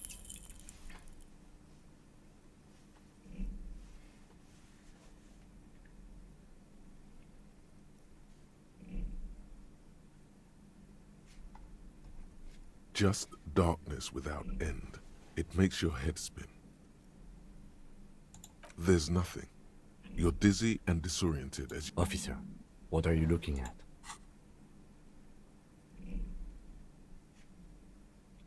You see something hanging from the rafters, looking straight at you with dark eyes. Maybe it's possible to talk to it.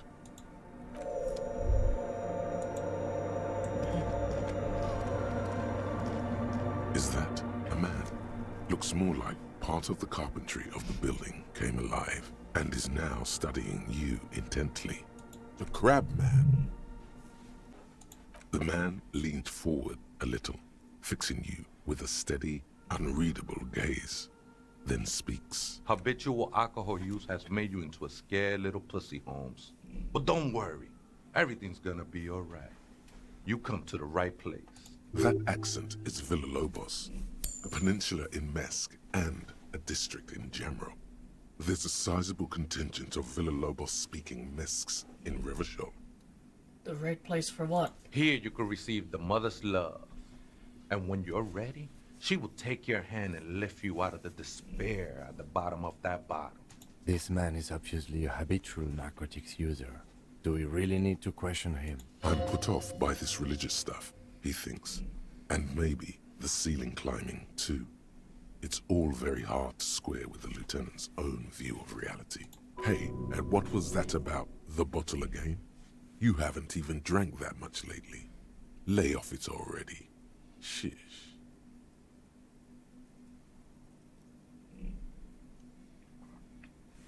Yeah, I guess I have a bit of a problem. It's been getting out of hand lately, but... Está crudo, way. I see deep inside you. Your body and your spirit are suffering greatly from overindulgence. And you don't even know it. Oh, I'm very in touch with my suffering. Not all of it. I was like you once.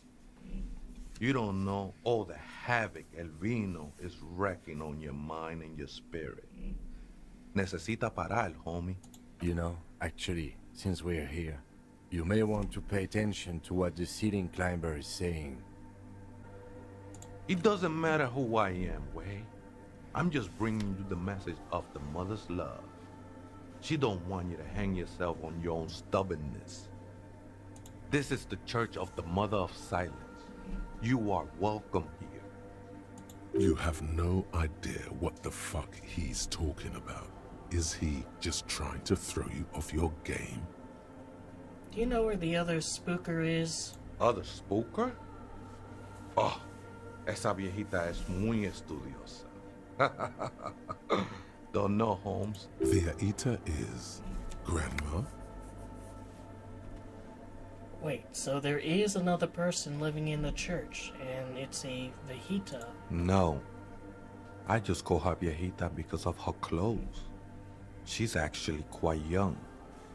Or maybe not that young. Age is just one of the many masks we wear. And you don't know where she is? That's what I said, Holmes. How can you not know when you both live here? Don't really follow her comings and goings. Just see her typing on her computer now and then. We got different interests. So you've got nothing else to tell me? How she looks? What she does? Who is she? I'm afraid not, Essay. You just have to wait until she comes back, or search through her radio computer. Have you, by any chance, heard her say the password to her radio computer? Too many times, Essay. You need it for something. Yeah, it's for a first-degree murder investigation in the Martinez. The lieutenant raises his eyebrow, but doesn't say anything. Don't sweat it, vato. The password is afterlife death. What you think of that? Makes me almost pity la niñita pequeña. You must be a crab man. Never known myself to be a crab. But if that's the name you got for me, I won't stop you from using it. Well, to be fair, it's really more like a spider. I always thought of myself more like a flame, flickering along the rafters and beams. It may be that I gotta work on my technique. That's not the only technique he's working on. Look at those carved sculptures. And is that a satchel of tools over there? Wait, did you also carve all those sculptures? Sure am. Whittling wood used to be something I just did to busy my hands. Now I use those same hands in service of something greater than my own restlessness. All right, let's consider the context and meaning here. I see what you've done here. It's as if these figures are trying to become one with the church, or perhaps with the mother herself. It's all just for the mother, man. No need to overthink it. What were you before you became a crab man and wood carver? I was in a gangway, but my memories of that time are fading. Most of them are already gone. I lost my memory too, and it haunts me. No, man. You gotta let that shit go. Then the mother's light touch will fill you with rapture. Do you remember your name, sir? Tiago's my name. But those syllables don't mean much to me these days. A name isn't just your identity, but also, so to speak, your place amongst your fellows. Your place in the world. I ain't got no use for such a place anymore.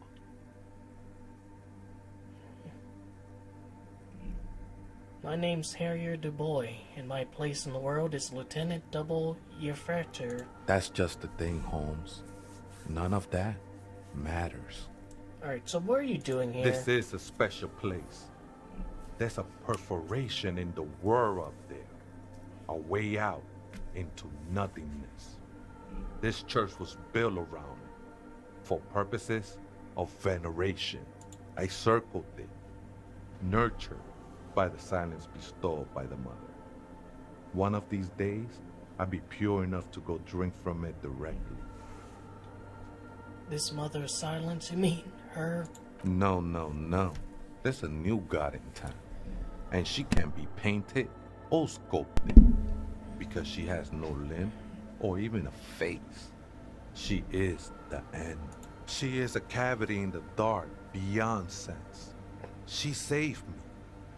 But I couldn't describe her to you. No one can, Holmes. What will happen? And no one ever will. What will happen once you drink from the perforation? I will be incinerated, but not destroyed. Finally, I won with the state of the world before reality began. That sounds a bit like substitution behavior, no?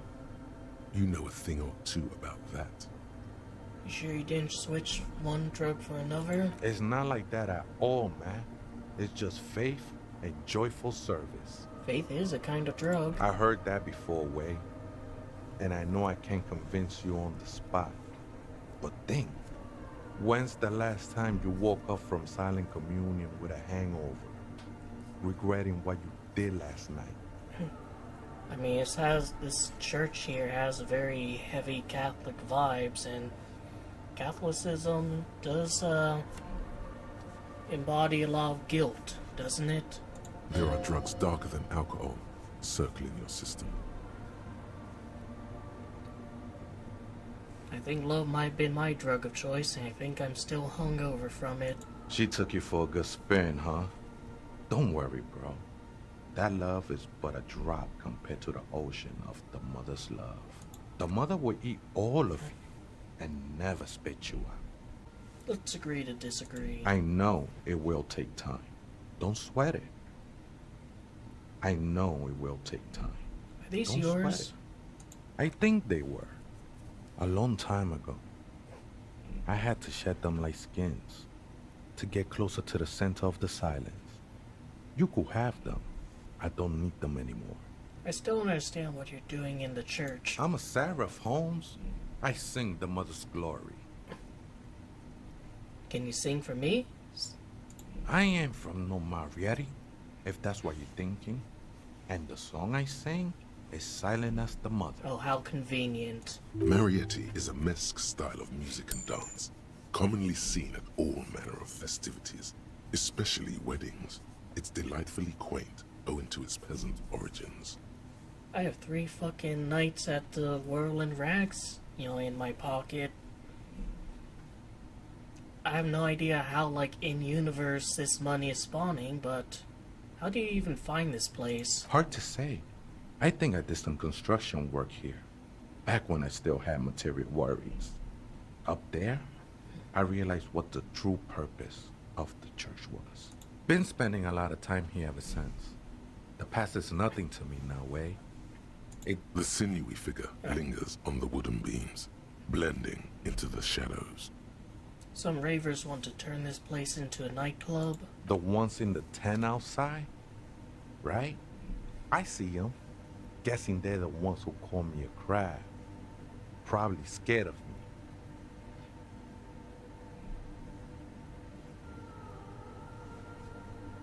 Turning a church into a nightclub, I have to say, it's a great idea. You should support it. Absolutely, man. Wouldn't bother me none to have them spin music in here. I'm usually way up there, imbibing. Might even be nice to have some company. He said that in spite of himself. He's more attached to the human than he'd like to think. Been here a long time. Do you know why Do you know why church was abandoned? Police raid a while back. Did you witness it? Not really. Or at least I don't remember much of it anymore. The mother's love has done its job. That's what's so great about the mother. It lets you forget about everything. I think we're done here, Essay. That was an interesting conversation. However, I'm still not sure how it's relevant to our investigation. Sometimes you just gotta talk to a crab man, Kim. The speaker. Good evening. Good. Please repeat the password. Good. I have unlocked the filament.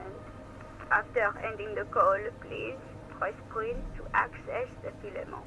Fortress accident. Is there anything else I can do for you today?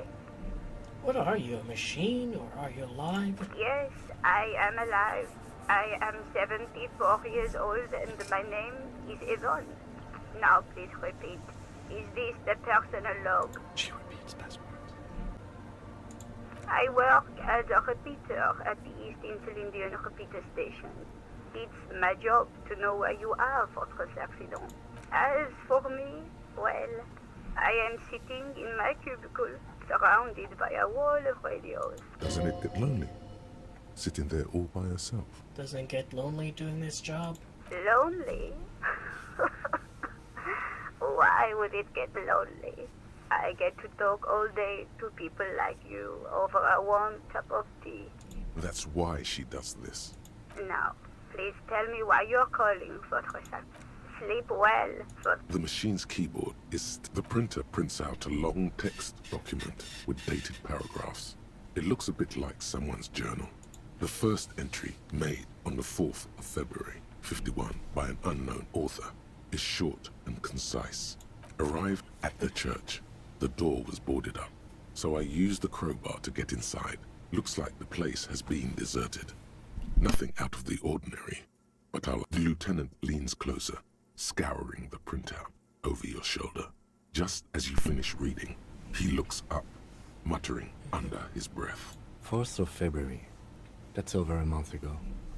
Whoever set up those machines has been here for quite a while. Do you think the log might be connected to a case? Our case? No, I don't think so. It must be some local eccentric. 6th of February, 51. Had a little chat with the local fishermen. Said I shouldn't go near that place, that the church was spooky and ridden with narcotics. It's a little spooky, all right. Still haven't figured out the electricity. See? Even one of the spookers themselves says it's unnerving. 7th of February, 51. Finally got the electricity in. Next on the agenda, a new antenna. I'm thinking ESCA series, something advanced. Why would you need an antenna? Why would anyone need any of this equipment here? 8th of February, 51. Bought the antenna, had some problems setting it up. Called Simon for help. Heard the others are back to making art. Drinking somewhere out of town. Sulislav started a rock band again. Lexi has been seen asking money from strangers, but at least the artists have their act together. They're qualified labor.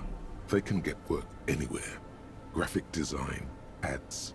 The programmers are doing fine too. I mean, they're programmers.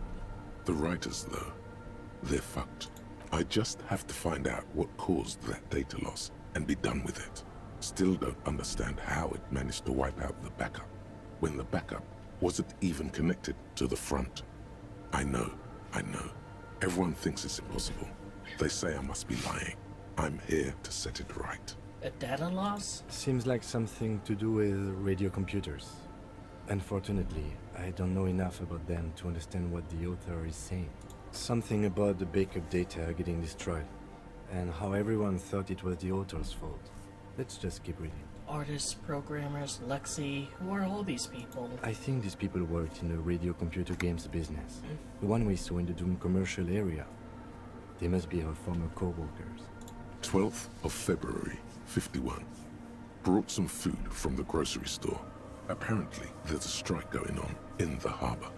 Definitely not happy to see the Martinez people again. Everything's now set up in the church. Going to start working tomorrow, 8 a.m. The strike. We are nearing the date of the murder. Keep reading. I'm interested now. I want to know what's that radio anomaly that sent this person here in the first place. 25th of February, 51. I've been sending data up to Lintel for a while now, trying to recreate the data loss. but nothing. Didn't even feel like logging in for disappointment. But I did discover a curious audio-spatial anomaly at the back of the church. I've named it the Swallow. It swallows sound. Need to get some mics. Is she talking about? 28th of February, 51. Yes, the first recordings confirm that the Swallow is real, and I'm not just losing my mind. It's a pillar of silence, with a diameter of approximately 3 meters. Seems like the higher I go, the less I record. This might be a coincidence, or it could be connected to the data loss that led me here. The pillar of silence. She is talking about the silence. Is she suggesting it's more than just an architectural quirk? But what could it be? The lieutenant doesn't answer. He follows your gaze, studying the basins. The water shines in them. No, March 51. Some kind of young disco men have appeared next to the church. I've been trying to record the silence to find the epicenter, but now it turns out I've also been capturing the future of dance music, one neo-disco song over and over again. Fortunately, the song is so monotonous, I was able to devise an algorithm to factor it out. The other day, one of the disco men came in. Before I could even say hello, she got scared and left. Good. I don't want anyone distracting me from my work. That disco man must be a cell. She must be describing a cell. The girl on the ice? Sounds like her, yes. March 51. I got a call from the repeater station. Someone has tried to access the radio computer in our old office in Martinez. Can't do anything about it. The storekeeper still doesn't want to let me inside the building. Thinks I'm part of some kind of curse. How Martinez of her. That's me. I'm the one who broke into radio computer. The storekeeper must be, Planace. I knew it wasn't a good idea to meddle with the machine. No. It was a great idea. You're learning things. This is how you learn things about machines. March 51. A new 2-meter aux cable. Noodles. Crackers. Ping energy drinks. Water. Toothpaste. Gum. Also, some canned air. You'll read it interrupted by the sound of the church door opening. A strange woman makes straight for the radio computer.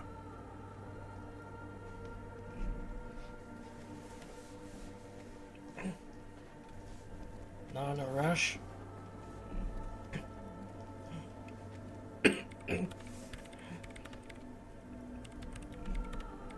Breaking into my radio computer, I see.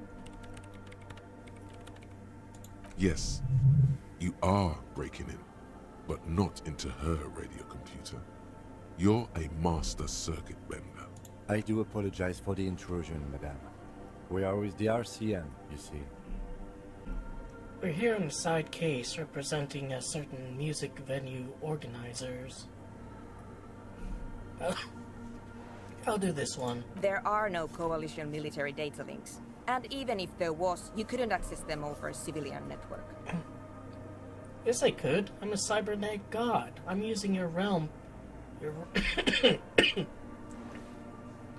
Green Perfect to commandeer coalition warship Archer. I will turn its cannons against its masters. That's nonsense. You're just a police officer. Now please give me some room. I need 2 seconds to see that you haven't destroyed anything. We should talk to her after she has rebooted the machine. 1, 2. What is it? Hey, are you the lead programmer of We're Untethered by any chance? Yes. Or no. Not anymore. That project is dead. She doesn't seem surprised to be recognized. Rather sad. Something passes over her face before she straightens her back. Didn't break anything, did I? No, you just printed out my personal log and wasted some paper. Sorry, but who are you? What are you doing here? I am Soona Luukkanen-Kilde, the former lead programmer of Fortress Accident and RSA radios. I have over 16 years of programming experience, and I'm proficient in both Vox and Orbis languages. If you're not here to hire me, I don't really know how I can help you. Did she say over 16 years of experience? She must have started programming when she was still a teenager. Have you seen the Crab Man? Nope. But you know he's around. Yes. He must have seen you. And? And the Crab Man has seen you. I don't care. I don't care about crabmen. Wow, she really doesn't. Not afraid, this one. Why are there so many machines in this place? I brought them here. These are my machines. Please don't touch anything. Why do you need an antenna? I use the AR-1 as my RAIN prefix processing unit. Mm-hmm. An antenna, it is processing unit? Yes. You really don't know anything about radio computers, do you? I know little. All right. Well, all radio computers perform operations up on air. So in order to gain more processing power, you need to invest in a good antenna. And the AR-1, it's a good antenna? I guess it is. So far, I've been quite satisfied with it. Martinez is an unstable region with bad coverage, and the operation has been surprisingly stable. But it's not the cheapest one on the market. So I wouldn't recommend it for your regular red tape operations. Fraser 1000 is a foolproof line for civilians. Anyway, you should do some research before you decide to buy anything. Ask around, compare the prices. There are many milieus dedicated to that sort of thing. She liked telling me this. It calmed her nerves. What are you doing with your radio computer? I'm working. The machine seems almost alien with its pulsing core. The light casting her face in a strange shadow. Working on what? Could you just shh for a moment? Or get to the point. I really need to focus on something. Isn't your RAM perfect radio computer made exclusively for government use? So you do know something about computers. You're right. Prefect is used mostly by the government peeps. So why do you have it? Because I needed something good for my investigation, and RAIN Civic is widely agreed to be below all standards. So I had to upgrade. Besides, owning a RAIN Prefect isn't such a big deal anymore. No, actually, it is kind of a big deal. You don't see RAIN Prefects in every police department, for example. How'd you get your hands on it? I know a friend of a friend who used to freelance for the Coalition. I was actually aiming for the military-grade RAIN Rational series, but couldn't find one. Prefect is mainly based on the same technology as RAIN Civic, so it's kind of a rip-off. But it does have better compatibility with newer antenna models, so I won't complain. What about those bowls of water over there? They are connected to my RAIN Prefect. Whatever you do, just please don't move them, okay? Thanks. Can I drink from them? Short and terse. There you have it. Whatever she's using them for, they're hers. Great. What are you doing in an abandoned church? You really like those questions, don't you? There have been complaints from your neighbors. I'm conducting scientific research here. You can't throw me out. What research? I'm looking for the location of a 2mm hole in the world. Wait, what? She's looking for a disruption in the radio waves. That's what her personal log said. The lieutenant raises his brows, but doesn't say anything. Is the hole connected to a data loss in your journal? Yes, that's what led me here. But I suspect it might be something a bit more complicated than that. A hole in the world? What does that mean exactly? Exactly. What does it mean? Up to now, it has been impossible to say what it is because it's impossible to measure nothing. What do you think it is? What qualities does nothing have? Easy. You measure it by the world around it. You measure it by collecting data on its surroundings, on that which exists. Exactly. Very true. That's what I've been aiming for. That's why I have those basins. I've tried using hydrotransducers to record the silence, to find out where it begins. Hydrotransducers. So that's what those water basins are. Devices for recording sound through water. But honestly, it's not progressing very well. Do you have any idea where the hole might be located? Somewhere underneath those roof beams, I assume. Only a faint crisscross of rafters can be made out from the dark. Most of the tower disappearing into the shade. Strange things may flourish in the dark. Why there? There's this place at the back of the church. A place where all audible vibrations seem to decease. I've named it the Swallow. And the higher you go, the less you record. The Pillar of Silence? Are you sure it's not just an architectural quirk? Maybe, but it's oddly close to the physical coordinates of the data loss that led me to this place. This is where the Crabman lives. I know. The lighting changed pretty suddenly. You don't think the Crabman might be somehow responsible here? No, I don't. She sounds mildly annoyed by this line of questioning. Her hands typing hundreds of commands into the machine. You said your research isn't going well. Why not? Because it's just trial and error. Trying to locate the Swallow, the exact point in space. And I don't have a... You know what? It would be really helpful if you could just stop talking and let me work. Great. Thanks. How do you feel about andonic dance music? What? I bet she hasn't even heard it. Okay, wow, that was quick. Why do you hate it? Maybe I'd have to be on drugs to get it, but to a sober mind it just sounds like uninspired rug whipping. No idea what it has to do with either dancing or music. But how do you feel about club for andonic dance music? This is about those speed freaks in the tent, isn't it? I've got some news for you. It's not a nightclub they want to build here. Then what do they want to build then? Take a guess, why don't you?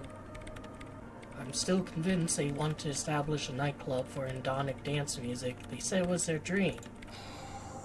I can't believe they got you so easily. Go have another talk with those up-and-coming entrepreneurs, will you? Thanks. Good luck. I'm not coming in there.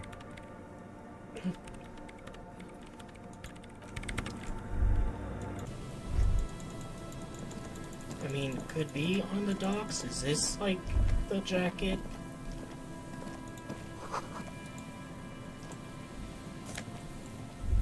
Filthy jacket.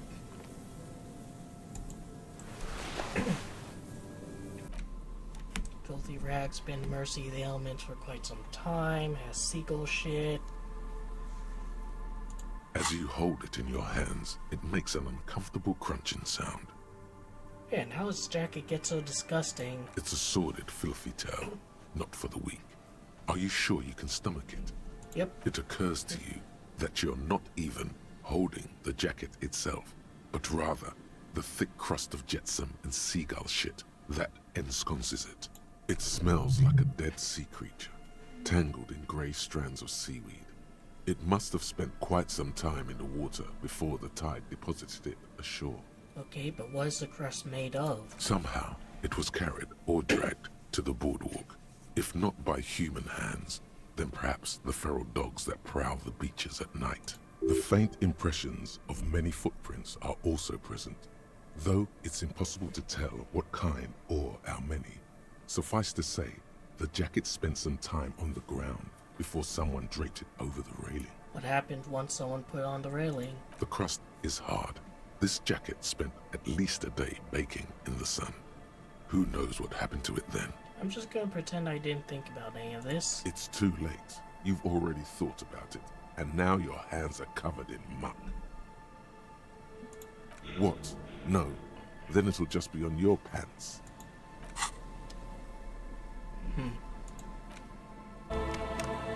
Jacket.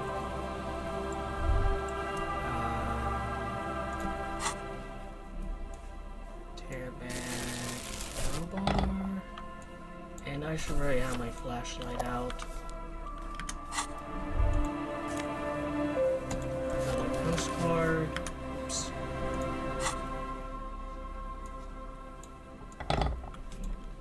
Bag and flashlight combo. Anything else? This is the last of the traps. The reeds hiss and shake in the darkness. The later it gets, the colder. The trap feels light and silent as you pick it up. Something is different here. No locust. No phasmid either, but still. It's empty. Morrow didn't leave it. Look closer Well, still. the bait worked on something. This doesn't mean it was a reed monster, though. Unless you see one in there, I just see an empty trap. The netting is a little untidy, messier than the others. Like someone or something picked the trap up and shook it before dropping it back down on the ground. Actually, I do get the feeling that someone or something may have messed with the trap. Perhaps our cryptozoologists have competition in the form of an actual entomologist, or someone else is sabotaging them. I could present more theories, but then I would be taking this on as a case, which I'm not. You're right, but they still need to know. Okay, but after that we get back to our own assignments. There is no justification for this detour at this point of our investigation.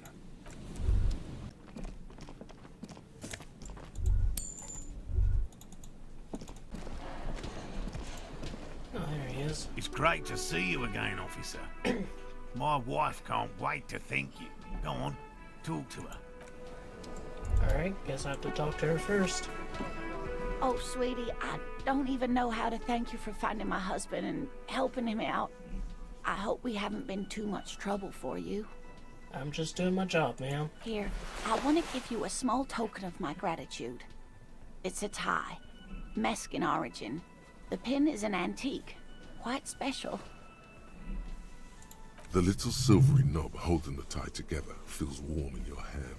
It's in the shape of an avian skull with 8 eyes. You could ask her about this when you get the time.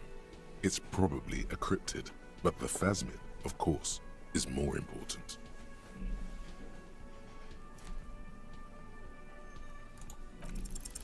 You're an enthusiastic idiot, but you're still an idiot. I want to know everything about cryptids. Living cryptids, extinct cryptids, marine cryptids, land cryptids. We don't have time for Cryptozoology 101. Let's get back to work, shall we? 92%. And it failed. You can see Nothing why. like the gratitude of a good woman. Now then, what can I do for you? Gives you a gruff pound on the shoulder. You can see why I kind of prefer the Fallout New Vegas, like, skill check over this and Fallout 3. Because, hey, it's nice if, like, 50-50, you make the shot and you land it, but it really sucks when it's like 92% and you fail. He tries to play it cool, remain professorial, but inside, this man is itching for some news on those traps. Have you noticed anything off about your friend Gary? No. No, of course not. Why? Are you sure? Well, he's been a little unenthusiastic about the trip. More so than usual. That's understandable. He just wants to get home and warm up. He doesn't want to say it, but this is unusual. Gary's been to the jungle with him, to places way more challenging than the coast. Why so eager to go home? So he checked all the traps? Good. Okay. And one of them was empty. Completely empty? Yeah, there's nothing in a trap. No locusts, no phasmid. No locusts? No phasmid either? That's not ideal, but... The empty trap was the one at your campsite. Maybe this factors into it somehow? I definitely left that one stocked. Right from the campsite? Just means the Insulindian phasmid is even more clever than we thought. She's engaging in a well-known self-deception called motivated reasoning. You should correct them. Of course, more clever. Yes, the Phantasmadeia picked off the locust and escaped. This is good news, though we'll have to reconsider the design of the traps, make them more secure. Another trip to the reeds. Yep, you can go do that. Be sarcastic. Unless you have an alternative hypothesis you'd like to venture, mine stands, okay? Actually, no. Excuse me for getting emotional. This is a big deal for us. You've helped us twice now, and brought some great news too. My gratitude, and the gratitude of the Société Cryptozoologique de Ravachol, is yours. Heartfelt gratitude. But does it feel like closure? What really happened? Thank you, it's an honor. We should probably return to our main investigation here. This has been refreshing, but... Helping cryptozoologists isn't really a priority for our organization, is it? The lieutenant looks out the window, impatiently. Damn it, Lieutenant. Have you no intellectual curiosity?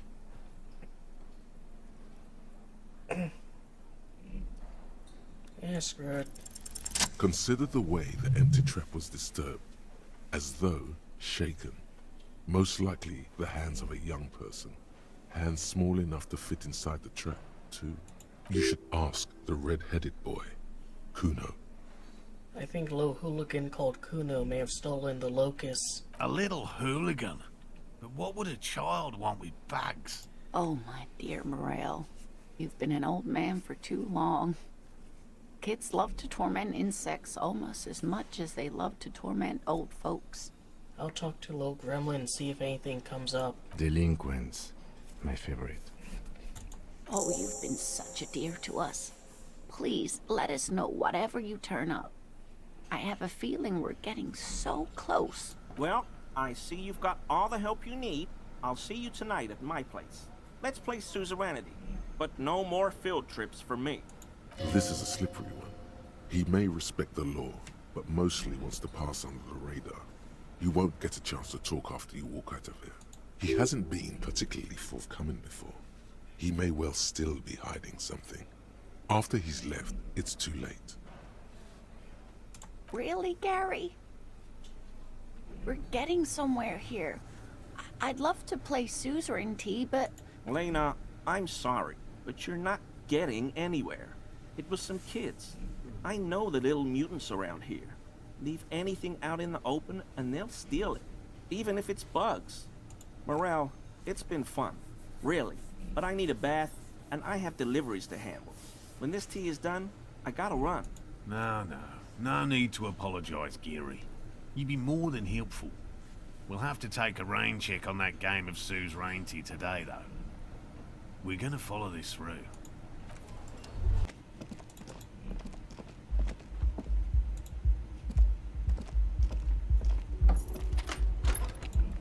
I still have access to his room. Although I guess, like, look at a broken window. Kim also tries not to look at the pile of taped viscera on the carpet, or the weird suitcase on the hat rack, or the potted plant dying in the corner. But it's all just too morbid to ignore. The man is finding it hard not to trip on the tape, and not to send any of the bottles rolling across the floor.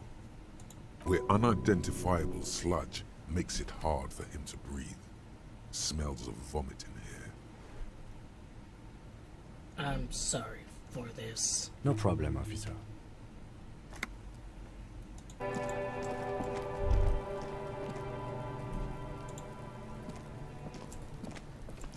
Kuno's like Kuno's dad. Kuno doesn't give a fuck about anything. You wouldn't happen to know anything about missing locusts? No, Kuno doesn't give a fuck about bugs. So he knows locusts are bugs. Oh my god, I told you that shit is lame! Shut up, see. Now they're gonna take you to lame prison! She sounds like she's about to cry, out of disappointment at Kuno's newfound lameness. You kids are in trouble. Deny everything, Kuno. You need to lawyer up. Kuno's not gonna say anything without his lawyer present. There's definitely something going on here. Maybe he's got them stashed somewhere nearby, in some hidden place. There's a suspicious shack in the eastern corner of the yard. Gear. An inconspicuous pile of the roofing material, Eternite. No.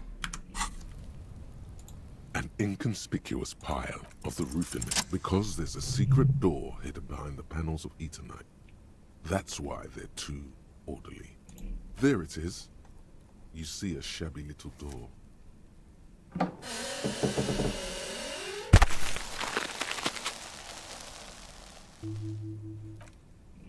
What is this, then?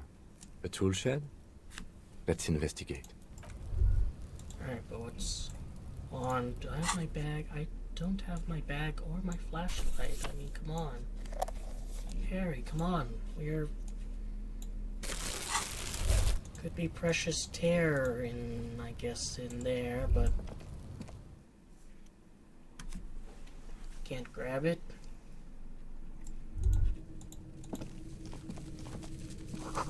It's crawling with locusts in the air.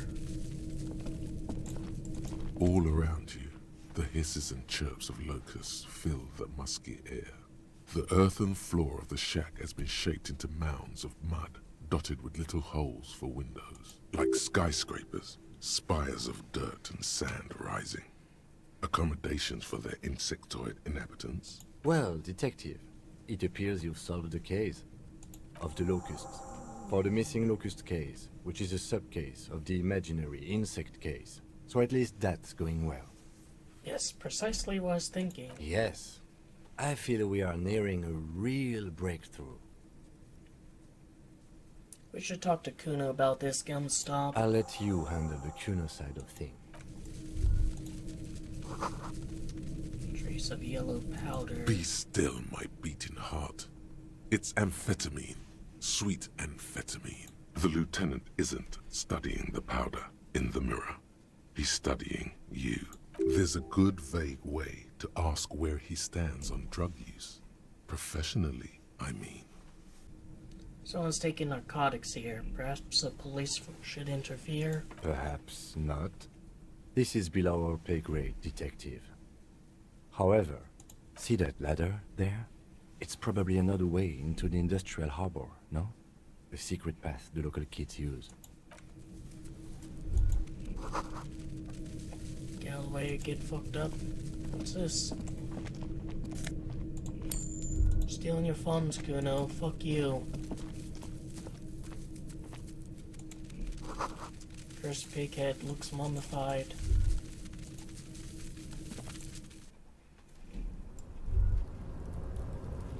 Oh. Now we're up here.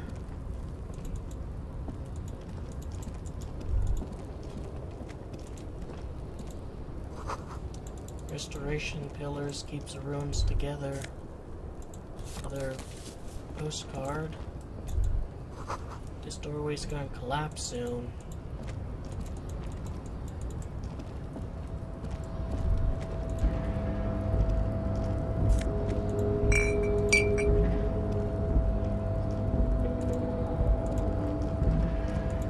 Oh yeah, this is up here.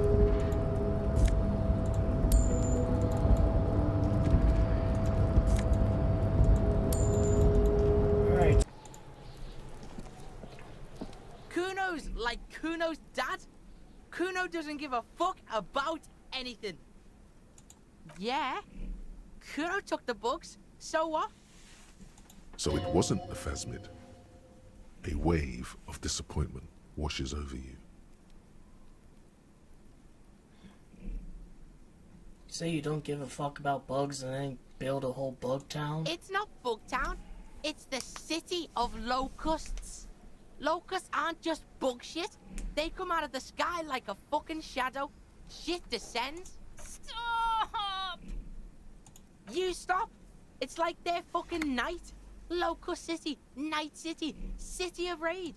There's a tug of war over the name of his fantastical city. It's almost too big for his imagination. The girl forces herself to watch again, the corners of her eyes twitching from discomfort. What, are you some kind of artist now? Maybe I am. Did he just say I? Kuno usually calls Kuno, Kuno.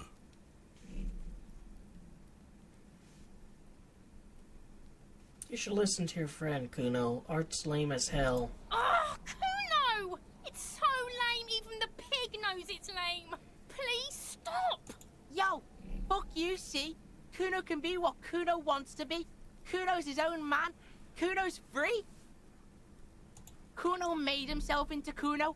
Kuno can make himself into anything. Kuno can make himself into a pig if he wants. Kuno can make himself into a... Kuno doesn't give a shit. Well, why don't you do it? Don't make yourself into a pig, Kuno. You'll have to take me away. In it, you hear snow melting, dripping from the eaves. someone closing a window. That depends on the choices you make, young girl. Without a word, she disappears entirely behind the fence. For once, the boy is lost for words. He turns completely red now, with splotches of white beginning to appear across his face. Use this momentary confusion to take control of the situation. You got him. Now convince him to leave the cryptozoologist's traps alone.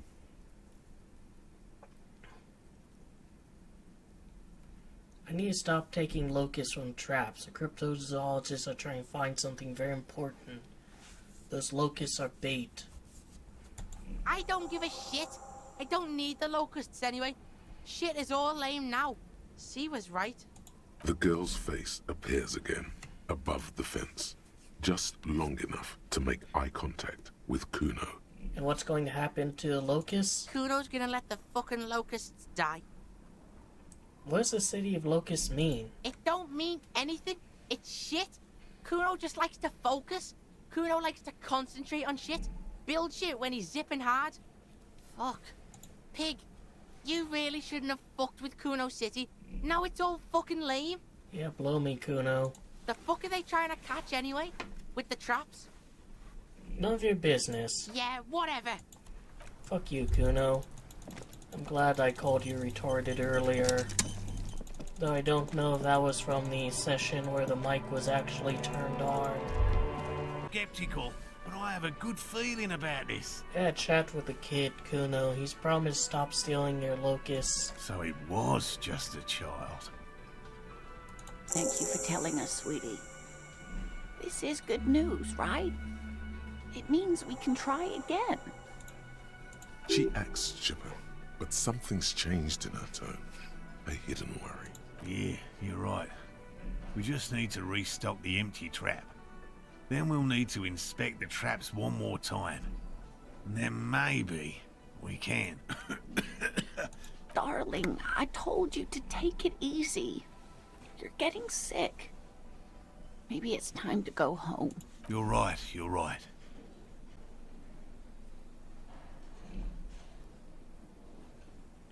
I'll restock We are getting really carried away with this, aren't we?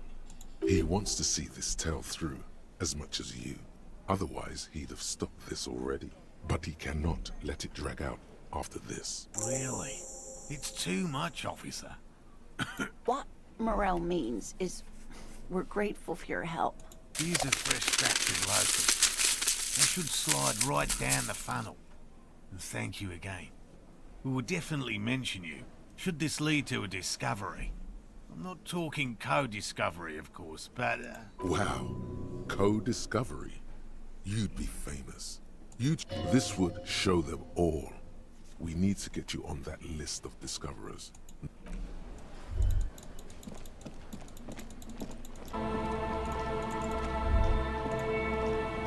The trap stands empty near the room. The locusts, dazed from being transported, slowly begin to acclimate to their new surroundings. They're not really going to get the chance to get comfortable here. Good. Now that's done. When do you think we will return to our impending apocalypse of a murder investigation? Don't answer that. It was a rhetorical question. He doesn't want to. But if there is one more cryptozoological runaround, he must force the investigation back on track.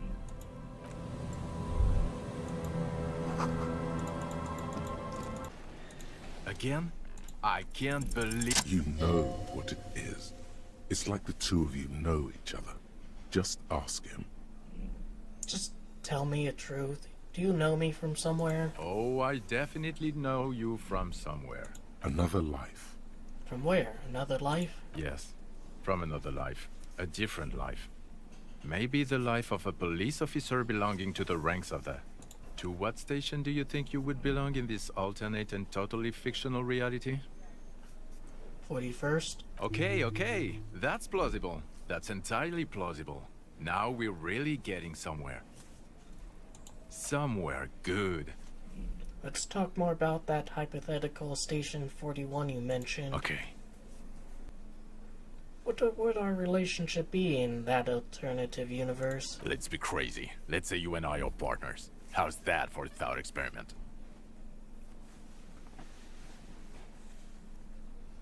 You seem like a cool guy. Love to have you as a partner. Would you now, or would I be cramping your style? Never mind. Partner. Oh, actually, you would cramp my style. Oh god, I'd hate for that to happen.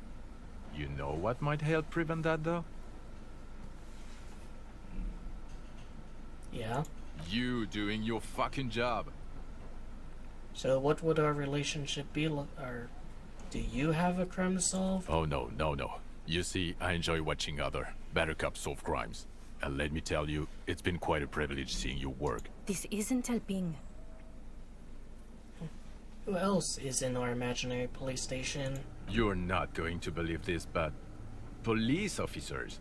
Yes, sir. Solving crimes, locking up bad guys, and get this, and not getting that drink on at 2 o'clock. Just some regular boring motherfuckers in suits and uniforms. Nothing spectacularly extravagant like you, the far-out son of Long. And who's the far-out son of Long? Oh, it's you eccentric genius.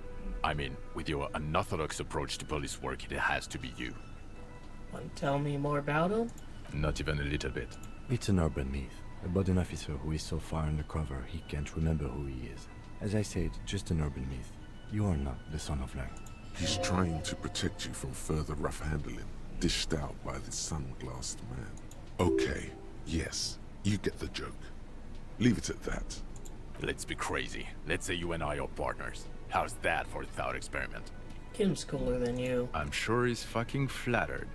But Kim is not part of his thought experiment. In this one, we're partners. The lieutenant is silent. Seem like a bit of a drag. No offense, but I could do better. None taken, my friend. None taken. Let's be honest. There's been some purely fictional talk in our imaginary station in regards of who'd even be worthy of your partnership. And the conclusion is that a man with your caliber should form...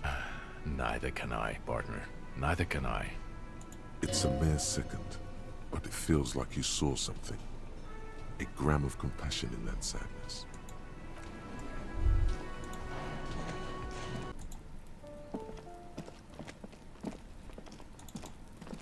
Well, look who's out here having a smoke. Gendarmerie, you found me. His slender figure is backlit by city lights, its distant streets and motorways flashing like diamonds. It feels like a Friday. He seems to be in a good mood tonight. Yeah, clean leg lesson. Beautiful. So tell me, are you here to make things right again? That's what I'm aiming for, yeah. Beautiful. I have some good news for you. My Sunday friend is visiting me tonight. I told him about you and he'd like to say hello. Step in. He's already waiting. By the way, I'm really digging the view here. Mm-hmm. That's why I chose this place. Martin... Wait. Suddenly you are digging things? It's Friday night tonight. Feels like Friday. Yeah, it does feel like the end of the week. Such gentle weather. Why would I want to meet your friend? Trust me, you do. Alright, I'll talk to him. That's nice, but I don't have anything to tell you. It's my friend you're looking for, not me. He takes another drag of his unfiltered cigarette and looks around. It's getting dark and the neighboring windows have lit up, one by one. Downstairs, a cat crosses the yard, disappearing into the bush. Besides, I've got to run. He's going to leave you alone again. That's sad. I just found you again. Just look at it. It's a beautiful night. Who's going to stay in on a night like this? Alright, but only if you promise we'll talk again. It's important. Something flutters in the corner of the lieutenant's mouth as you're saying those words. We'll talk. Just take care, alright? New skill point. That's what I like to see.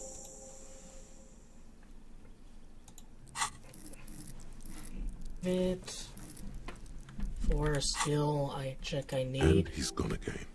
Looks like it's becoming a theme for him. Right after you.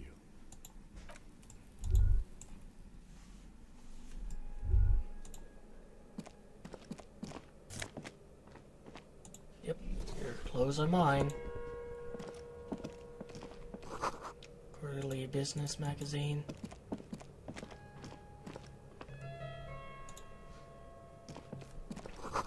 Flyers for underground parties. Dishes soaked up on pot. Dates for open lectures at local university. Empty ashtray.